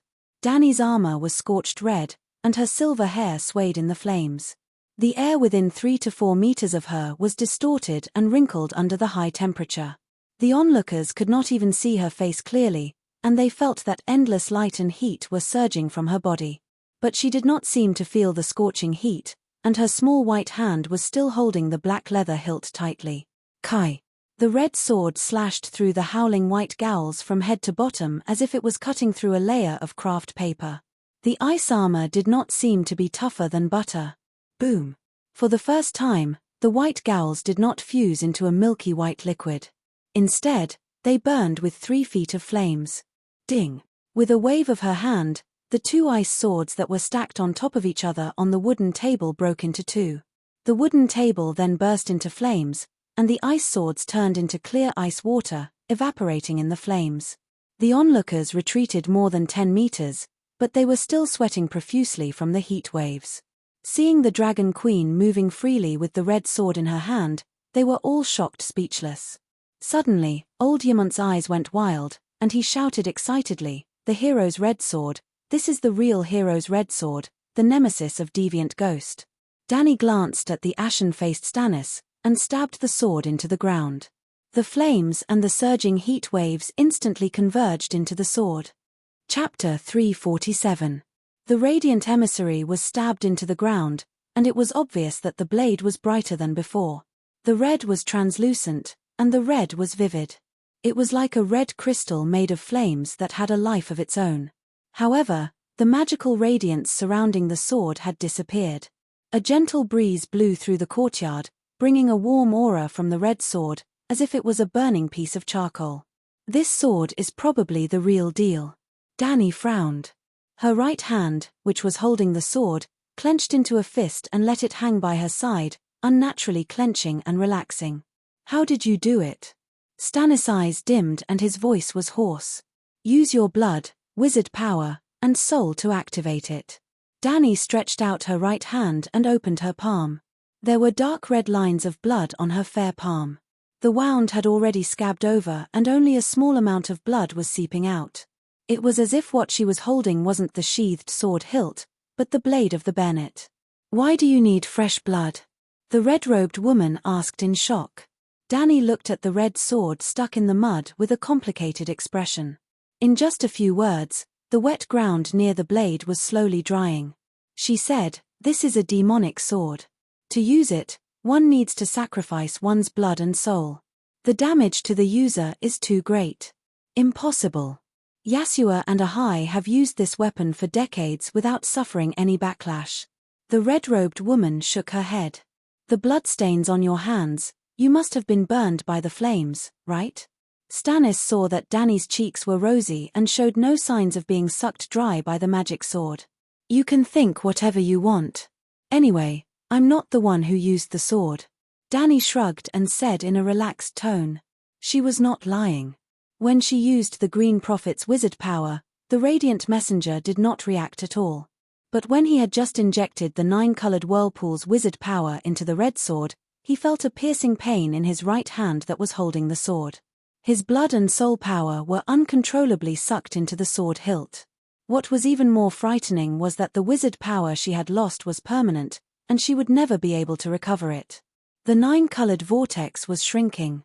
With just 2 sword swings, Dany had permanently lost about 1/20th of her wizard power and 1/100th of her soul. If she really fought the deviant ghosts with the red sword, she would be dead in one battle. Dany had an epiphany. The soul in the Radiant Messenger that had not responded to her all this time was very eager to devour her whole. Yes, when her soul power flowed into the red sword, she also understood the magic runes inside the sword. She even sensed the cold and dead sword soul inside. Dany tried to communicate with the sword soul and sent out a mental wave to ask if the other party was Yasua's wife, Nisha, but the soul did not respond at all. However, when her soul, wizard power, and blood flowed into the red sword, the sword soul immediately devoured the external energy like it was thirsting for it. It was so greedy that Dany was shocked. Therefore, without any hesitation, she threw the sword away after testing it. "The prophecy is right, Your Majesty. You are the reincarnation of Yasuo Ahai." Old Ymont did not know how Dany felt at this time and was so excited that he cried. "The child of prophecy, the child of prophecy." The dragon faction, which had been growing in size over the past few days, cheered loudly. Among them, the person who cheered the loudest was Sir Alisa. He was so excited that even his bald head was glowing red. He led 7 or 8 of his followers and raised their hands to cheer. The savages looked at each other, not knowing whether to cheer or how to cheer. The Dragon Queen made them feel more and more respect, but they did not understand Yasuo's prophecy at all. The Deer faction's knights were pale, as if they had lost their faith and ideals in an instant. They were all at a loss. "Ahem, everyone." Dany gestured with her hands to stop the cheering before saying, "Thank you for your love, but I am really not the child of prophecy, and I do not want to be the child of prophecy. Do you remember what I told you when I first came to the Great Wall? There is no savior in this world. The only thing that can save us is ourselves. Here, at the border of the 7 kingdoms, every warrior who guards the Great Wall against the deviant ghosts is a hero, a savior." The courtyard quieted down again. Some people were deep in thought, while others whispered. "She really said that?" Sir Floren pulled the blacksmith Tanner and asked softly. "Yes." The blacksmith looked at the Dragon Queen with admiration and said emotionally, "She told us from the beginning that everyone who contributes their strength is a great hero, Yasuo Ahai. Damn it, she didn't want to eat this pot of rice herself, so she flipped the table. Everyone has become a savior, then what value and appeal does the real savior have?" Sir Floren cursed with a dark face. No wonder they had been here for a few days, but not many people had taken the initiative to join the great Yasuo Ahai reincarnation. The Dragon Queen was too bad. Not only did she not want to do the savior business, but she also directly disrupted the market, making everyone who wanted to be a savior unable to do so. It was terrible. Hearing this, the blacksmith Tanner was unhappy and lectured him. "She has the mystic dragon. She was born on Dragonstone Island in the land of smoke and fire. She can control fire, she can kill deviant ghosts, she can even activate the light messenger. Who else fits the identity of the child of prophecy better than her? If there is a savior, it must be her. It is precisely because she is a savior that she does things that are in line with the identity of a savior to let everyone understand that there is no savior in this world, and that the only one who can save the 7 kingdoms is ourselves. Only a fake savior will constantly emphasize their identity as a savior to others for personal gain. Sir Floren was stunned. Fuck you, how can you say that? Yes. Sir Mal Lister nodded in agreement. The more I look at her, the more I feel that she is a savior. Only a real savior will be modest and not care about false reputation. Sir Floren could not help but emphasize, didn't you hear? She said that she is not a savior. Sigh, this is the demeanor of a child of prophecy. Red Pomegranate looked at the Dragon Queen with a face of reverence and said emotionally, actually, this is easy to understand. Why would a real tycoon say I am a rich man when they meet people? Sir Floren's old blood was stuck in his throat, unable to swallow or spit it out. It was extremely uncomfortable. Dany also did not think that her words would have such an effect. To be honest, she really felt that the child of prophecy was a trap, and had never thought of fighting for the title of a savior. At this moment, she saw the old doctor standing at the window on the 3rd floor of the king's tower looking down. She was about to leave the Great Wall, and it was time for the old man to put on the black cloak. Galen, Eddie. Dany called out to the 2 familiar night watchmen and pointed at the red-nosed old man, go and carry your brother down. Brother? Galen was confused. All the black cloaks who have taken the night watchman's oath are brothers. Today, he will officially join us. Oh. Hiss on the other side, Stannis's cry of pain caused everyone to cry out in alarm. After confirming that Dany had given up her identity as a candidate for the Child of Prophecy, Erlu prepared to retrieve his light emissary. But as soon as he grabbed the hilt of the sword, he howled and retracted his right hand. In the short time it took to grab the hilt, the place where his palm touched the hilt was like grilled meat, emitting a charred white smoke and burning his skin. His hand was burnt. Everyone was shocked. This was just residual heat. Everyone had seen it. The Dragon Queen had directly held the flaming sword, but she didn't feel the slightest bit of discomfort. What did this mean? Everyone exchanged glances, and their thoughts were self-evident. While Stannis was looking for a leather glove to wrap the hilt, Melisandre quietly approached Dany and asked in a low voice, "What secret did you find in the red sword?" Dany raised her eyebrows and said, "I'll tell you the secret of the red sword, and you tell me the relationship between the Light King and the Child of Prophecy. How about it?" The red-robed woman's fiery red pupils contracted. After a while, she nodded and said, "The Child of Prophecy is the child of sacred flame, the Light King's spokesperson in the human world. It has to be a believer of the Light King. This is not a question of necessity. The Battle of the Long Night is essentially a battle between the Light King and Escod. The sun is the Light King, and the summer is the Light King. The person who is loved by the Light King will represent him to end the long night. If such a person is not the Light King, what is he? This." Dany glanced at Jon, who was talking to Sam, and suddenly realized that Melisandre was not wrong at all. Even if Jon believed in the old gods now, when he died and was resurrected by Lalo, he would be the holy son of Lalo. Just like Catelyn, she was originally a devout believer of the 7 gods, but after being resurrected, she became a living miracle of the Light King. Anyone who saw her after being resurrected would be amazed by the might of the Light King and would not think that she used to believe in the 7 gods. The foreigners and the Chinese had different ways to prove that they were gods. To the Chinese, one had to live a long time to be considered a god. It was best to have white hair, white beard, and white eyebrows and say, 5,000 years before the 3 sovereigns. That would make everyone convinced. The foreigners were different. Those who lived a long time were witches and demons, and had to be burned to death. A real god had to be able to resurrect the dead or be resurrected from the dead. Wasn't the main miracle of Jesus to prove that he was the Son of God, the resurrection? If Catelyn could be resurrected, even if she became a crazy ghost, the Brotherhood and Murthros would still be in awe of her. They would think that she represented a kind of destiny, the spokesperson of the true gods, the Holy Son. If Jon was resurrected, he would immediately have 30% of Jesus' life and aura, and everyone would think that he was an extraordinary person. If Jon completed the mission of the Child of Prophecy, the Light King who resurrected him would also be regarded as God. After getting the answer she wanted, Dany began to tell the secret of the red sword. There is a set of complicated runes inside the Lightbringer. My wizard power has ignited 60% of the runes, and the remaining 40% can't be activated. You mean, it wasn't the strongest state of the Lightbringer before? The red-robed woman was shocked. Maybe. The stronger the sword, the stronger the king of strange ghosts. This is not good news. Danny sighed and continued, there is a dead and withered soul in the depths of the red sword. I tried to communicate with it, but I didn't get a response. Soul. Is it really Nissa Nissa? The red-robed woman murmured. I can't communicate with it. I don't know. Do you have any witchcraft or meditation techniques that can be used with the red sword? Danny asked again. Just like the golden snake sword and the golden snake secret manual. No. Are you sure? Danny was doubtful. You saw it too.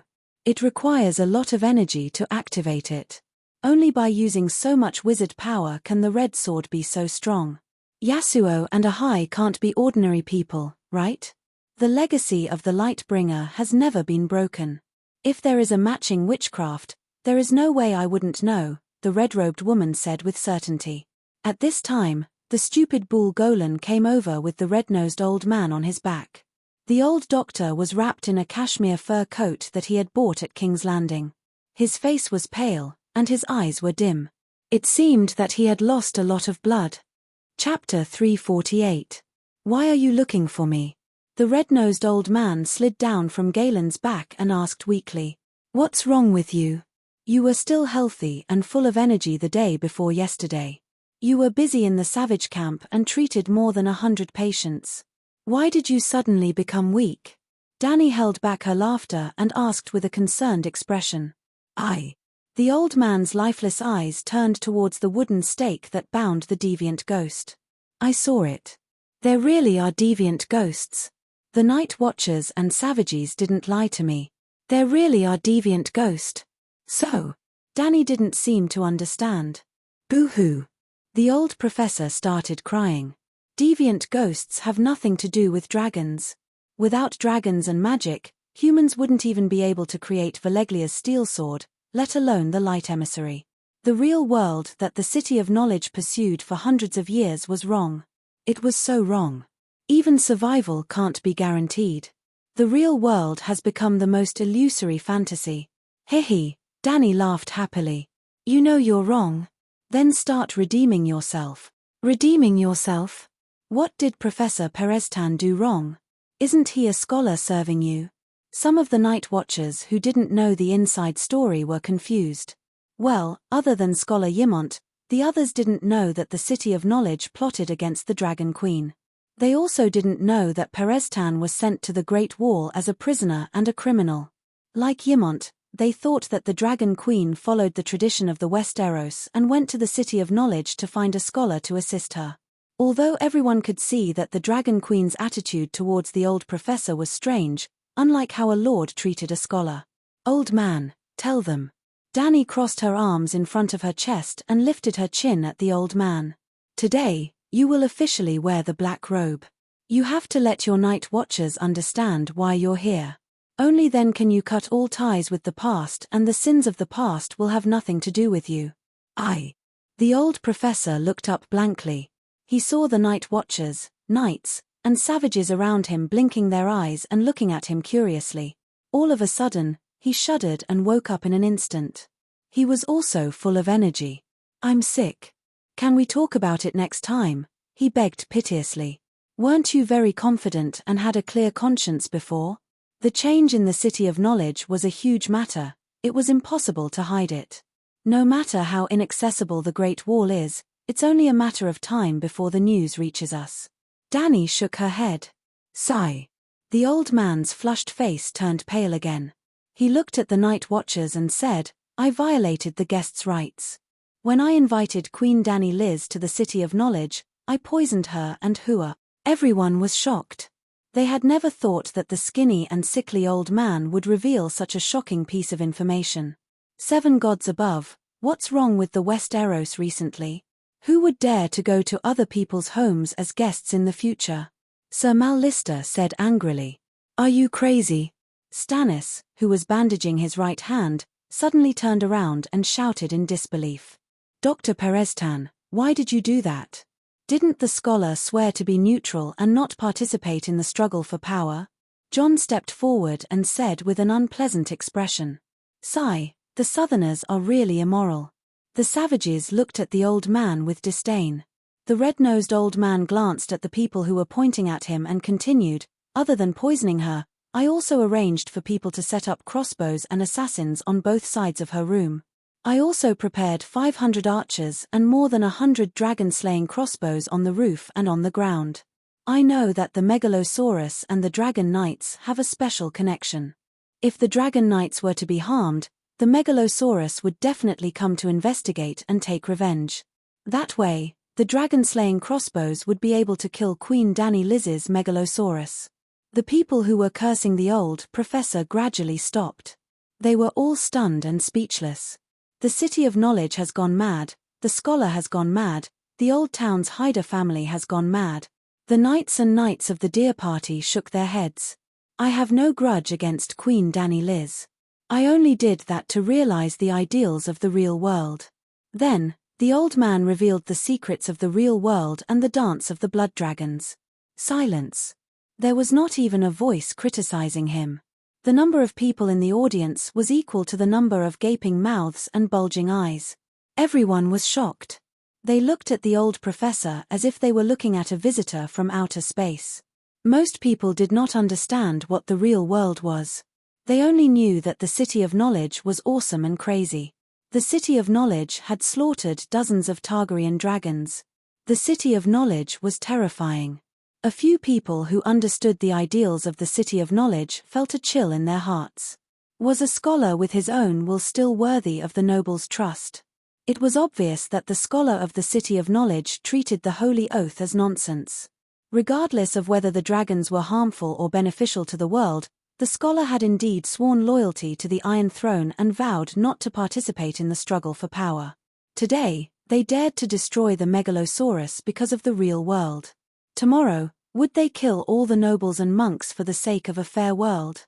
Fat Sam took a step forward and said with a puffed-up face, Professor, the City of Knowledge exists for two purposes. First, to explore the truth of the world and use knowledge as a belief. Second, to selflessly serve the people and nobles of the Seven Kingdoms. There are very few people who can master the occult, but no one can deny that magic is also a kind of knowledge. You can choose the knowledge you want to learn, but you can't erase the knowledge you can't master.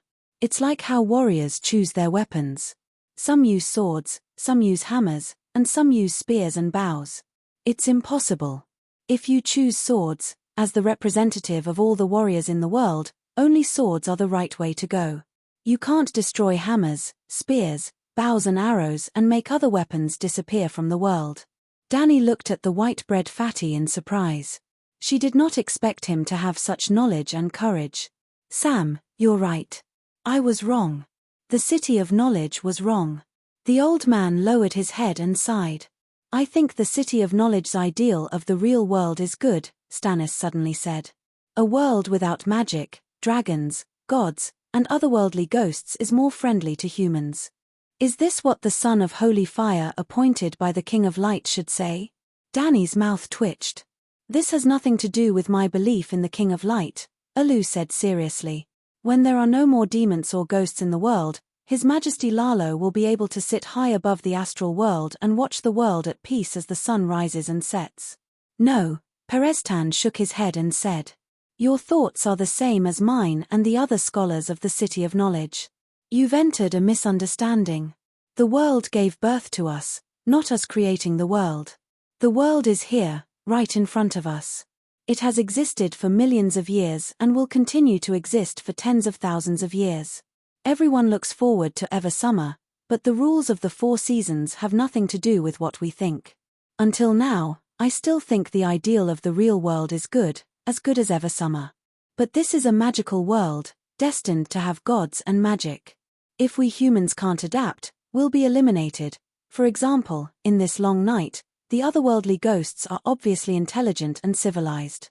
We hate magic and deliberately deny the existence of magic, even causing the Megalosaurus to go extinct.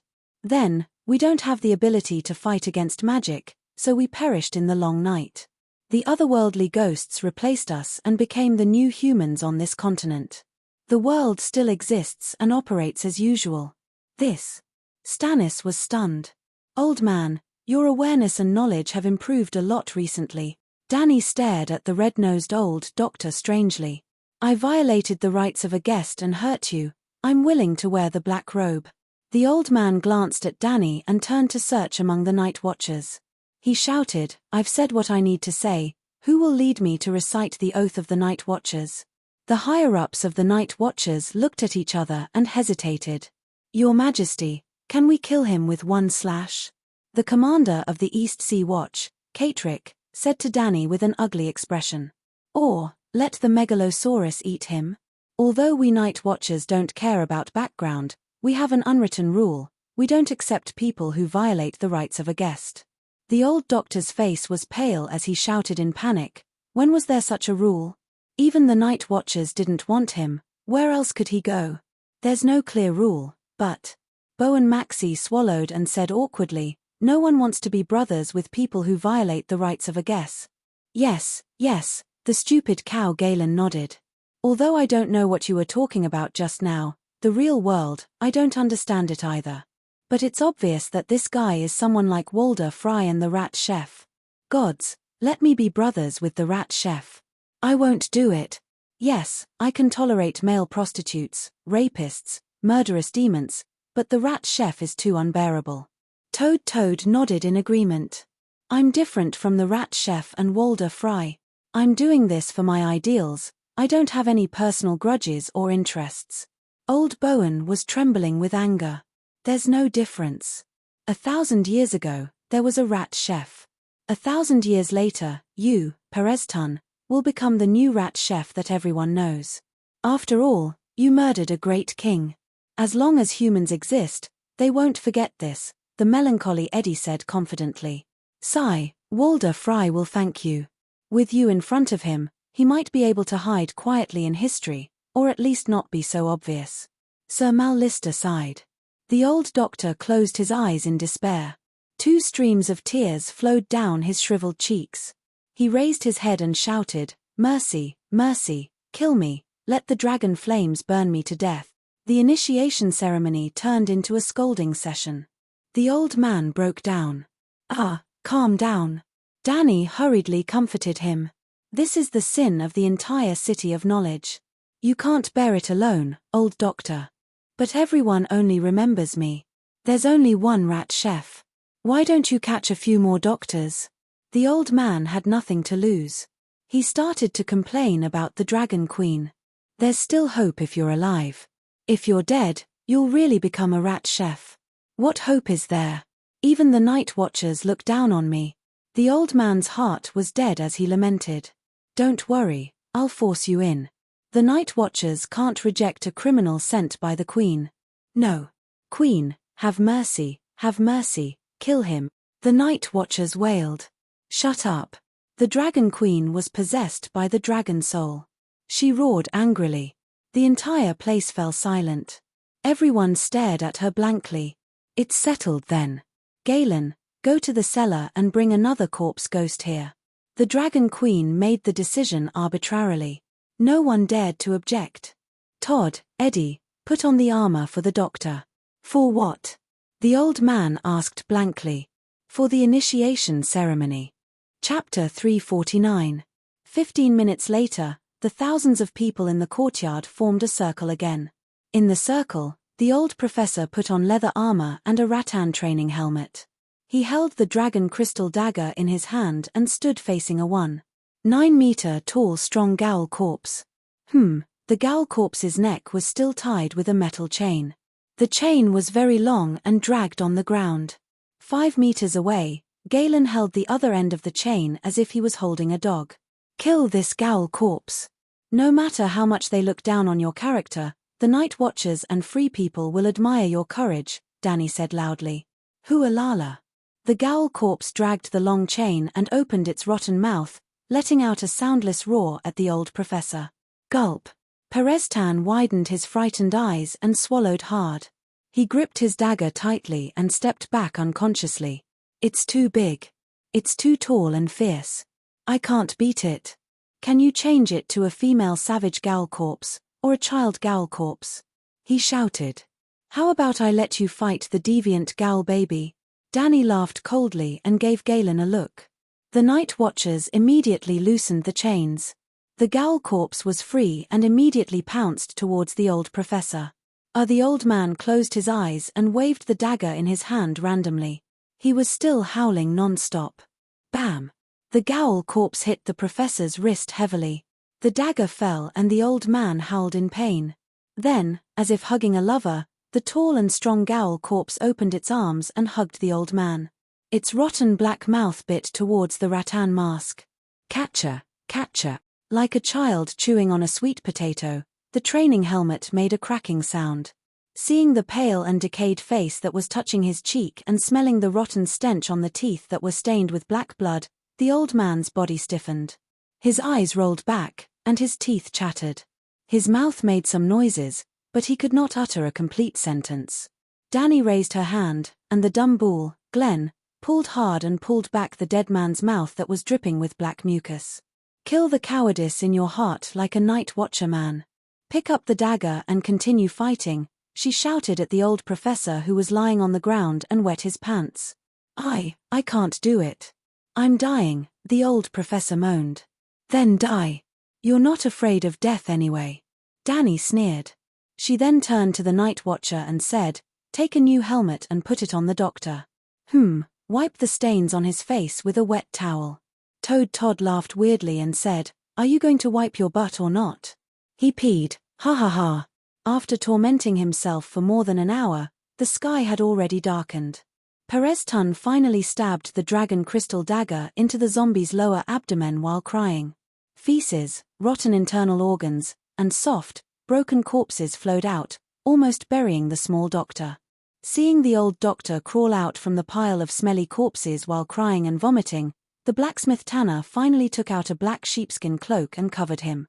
Perez-Tan, to become a glorious night watchman. After that, Silida brought the old man to the shabby chapel in the dark castle. Under the witness of Archbishop Danny, the old man swore a holy oath. The long night is coming.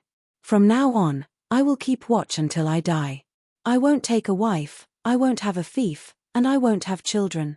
I will not wear a crown, I will not fight for glory.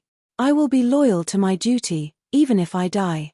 I am the sword in the darkness, the guard on the great wall, the flame that fends off the cold, the light that breaks the dawn, the horn that awakens the sleeper, the shield that protects the kingdom. I give my life and glory to the night watchman. Tonight, I will do so, and every night. After experiencing the most shameful and lowest moment of his life, the old doctor seemed to have bounced back. He got rid of his sickly state and returned to his previous appearance as a spirited old man. In the afternoon, he moved to the scholar's tower under the crow's nest and began to help old Yimont take care of the crows.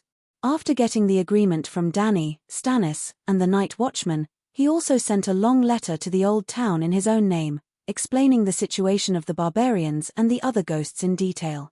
That night, in the wooden hall of the Dark Castle, the night watchman, the Deer Association's knights, and the barbarian commander gathered together. At the head of the table sat the Dragon Queen, Stannis, Bowen Marcy, Carter Parker, Mal Lister, and old Yimont. The table was pulled open, leaving an empty space. Mans Red knelt in the middle of it. This was a public trial for the King of Beyond the Wall.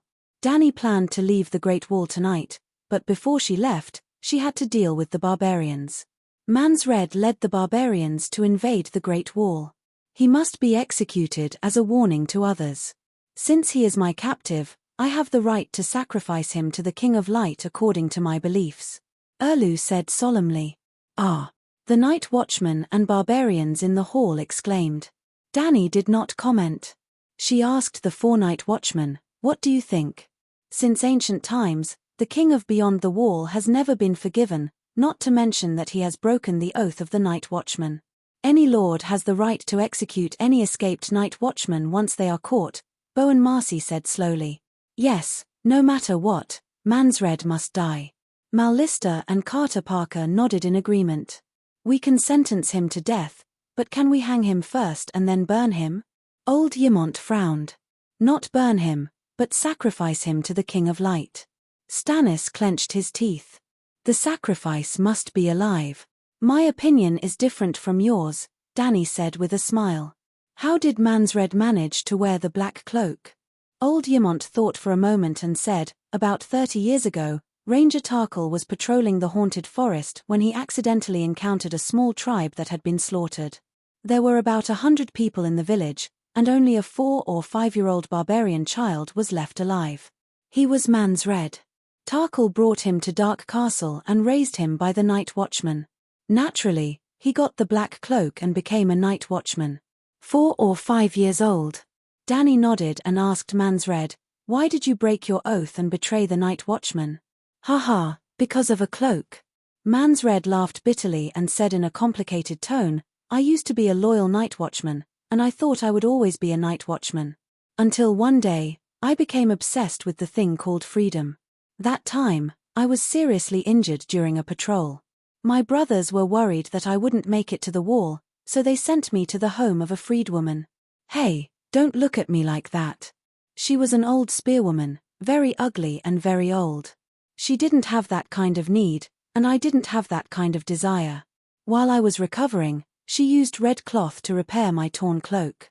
But when I returned to the wall, the commander immediately made me change into a uniform black cloak. Then, I ran away. Just because of that.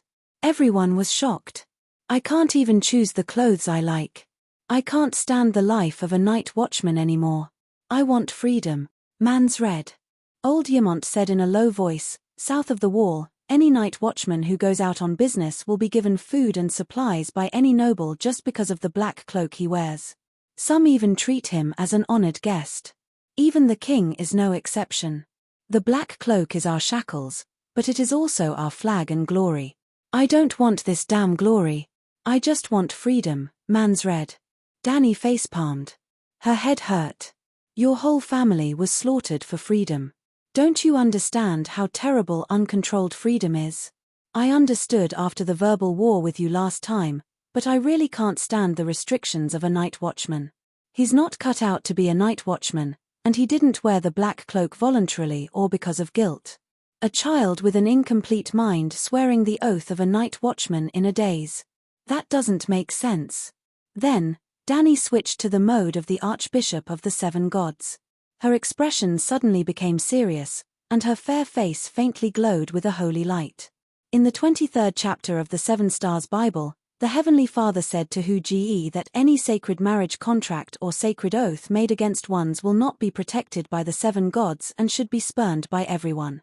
In the south of Bravos, there was a hill called Anders, the homeland of the Andals. Hu Ge, the king of the hills, was the first king of Anders, similar to King David in the Bible. Much of the content in the Seven Stars Bible was explained in the form of conversations between Hu Ge and the seven gods. In the doctrine of the seven gods, violating a sacred oath or marriage contract was as serious a crime as violating the rights of a guest. But there was a prerequisite. Both parties who made the oath had to be willing. Willing here mainly meant that there was no knife to the neck of the person who made the oath. It didn't matter whether the person was willing or not. For example, Sansa definitely didn't want to marry Tyrion, but her marriage with Tyrion was protected by the seven gods. Because Sansa didn't protest loudly at the time, she chose to accept it silently. If Tywin forced Sansa to marry his son, not only would the marriage be invalid, but he would also be cursed by the seven gods if the seven gods really existed. At this time, Dany was a little unreasonable. If Mansfield's oath doesn't count, then there are no sacred oaths in this world, Stannis said, glaring. I didn't say it doesn't count, but special circumstances require special treatment. He's just a child. Can't you be more tolerant? Child? Mansfield's face twisted. He's not a child. He's much older than you. Sir Mallister's mouth twitched. Dany was also embarrassed. She touched her nose and smiled awkwardly. Didn't the wall take in a few hundred free youths at this time? They're all temporary night watchers, free to leave after the long night. Mansfield's situation is similar to theirs. He's just an orphan adopted by the night watchers, not a proper night watcher. This is a new rule you made. It only applies now, not the tradition of the night watchers, Stannis said solemnly. Dany leaned back in her chair and looked at him from the corner of her eyes. You want him to die so badly? The law is the law. There's no room for personal feelings. Stannis said firmly. There's something wrong with your head.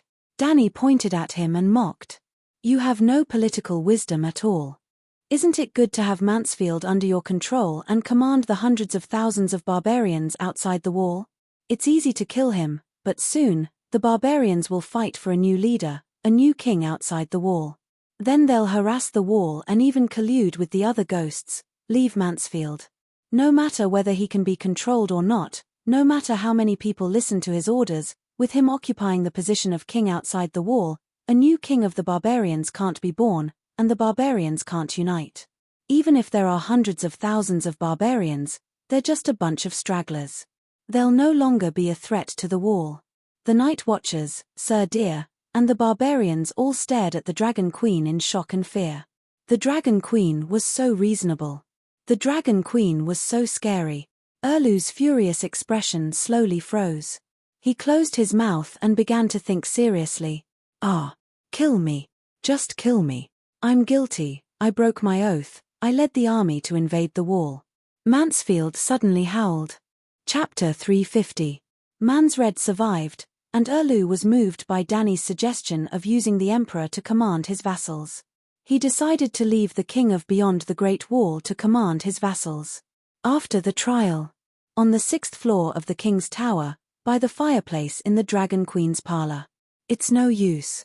The freemen of Beyond the Wall will not listen to a king who has been captured by the Southern Lords. Manslade looked at the baby in his arms lovingly and spoke to Dany without looking up. He was now partially free. With 2 Night's Watchmen watching over him, he could move freely in Dark Castle. For the past few days, Manslade's son, wife Dana, and sister-in-law Val were all living in the King's Tower. Once he was free, he immediately came to see his wife and child. Dany smiled faintly. I know. I just wanted to find an excuse to let you live. Your wife just gave birth. How pitiful it is to lose your father. Of course, I didn't just save you out of pity. I will be leaving the wall soon. There are still many troublesome matters waiting for me in Ersos. I will leave the task of moving the freemen to Eastwatch to you. As long as you are still the king of Beyond the Wall, you must fulfill your duty. Let the freemen live through this long night. Mansred gently pulled the fur quilt to cover his son's soft cheeks. The kind and peaceful expression on his face disappeared as he solemnly said, I'm happy to see the freedmen cross the sea and leave the Great Wall. I can even send someone to the haunted forest in my name to help you recruit freedmen. But will Stannis allow me to travel between Dark Castle and Eastwatch? Or perhaps, if he plans to take the freedmen for his own use, would he be willing to let you smoothly take over the freedmen? Stannis. Dany frowned in thought. He's not stupid. He should know that the wall can't feed 100,000 freemen. In fact, it can't even feed 10,000. The food stored by the Night's Watchman won't last long, and his army depends on the supplies of the Night's Watchman. For his own sake, he has to send the freemen away as soon as possible. Why didn't you just kill him? Wa suddenly asked. Why kill him? Dany asked curiously. Wa looked at her and said, he and his brothers stole your father's throne, and now they plan to continue fighting with you for the throne of the 7 kingdoms. Moreover, the sword in his hand suits you very well. Perhaps you are the child of prophecy and need that red sword. If it were me, I would have let the Megalosaurus eat him for any of the above reasons. Once you understand the cause of the war of the usurpers, you will understand that the sins my father and elder brother committed are far greater than the Stannis brothers. As for the red sword, there are many things in this world that can catch my eye. I won't just snatch whatever I want. Most of the time, I have to follow the rules. Wa was startled, and he gradually fell into deep thought. Knock knock. Beristan came over with 2 canvas bags. Before he entered, he knocked on the iron door a few times to remind the people in the house. Your Majesty, the luggage is ready. White Knight said. Leaving tonight? Isn't that too soon? Mansred said in surprise. Dany stood up and took her bag from White Knight. She checked the contents while saying, I have nothing to do at the Great Wall, but a tough battle awaits me at Bravo's. Dark Star Geralt Dane was about to arrive at Bravo's. Last night, after she used the true dragon's roar to cleanse Kishi's soul, she even talked to her about the Green Prophet and the old gods through the glass candle. Kishi's suggestion was simple. Leave the West Eros and train hard. She believed that the great wizard's meditation technique was not inferior to the Green Prophet's. Danny fell for the three-eyed crow's trick because her skills and experience were not as deep as his. Danny had just learned her meditation technique a month ago, while the Blood Crow not only had the complete Green Prophet's legacy, but also cultivated for 100 years. He also inherited the magic power, mental strength, and experience of the Green Prophet over 10,000 years. It was normal for there to be a difference between the two. According to Kishi's idea, with Danny's talent, she should train hard for 8 to 10 years. Then, she would have the power to protect herself from the Green Prophet without relying on the Megalosaurus. After that, Danny habitually checked the 3 coordinates she had marked and a netizen. The netizen, Marvin, had brought along Magic Net, analysis of the structure of Witchcraft Lens and other magic books. He had joined the fleet led by the 4th White Knight, Garth Hyder, together with the little black girl, Larissa. These secret books hidden in the library were borrowed from the City of Knowledge by the Old Man in Old Town. The fleet was huge. The Old Man in Old Town spent a lot of money. More than 100 cargo ships, 10 warships, and 3 million gold royals in cash set off from the port of Old Town. At this time, they were floating in the summer sea in the south of West Eros. Coordinate 1, in 3 or 4 days, Geralt's merchant ship would arrive at the port of Bravos.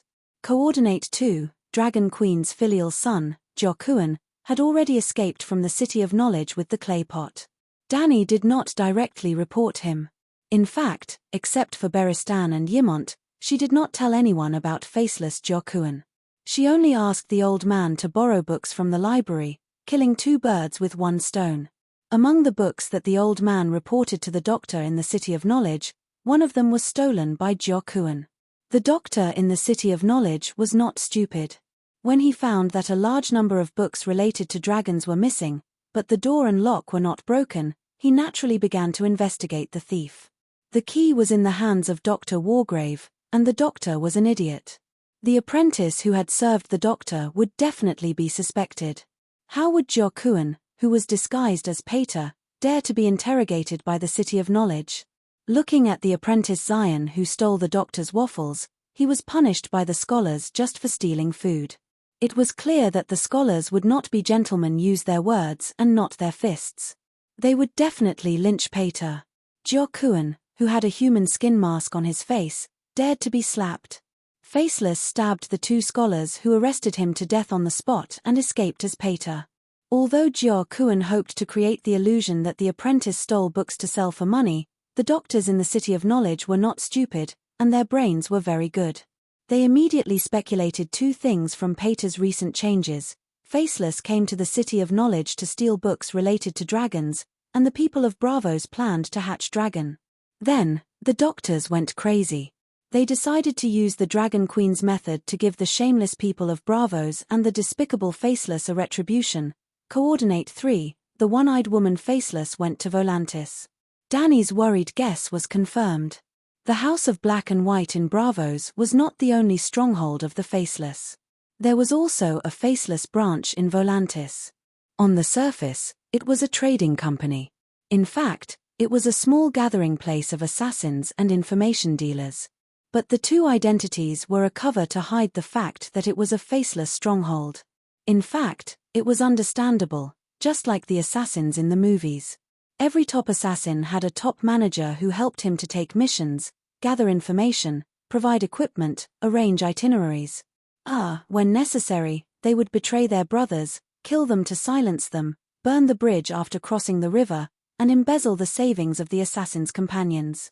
The world of the Song of Ice and Fire was so big, and the information exchange was so primitive.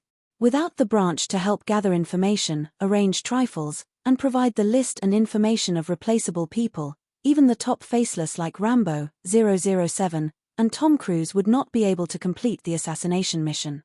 In fact, 007 and Mission Impossible both had a huge team behind them. So, It was troublesome. Danny could not make a meteorite fall on the House of Black and White, or use God's cane. It was easy to flatten the House of Black and White, but cutting the grass without removing the roots, the trouble would be too big. She still did not dare to go to the prairie to pick up her cheap son. Why? Because she was afraid of assassination. Not only the faceless, it was too easy to kill a child, and that child had hindered the interests of too many people. It was difficult for the faceless to kill Danny, but it was too easy for them to kill her companions. Now that they had not fallen out, everyone was fighting openly and secretly within the rules. If Danny dared to bomb the House of Black and White, a group of faceless would take revenge on her the next day. As long as they killed Dragon Queen, officers above the level of Centurion, and officials above the level of village chief, Slave Bay would collapse. Of course, if they really left the Dragon Queen alone, she would also ride on the dragon to burn the city. Everyone would play game over, and let the other ghosts take advantage of the situation. Danny definitely had to deal with the faceless, but she could not do it recklessly. She had to be smart. And she also had some ideas about how to deal with the faceless. Just as she was thinking about it, Beristan put down his backpack and said worriedly, "Actually, we should not leave the Great Wall. The right thing to do is to hurry up and clean up the other ghosts outside the Great Wall.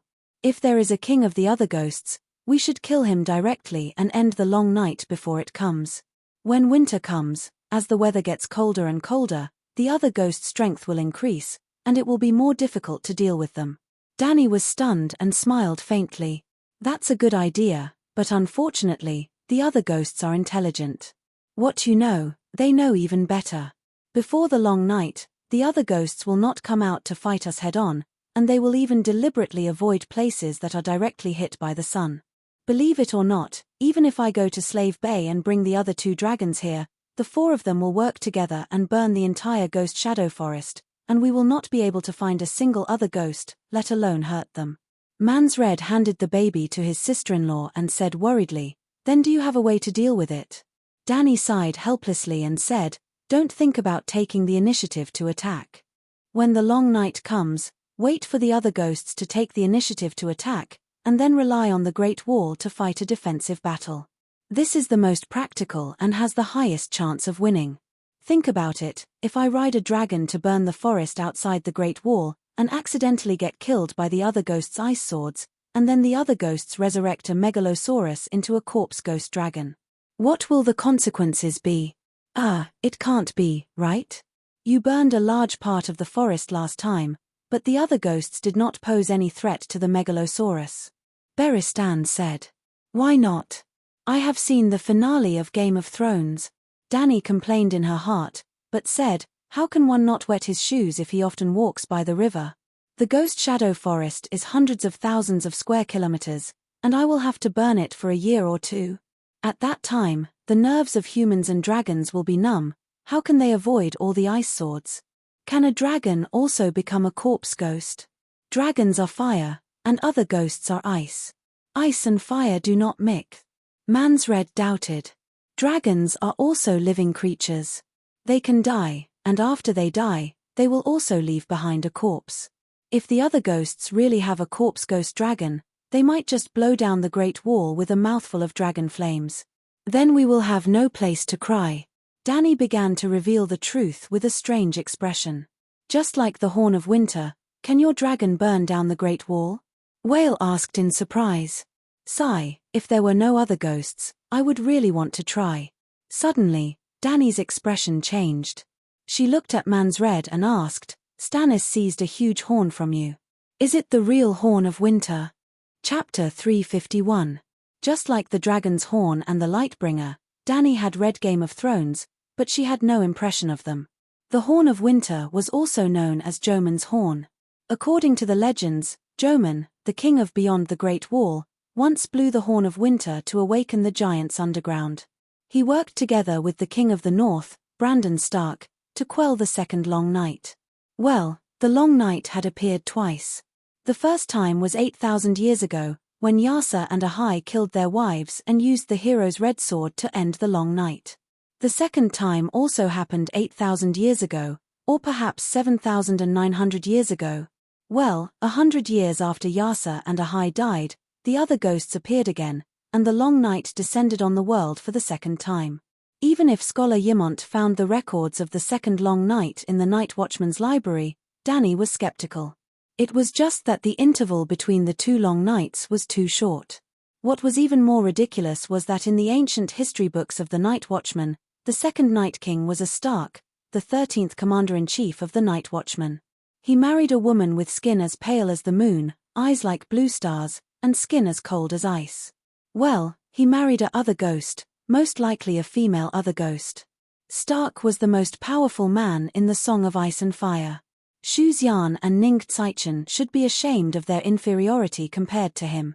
Snakes and ghosts were nothing, he was a other ghost. The deviant ghost's coldness could freeze a fine steel sword into pieces by touching it, but Stark's sword was still intact. In short, the second Night King was very strong. The king of beyond the Great Wall, Joman, and the king of the north had to work together to quell the rebellion. Well, compared to the first long night that affected the whole world, the second Night King was weak. But compared to the ordinary commander-in-chief of the Night Watchman's rebellion, he was too strong. Well, I digressed. It was said that Joman's horn could not only summon giants, but also make the Great Wall collapse. Danny didn't believe it, neither did the Night Watchman or Stannis. But Mansred believed it, and so did the barbarians. They were frantically robbing tombs in Frostfang, hoping to find Joman's tomb and get the horn that was buried with him. Mans really did find a horn. It was bigger than the dragon's horn, with a curved line of nearly 2.5 meters. It seemed to be made of the horn of a bison. How big was that bison? He could put his elbow into the mouth of the trumpet, and the surface of the trumpet was inlaid with rusty golden runes, the magic runes used by the ancestors. The horn had become Stannis' spoils of war. Danny had seen it with her own eyes when it was brought in through the city gate. Before she could even think of borrowing it for research, the red-robed woman burned it into a pile of twisted gold and black ashes. Melisandre said that it was not the winter horn, but it had Escod's aura and had to be purified. At that time, Danny had not yet mastered the incomplete Green Prophet meditation technique, so she did not feel that it was a pity. But now, he wanted to curse out loud. Fuck, what a waste. That's fake. I didn't find Joman's tomb. The horn was buried with a giant king, Mance said. What function does it have? Danny asked curiously. I don't know. Even the giants can't move it. It's too big. It's not that big. There are certain conditions to blow the horn, 7 levels of hell. Danny suddenly shouted. She stared at Mans and asked, You found many tombs, and even the corpses of giants. What's wrong? Mans was confused. You're asking me what's wrong? Damn it, burials are popular among the free people. How many tombs and corpses have been accumulated over thousands of years? Danny said with a terrible expression. The other ghosts won't dig 3 feet into the ground to look for corpses, right? Mans said uneasily. You think other Gauls are idiots? Danica shot him a sideways glance and asked. Your Majesty, burials are popular in Westeros too. Also, the coffins of the noble families are rarely buried in the ground. Most of them are stored in the family tombs. There are hundreds and thousands of corpses of kings, archbishops, and great nobles under the great cathedral of St. Basil, Beristan said anxiously. Danny let out a long sigh and said, Fortunately, we Targaryens have always had the tradition of cremation. If there really were other ghosts sneaking into the south of the Great Wall, there wouldn't have been the tragedy of fighting with the old ancestors. Barristan's face turned green. His nephew, cousin, father, and grandfather were neatly arranged in the Harvest Hall's tomb. Hey, where's my crow?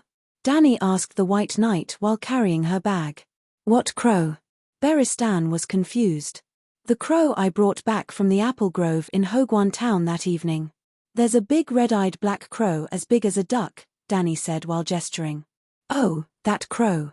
The old knight remembered and shook his head. I don't know. What's the use of that dead crow? That's not an ordinary crow. Its body contains a lot of magic power. Using it to make a deal with Extraordinaris would definitely be more popular than a dwarf's lifeblood. Ah! Barristan's mouth twitched.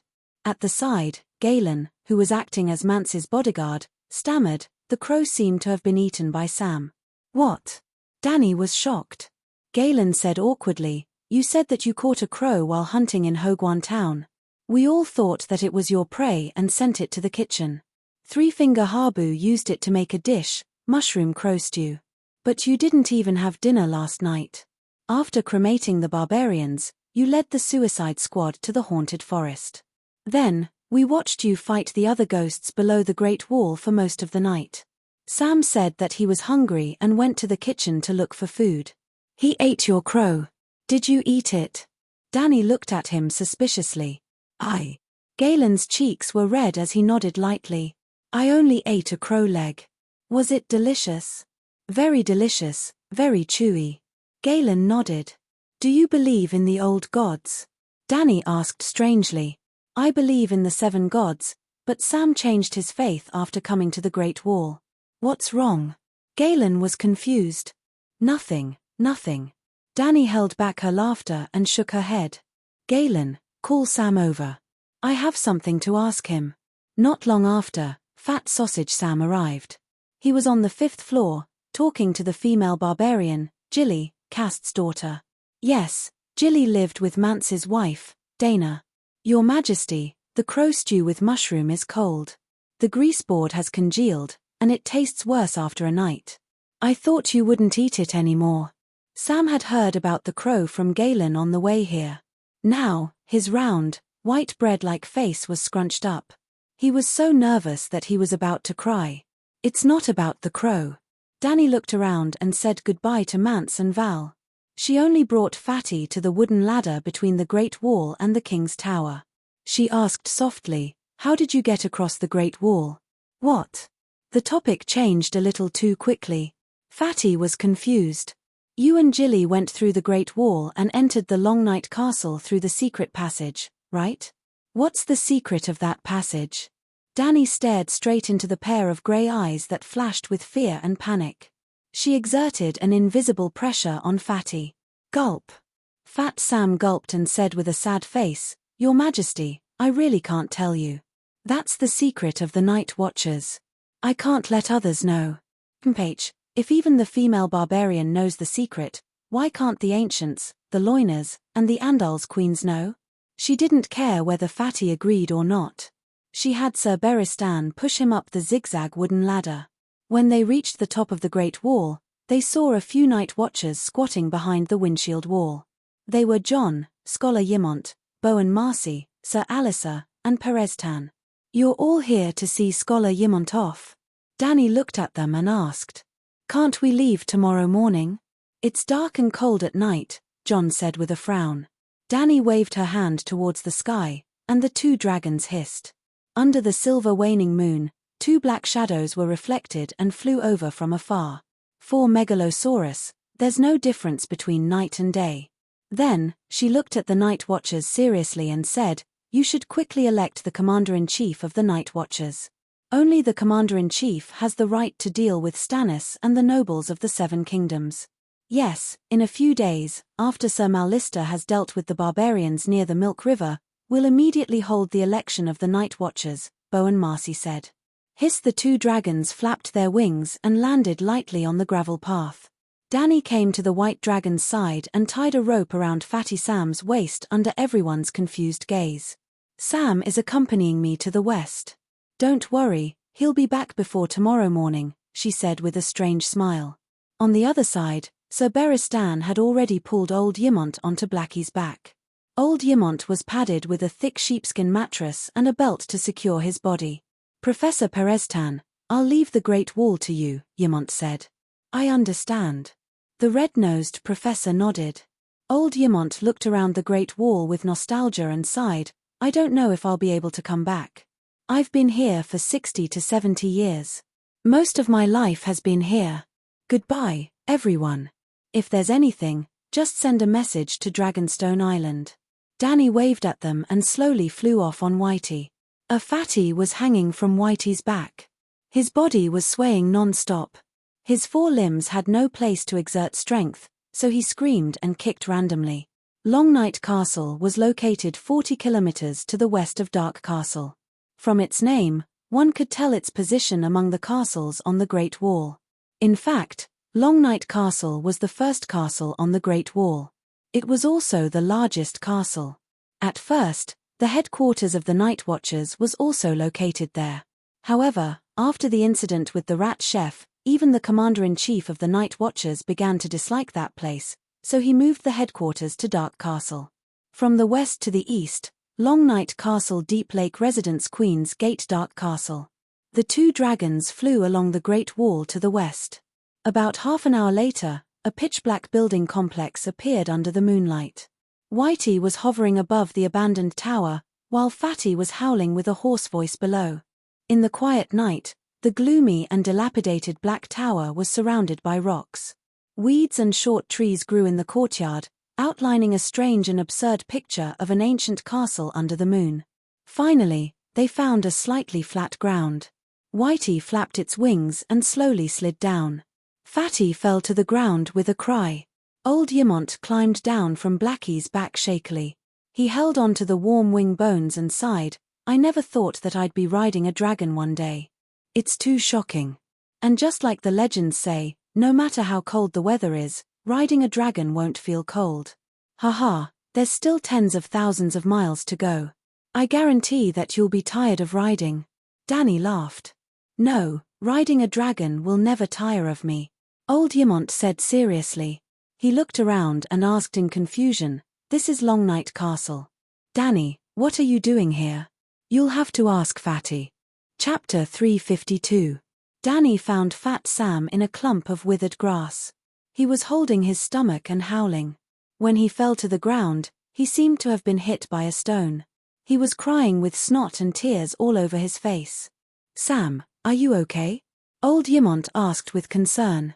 "My stomach hurts," Sam whimpered with a hoarse voice. Beristan walked over and lifted the fat man from the ground. He carefully checked his mail, leather armor, and inner shirt. None of them were broken, and there were no traces of blood. He said, "It's nothing serious. It's probably just a bump. You'll be fine after you catch your breath. Sam, stop howling. Look, even the rat chef is alerted." Danny looked up and glanced at the stone tower opposite them. In the dark hole of the door, there was a pair of eyes emitting a faint red light. Deep inside, there were more red eyes quietly moving to the side of the door. "Rat chef." Sam looked around blankly. Soon, he also saw the pairs of red eyes behind the door. He could vaguely tell that it was a group of grey rats that were bigger than cats. He howled heartbreakingly. "Rat chef, it's the rat chef's descendants. 7 hells. Why are the rats here so big?" Beristan exclaimed. "Squeak, squeak, squeak." Noticing that everyone was looking at them, the rats began to shrink back. "They're not too big.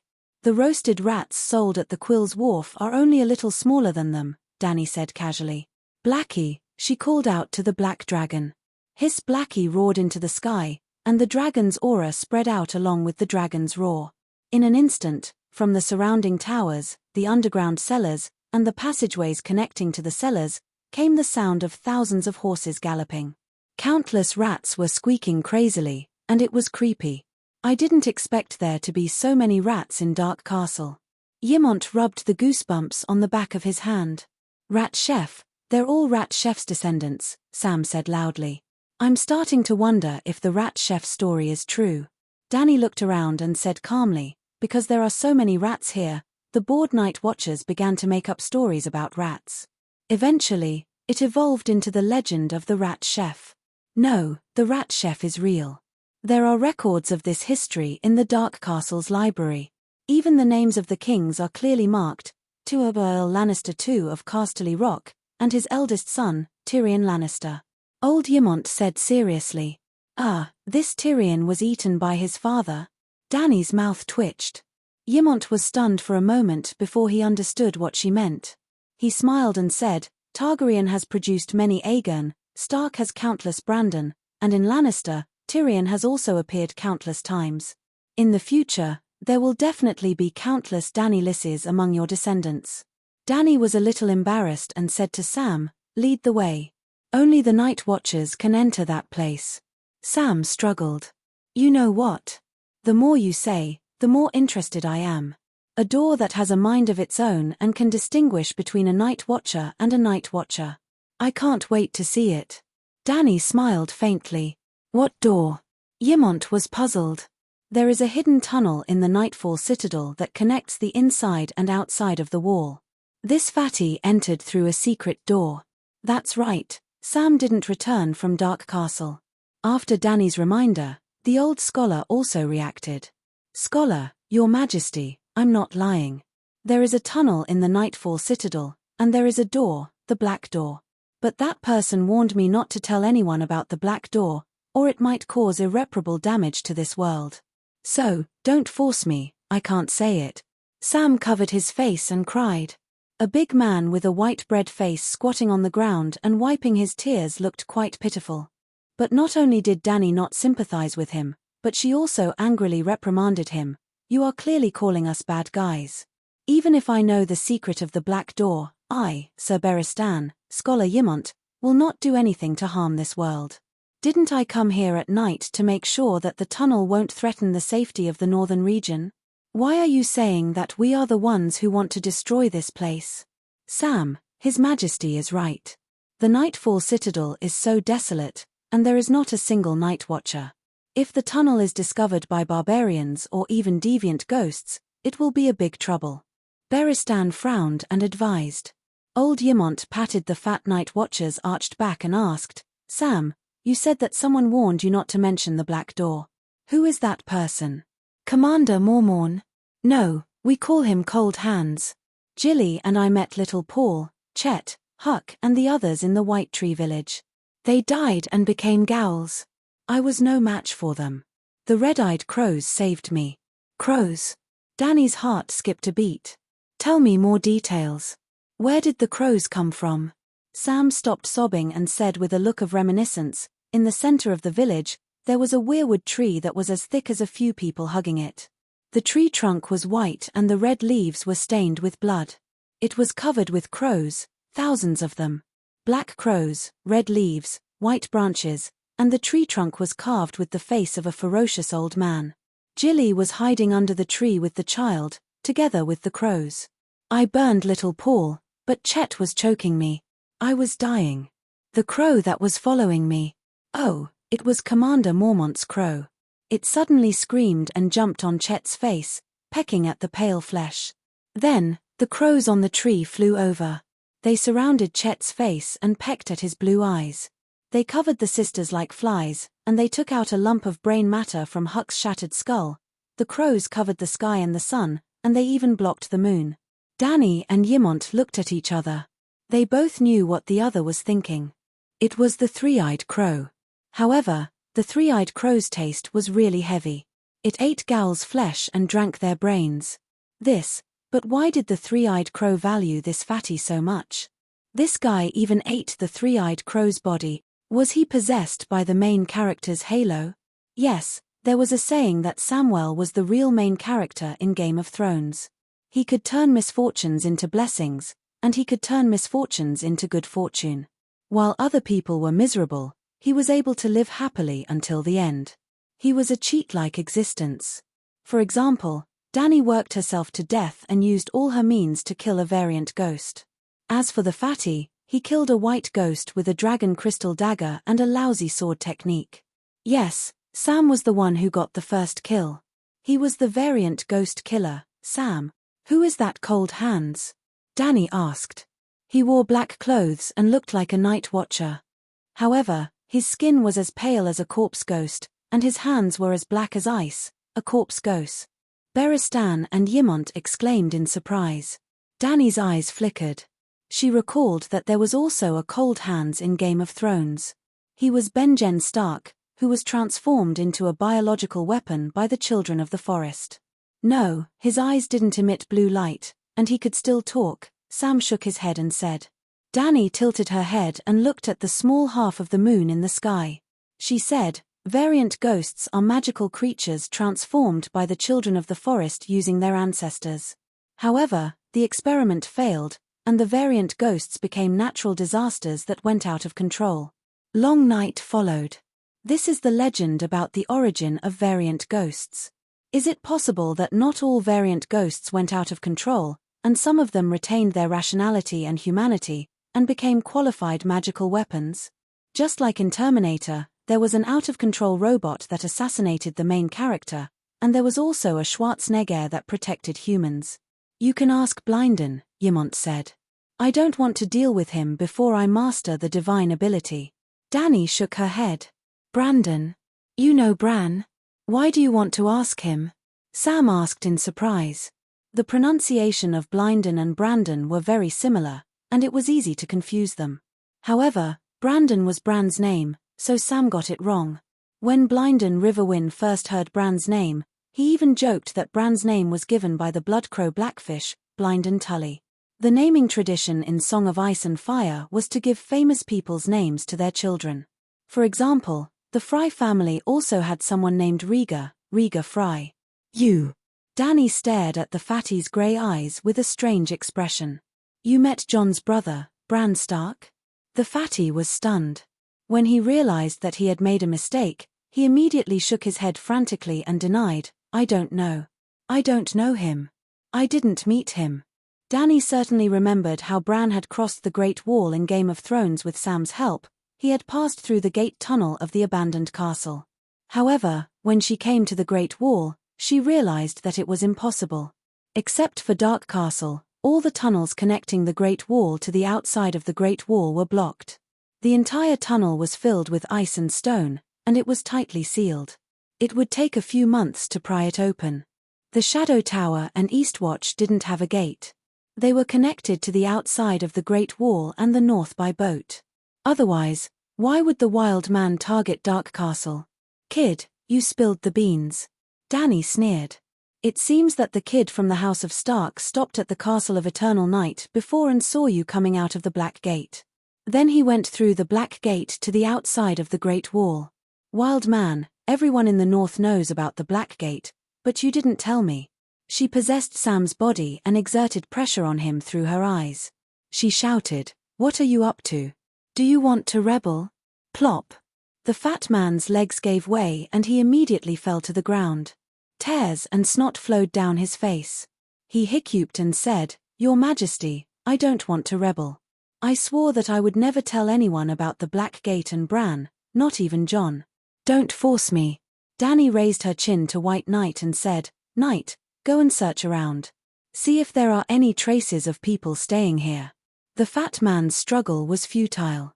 Dani ignited a washbasin-sized fireball.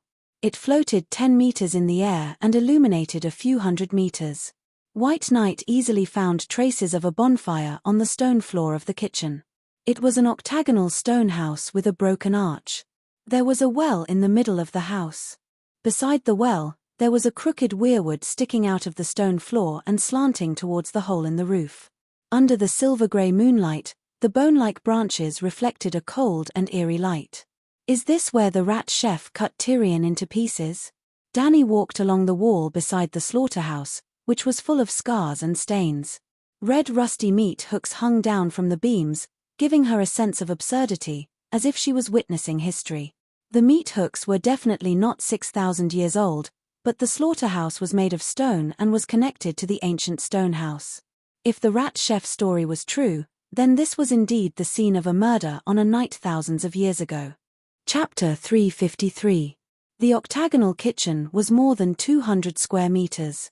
It should have been very spacious, but the furnishings inside took up most of the space. Just opposite the slaughterhouse, there was a row of more than a dozen huge brick stoves.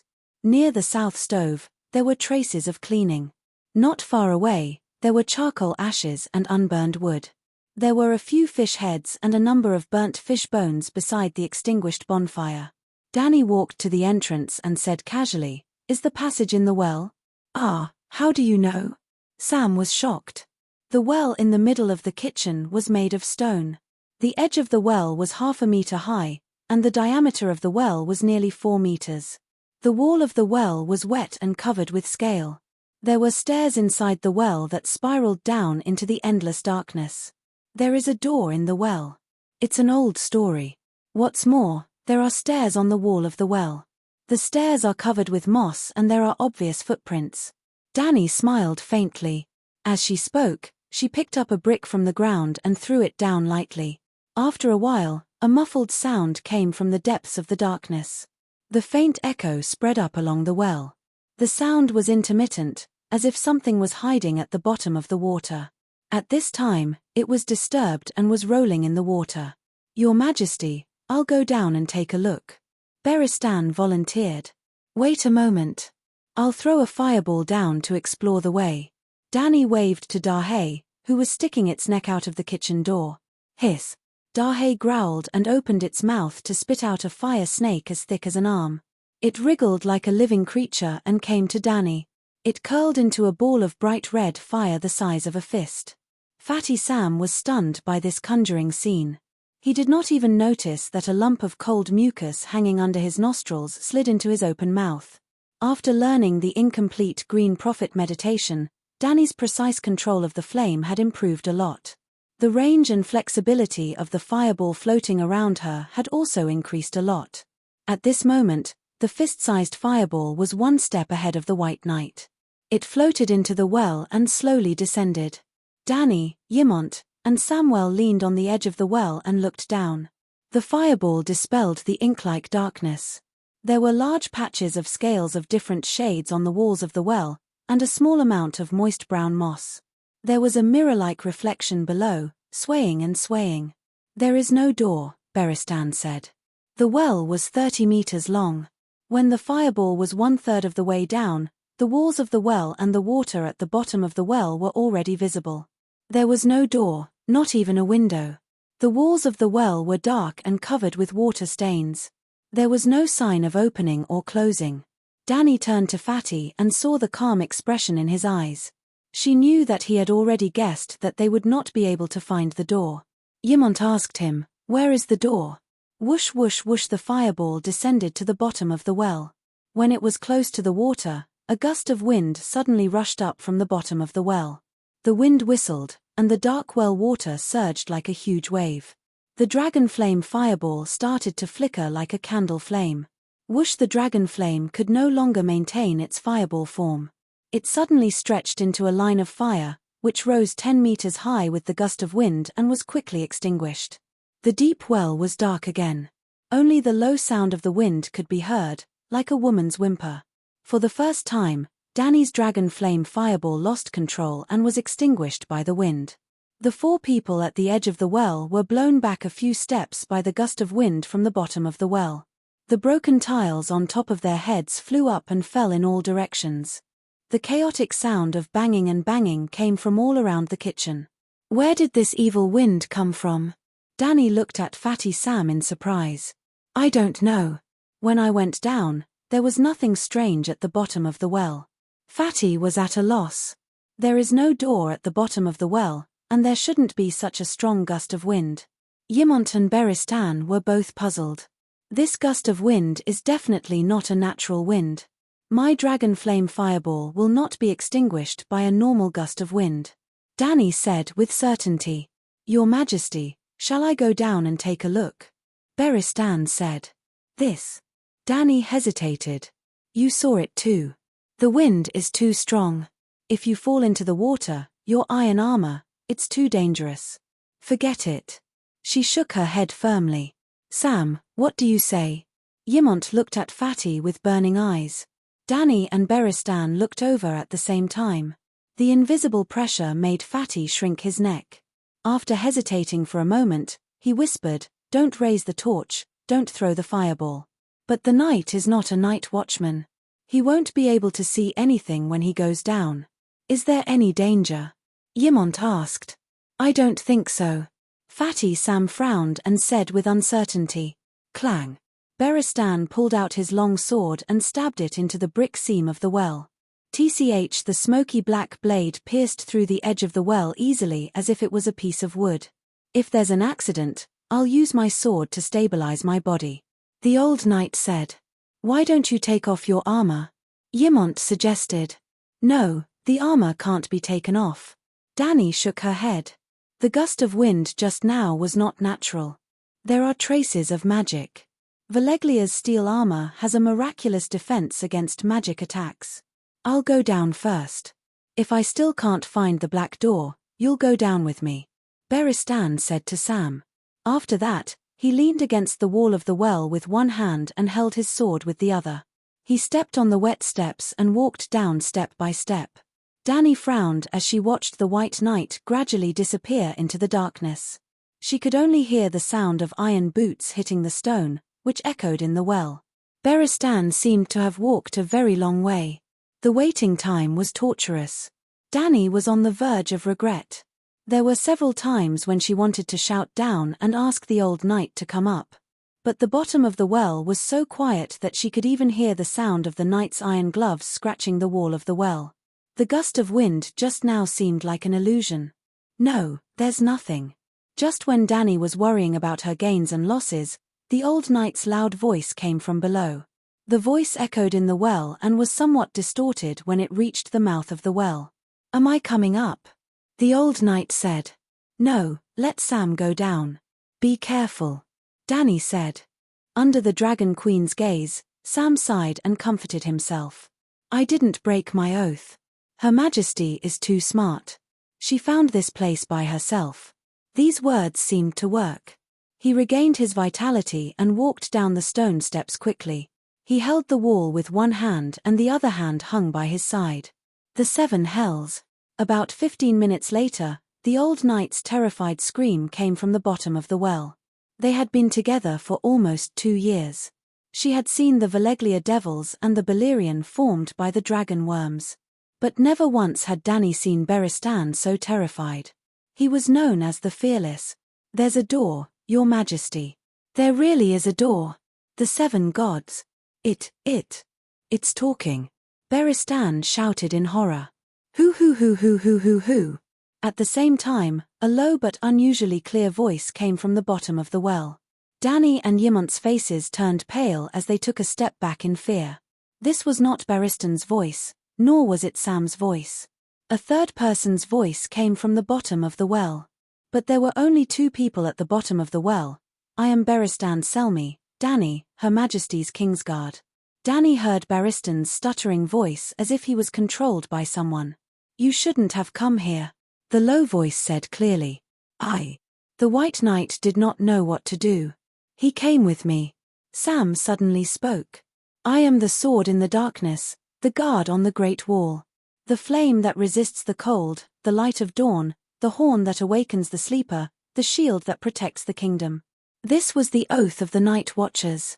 In the afternoon, in the Holy Church, Dany witnessed Beristan reciting the same oath to the 7 gods with her own eyes. After a full 10 minutes, the bottom of the well remained silent as if the 2 people had disappeared. Dany and Ymont looked at each other. Big Black. Dany waved at the black dragon that was squeezing at the door. A moment later, another dragon flame fireball fell into the well. It only dived for 10 meters before stopping. This height was enough for the people at the edge of the well to see the bottom of the well. It was empty. There was no door, and no one. Beristan and Sam had disappeared. Dany and old Ymont looked at each other speechlessly again. Let's wait and see. If we can get out, we can come back, old Ymont said. Then, the 2 of them stood at the edge of the well and waited. The moonlight shone through the hole in the roof, casting a silver glow on their bodies. It was silent all around. Even the sound of the rats running had disappeared and could not be heard. The cold was like an invisible arrow that shot down from the huge ice crystal wall next door. It hit their knees, abdomen, hands, neck, face, ears, and drilled into their flesh and bones. Old Ymont could not help but shiver at the edge of the well. Old man, go to the door and warm up. Dany stomped her feet and puffed out white steam. Sigh, I'm getting old. Ymont did not insist. He wobbled to Big Black's side and leaned against the black dragon's neck. It's so warm. He touched Big Black's hot scales and chuckled. After waiting for another half an hour, Dany finally could not take it anymore. She took off her backpack and took out a glass candle from it. She locked onto the soul fragment that was left on Beristan and began the mental projection. The east side of the Great Wall of Desperation was straight like a sword, while the west side was twisted like a crawling snake. It was close to the northern land beyond the Great Wall. The east side was flat plains, but the west side was filled with hills and valleys. The Great Wall avoided the valleys and rose and fell on the rugged ridges. At this moment, Beristan and Sam were huddled under the steep hills. They were in the gap between two huge rocks. They kept stomping their feet and exhaling at each other. Not far away, the towering ice crystal wall blocked their way south, just like it had done to the barbarians for thousands of years. "Sir, why don't we go to the forest to find some wood and light it up to keep warm?" Sam's eyebrows were covered in a layer of frost. His face seemed to have turned into two balls of red jelly in the cold wind. He was so cold that he could not even speak properly. "There are deviant ghosts in the forest. Just wait, Her Majesty will be here soon," Beristan said tiredly. "How did Her Majesty know that we're here? Where's the door?" Suddenly, a familiar voice came from the side. Sam rubbed his eyes and looked blankly at the Dragon Queen who was knocking on the Great Wall of Desperation. He said in disbelief, "Her Majesty Dani Lilith?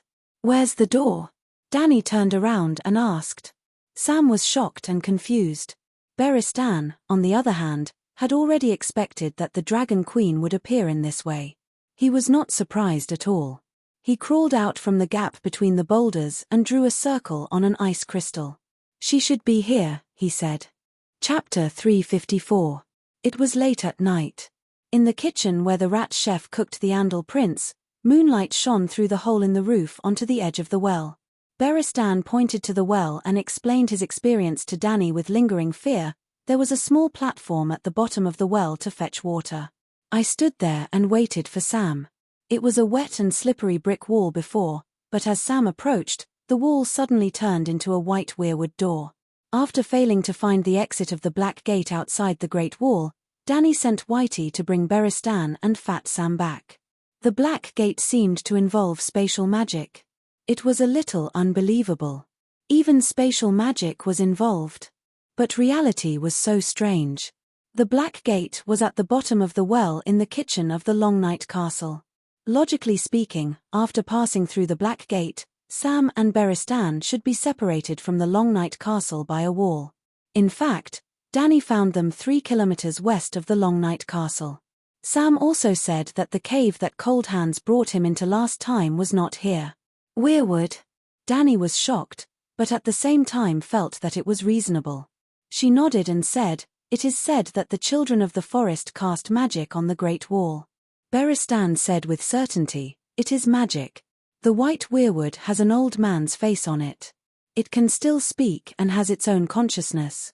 When Sam said the Night Watcher's oath, the mouth on the face immediately opened. "After I went in, I was confused for a while and appeared outside the Great Wall. I'll go down and take a look." Dani was eager to try. "Will it be too dangerous?" "Dani, with your current status, you can't act impulsively," Old Ymont advised. "A king does not stand under a collapsing wall." "I understand." Dani smiled freely. "In addition to being a king, I am also a mage and a seeker. Compared to sitting on the throne and ruling the world, I am now more curious about the secrets of this world. And this well has existed for thousands of years. During this period, countless night watchers went down to fetch water. There must be many night watchers who passed through the Black Gate through the Great Wall. They were all fine, so why did I encounter danger here? Besides, I am the rightful queen of the Andals, Loiners, and the ancestors. I am the great hero who will end the long night in the future. The Black Gate has a consciousness. After knowing my identity as the savior, they didn't even have the time to protect me. Why would they deliberately harm me?" Ymont was embarrassed, but on second thought, although the Dragon Queen was a little shameless, her words were crude and reasonable. Black Gate was obviously a friend of the Night Watchers and a guardian of the Great Wall. There was no reason for him to hurt a good queen. "Then be careful," the old scholar said helplessly. Without further delay, Dani walked down the stairs in the wall of the well. Seeing that Beristan was about to come down, she stopped him and said, "Sir, you guard the well." "I have to protect you," the old knight said. "Sigh, the bottom of the well is empty. There's nothing but stones and water." Dani shook her head. "No one knows what's hidden in the well. It's safer with me around," Sir Beristan said. "Hey, can a rat chef jump out from the bottom of the well?" Danny smiled carelessly. If there really is a monster coming out of the water, the two of us won't be able to move freely on the narrow platform below. Then I'll guard the stairs above the Black Gate, the White Knight insisted. Okay. Danny no longer insisted. She was the first to go down, followed by Sam and the White Knight. The spiral stone steps in the wall of the well were not narrow. It was only a palm wide and 30 centimeters long. The weather outside the Great Wall was cold, so the moss was not thick and not slippery. Walking on it was stable. However, in a dark environment, people's sense of balance would be poor. She still had to stretch out a hand to hold the wall. The top of the well was bathed in moonlight. With each turn, it became narrower and dimmer. Danny heard her footsteps echoing between the wet stones. The sound of water below was getting louder and louder. Round after round, the well became darker and the air became colder. Listening to the rippling sound of water at the bottom of the well, she was puzzled. Why didn't the bottom freeze into ice at this temperature? Gradually, Danny's eyes adapted to the dark environment at the bottom of the well. With the thin moonlight above her head, she could even see the opposite stone wall and the shaking water below. Without holding the wall, she could walk as fast as flying. Fatty, stop first. Let me try and see if the Black Gate is open for me. Halfway, she shouted to the fatty above. Oh! Sam and Beristan stopped. After adapting to the weak light environment, Danny became faster and faster. She walked to the bottom of the well. There was a platform 1 finger high above the water. In fact, it was a bigger stone step, 20 centimeters wide and half a meter long. For some reason, the dark water was extremely turbulent. It was like the water in a novice water carrier's bucket. It kept shaking and hitting the stone wall, making muffled sounds. If the bottom of the well was a world and the well water was an ocean, then at this time, there was a level 12 typhoon on the ocean surface. Is there a big turtle at the bottom of the well? If it has been raised since the Great Wall was built, how old would it be after 8,000 years? Danny said to herself.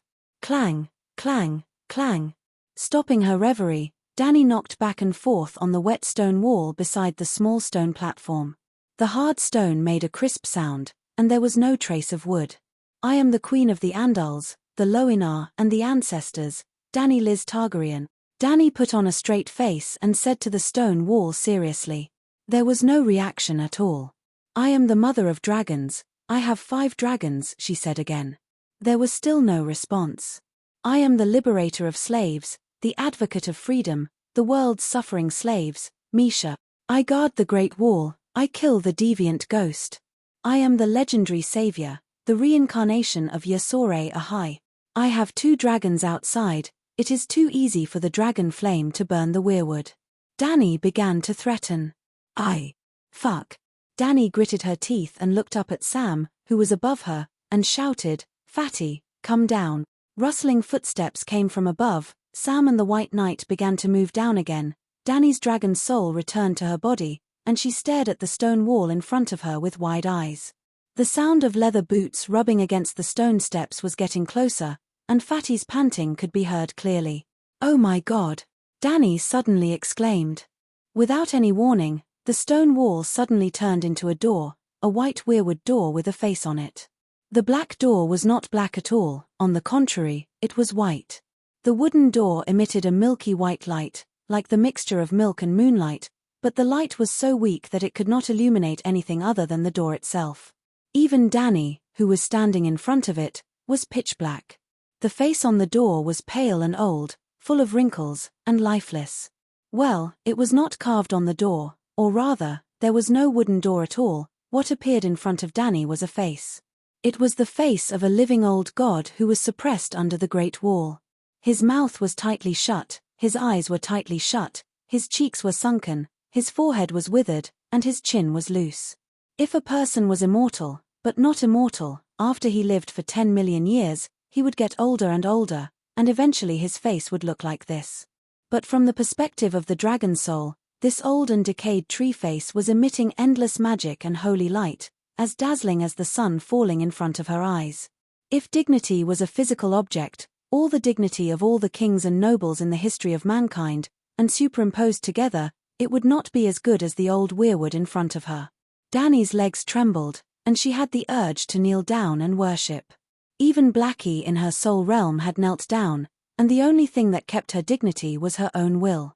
Seeing the Dragon Queen's pale face, sweating, and trembling body, Sam was puzzled and asked, "Your Majesty, what's wrong?"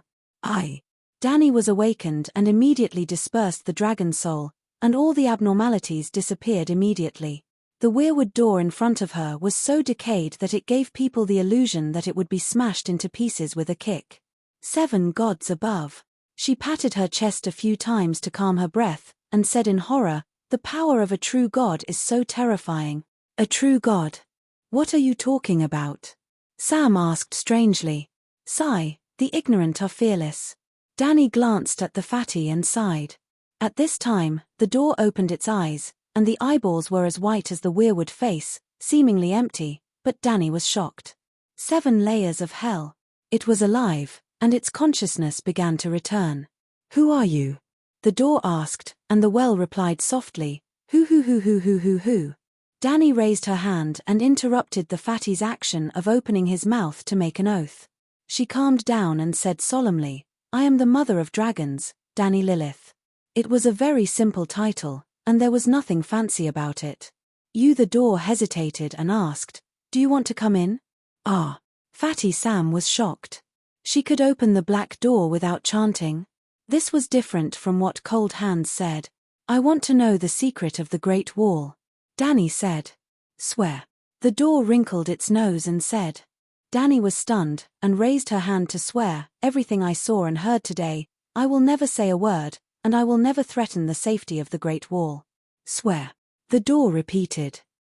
What oath?" Dani was confused. "Your Majesty, maybe it's the oath of the Night Watchers." Sam hesitated. "What? You want me to be a Night Watcher?" Dani widened her eyes and said in disbelief. Like the scholar, the Night Watchers did not recruit women, not to mention that she was a serving queen. "It's not the same. Maybe it's just a part of the oath of the Night Watchers." Beristan reminded her from above. "You don't have to devote the rest of your life to the Night Watchers, and you don't have to die." Dani recalled Sam's incantation from before. Sure enough, he removed the beginning and the end, leaving only the essence in the middle. She cleared her throat and said solemnly, "I'm the sword in the darkness, the guard on the Great Wall, the flame that resists the cold, the light of dawn, the horn that awakens the sleeper, the shield that protects the kingdom." No, the door seemed to be a little annoyed. "That's not okay." Dani was also angry. "Must I wear black clothes?" "The ancient oath." The door reminded her.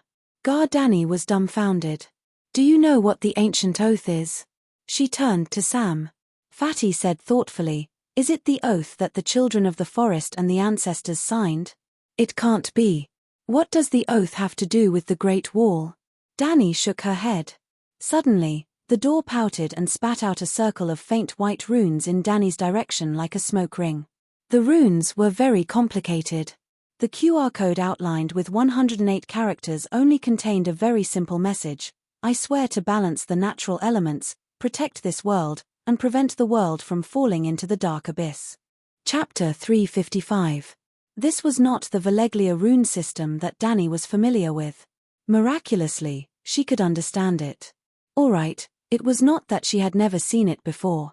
The runes that the door transmitted to her were the rune language of the ancient language, the magic runes used by the children of the forest.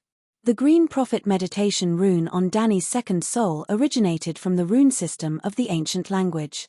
Just like how Blackie had a 9-colored whirlpool in its consciousness but did not understand the runes of the Great Wizard of Valeglia, Dani had copied the incomplete meditation technique of the Three-Eyed Crow, but she could not disassemble it nor learn it. Now, she only needed to scan the QR code that the door spat out, and she understood the 108 basic runes of the Green Prophet and the way to express the information, grammar. Just like the Great Wizard and the Red God Priest meditation technique, the Green Prophet meditation technique also had 108 basic runes. After knowing the ancient oath, Dani began to ponder about the meaning of the oath. She understood a principle very well: agreements could not be signed casually, and oaths could not be made casually. Especially when facing an old god, she could not even lie. balance the natural elements, protect this world, and prevent it from falling into the dark abyss. The task is too heavy, I can't do it, she thought for a while and said honestly to the door. Ah, Your Majesty, what are you talking about? Fatty was confused. The ancient oath requires me to protect the world. Protecting the world, it sounds scary, how can I do it? Even if I can, how tiring would it be? She sighed and explained. How do you know about the oath? I have never heard of an oath with such content. Sam was confused. Danny's heart skipped a beat. She pointed at the rune floating between her eyebrows that was emitting a faint white light and asked, Do you see it? What is it? It's dark here, other than the black door, I can't see anything else, Sam said. It is Danny blinked again, but found that the rune floating in front of her had disappeared. The god of the door slowly closed its eyes and said, Go. Danny turned around dejectedly and pushed Fatty, who was at the edge of the stone steps. She said in annoyance, Go back. The door is open. You're not going in. Fatty was confused. The oath is a little. What did you say? Danny turned around abruptly and saw the door's mouth open silently. It opened wider and wider, and the lips pulled upwards like a curtain, gradually covering the nostrils, the bridge of the nose, the eyes, the forehead. In the end, there was nothing left but a large mouth surrounded by folds. The 7 gods above. Oh no, the gods above. Danny looked at the big black mouth and said in surprise, Is this considered opening the door? Could it be that he's inviting me into his trap and wants to eat me? Because I refused to make an oath with him. I don't know what the ancient oath of allegiance is, but we've crossed the Great Wall like this 3 times before, Sam said. Danny was still worried. She stepped aside and waved to Sam. You go in first. If the door god chewed Fatty into a bloody pulp, she would run away. Fat Sam did not hesitate. He stepped forward and half of his body disappeared into the dark mouth. Even though they were less than half a meter apart, Danny still could not see his torso and head. The leg on the stone steps also entered the mouth. Sam completely disappeared in front of Danny's eyes. How magical. She subconsciously put her hand into the mouth. It was cold, and a breeze surrounded her. It doesn't seem dangerous. Not only did the dragon soul not sense any danger, but it also seemed to be eager to try. She decided to trust Blackie's instinct. She stepped into the mouth, and it was as if she was stepping on a cloud. It was soft and light. Taking another step, Danny was completely immersed in darkness. Dizziness and darkness assaulted her. She was like a feather caught in a gust of wind. She moved with the wind and had no place to stand. She was also like a lonely boat that fell into a sea of black bubbles. She wandered alone in the mist. It was difficult to distinguish between illusion and reality. Her perception and thoughts were almost stagnant. Danny wanted to shake her head a few times to get rid of this sense of emptiness, but she could not even move. Her thoughts seemed to have been separated from her body and fell into chaos. Dragon soul into body. At the last moment when she could still control her thoughts, the souls of Blackie, who was lying at the kitchen door, and Little White, who was guarding the Great Wall, entered her sea of consciousness at the same time. Danny's consciousness returned. She opened her eyes in a daze. She was surrounded by a dark space of nothingness. Countless wind tracks carved light green ribbons in the void. Her body was also wrapped in light green wind traces. This is a world of wind, Danny thought. Following that, she discovered her current situation. There was a world of white light below her, and her body spiraled in the green wind as she descended towards it. Below her, Fat Sam's empty eyes were wide open. He spun like a corpse into the white light and disappeared. Oh my God, is this space transmission? This is a rare opportunity. I can't leave like Fat Sam without knowing anything. Having made up her mind, Danny began to struggle. She was like a sock that fell into a washing machine. When the switch was pressed and the drum started to spin, the sock could not struggle no matter how much it wanted to. Danny was like a turtle that turned over with its shell facing down. Her limbs were flailing wildly, but it was of no help to her current situation. She was getting closer and closer to the white light. She was about to pass through the city wall and land on a mountain covered with snow and rocks. Buzz in the next moment, The two meditation fundamental method in her sea of consciousness were activated abruptly. Danny did not know why she did that. She was thinking, I have to stay here no matter what. Since my physical strength is useless, I can only use my wizard power. Who would have thought that after the wizard power exploded, the 9-colored vortex and the ring with the second soul directly rushed out of Danny's head and formed a flower with fiery red stamen inside and icy blue petals outside. Danny's head was blooming. In this strange space, the physical body was extremely illusory. Just like how Danny's soul and meditation foundation could freely enter and exit Blackie's spirit ocean, the 9-colored vortex and the ring with the second soul also entered the ancient god's consciousness space without any hindrance. That's right, this wind void was the door god's consciousness space. His state was a little special. The illusory soul space had strangely turned into a half-divine domain, God's kingdom, and could accept the physical body and mental thoughts of the people it recognized, the Night Watcher and his companions. In this space, the boundary between the physical body and the soul was broken. Song of Ice and Fire.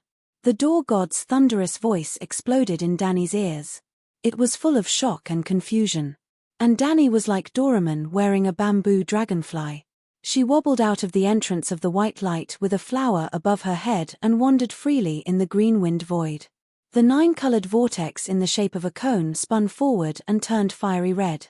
The white ring around it spun in the opposite direction and turned icy blue. The two different directions of rotation of the meditation foundation formed a repulsive force that separated the small green wind ribbons around Danny. It was as if she had broken free from the shackles of the wind and could fly freely in this space. Danny was drifting quickly in the direction of the door god's voice. God, what did you say? Song of Ice and Fire, what does it mean? She asked as she flew. The door god slowly said, at the beginning of the world, the creator played a big movement, and the world was born in the music. At the same time, a group of creatures was born. Some of them got some of the notes in the movement, and they are called gods by you. Gods are the singers of the new world. We sing about the earth and the sky, and we sing about the mountains and rivers. The world thrived in our songs, and it developed vigorously until it became colorful today. Ice represents death, and fire represents life. The power that controls the cycle of life and death is called the Song of Ice and Fire by the gods. A song represents a law that supports the world. Is that what it means? Danny asked thoughtfully. You are very smart, the door god said. Danny looked around at the green wind ribbons that were getting denser and denser. There was even a huge green wind ball in the distance. She had an idea and asked, God, which song are you singing? Song of Wind. The door god didn't answer but asked, since there is no oath, why are you looking for me? I have seen many demigods, but this is the first time I have seen a real god. I am too curious, Danny said honestly. The door god was silent, as if he didn't want to talk to her. Danny found that the closer she got to the wind ball, the slower she was. Gradually, the green wind ribbons approached her again, entangling her hands, binding her feet, and pulling her away from the wind ball. When the balance was formed, she was stuck in a certain position and couldn't move forward. That's it. Go back. The door god sighed. No. Danny gritted her teeth and shouted, I didn't come here alone. Blackie, little white, come out. Hiss hiss, the two dragon souls also came out of her sea of consciousness. They didn't expand to the size of their bodies. They were like two little fairies, flying around her body. The green wind ribbons around her were torn apart one by one. She quickly flew toward the wind ball again. This. The door god was shocked again. He said in disbelief, You are not a shapeshifter. No, shapeshifters can only take over animal companions. They can't let the animal souls enter the space of consciousness. How did you do it? You have been suppressed here for too long. In the past 10,000 years, there have been many new songs in the world. Danny smiled proudly. Pop. Danny felt like she was falling into water. There was only a slight resistance. She passed through the wind ball and entered a world full of holy green light. It was a vast and boundless space. Under the holy milky white background, there were spots of green starlight. When she touched the stars, she felt the wind, as tender as willow leaves in spring. Wandering in it, she felt as if her soul and body were being cleansed. Suddenly, there was a ripple in the calm space of the green spot. Wherever the ripple passed, a holy and majestic aura followed. In an instant, Dani's heart contracted. Her eyes widened. Her eyes shone with respect and desire. "What's wrong with me?" The ripple came and went quickly. In an instant, she came back to her senses. She was puzzled. Hiss hiss Blackie and Little White screamed in horror. They quickly disappeared between her eyebrows and hid in her soul space. They didn't dare to come out again. It's not an illusion. That ripple. Dani looked around. She was surprised and found an unusual light spot among the countless green stars. It was also green, but it was bigger. It was more. With just a glance, the desire and respect from before surged in her heart again. She couldn't help but float over. She stopped in front of the green crystal ball that was the size of a walnut. Buzz once again, the cyan crystal emitted a wave of fluctuation, creating a slight ripple in the starry space.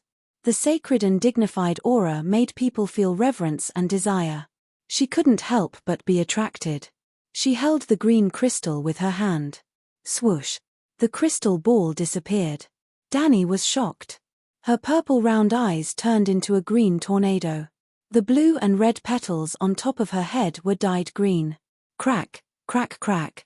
On a hill outside the Great Wall, Fatty Sam looked at the 100-meter-long crack on the ice crystal wall. He shouted in horror, the Great Wall collapsed.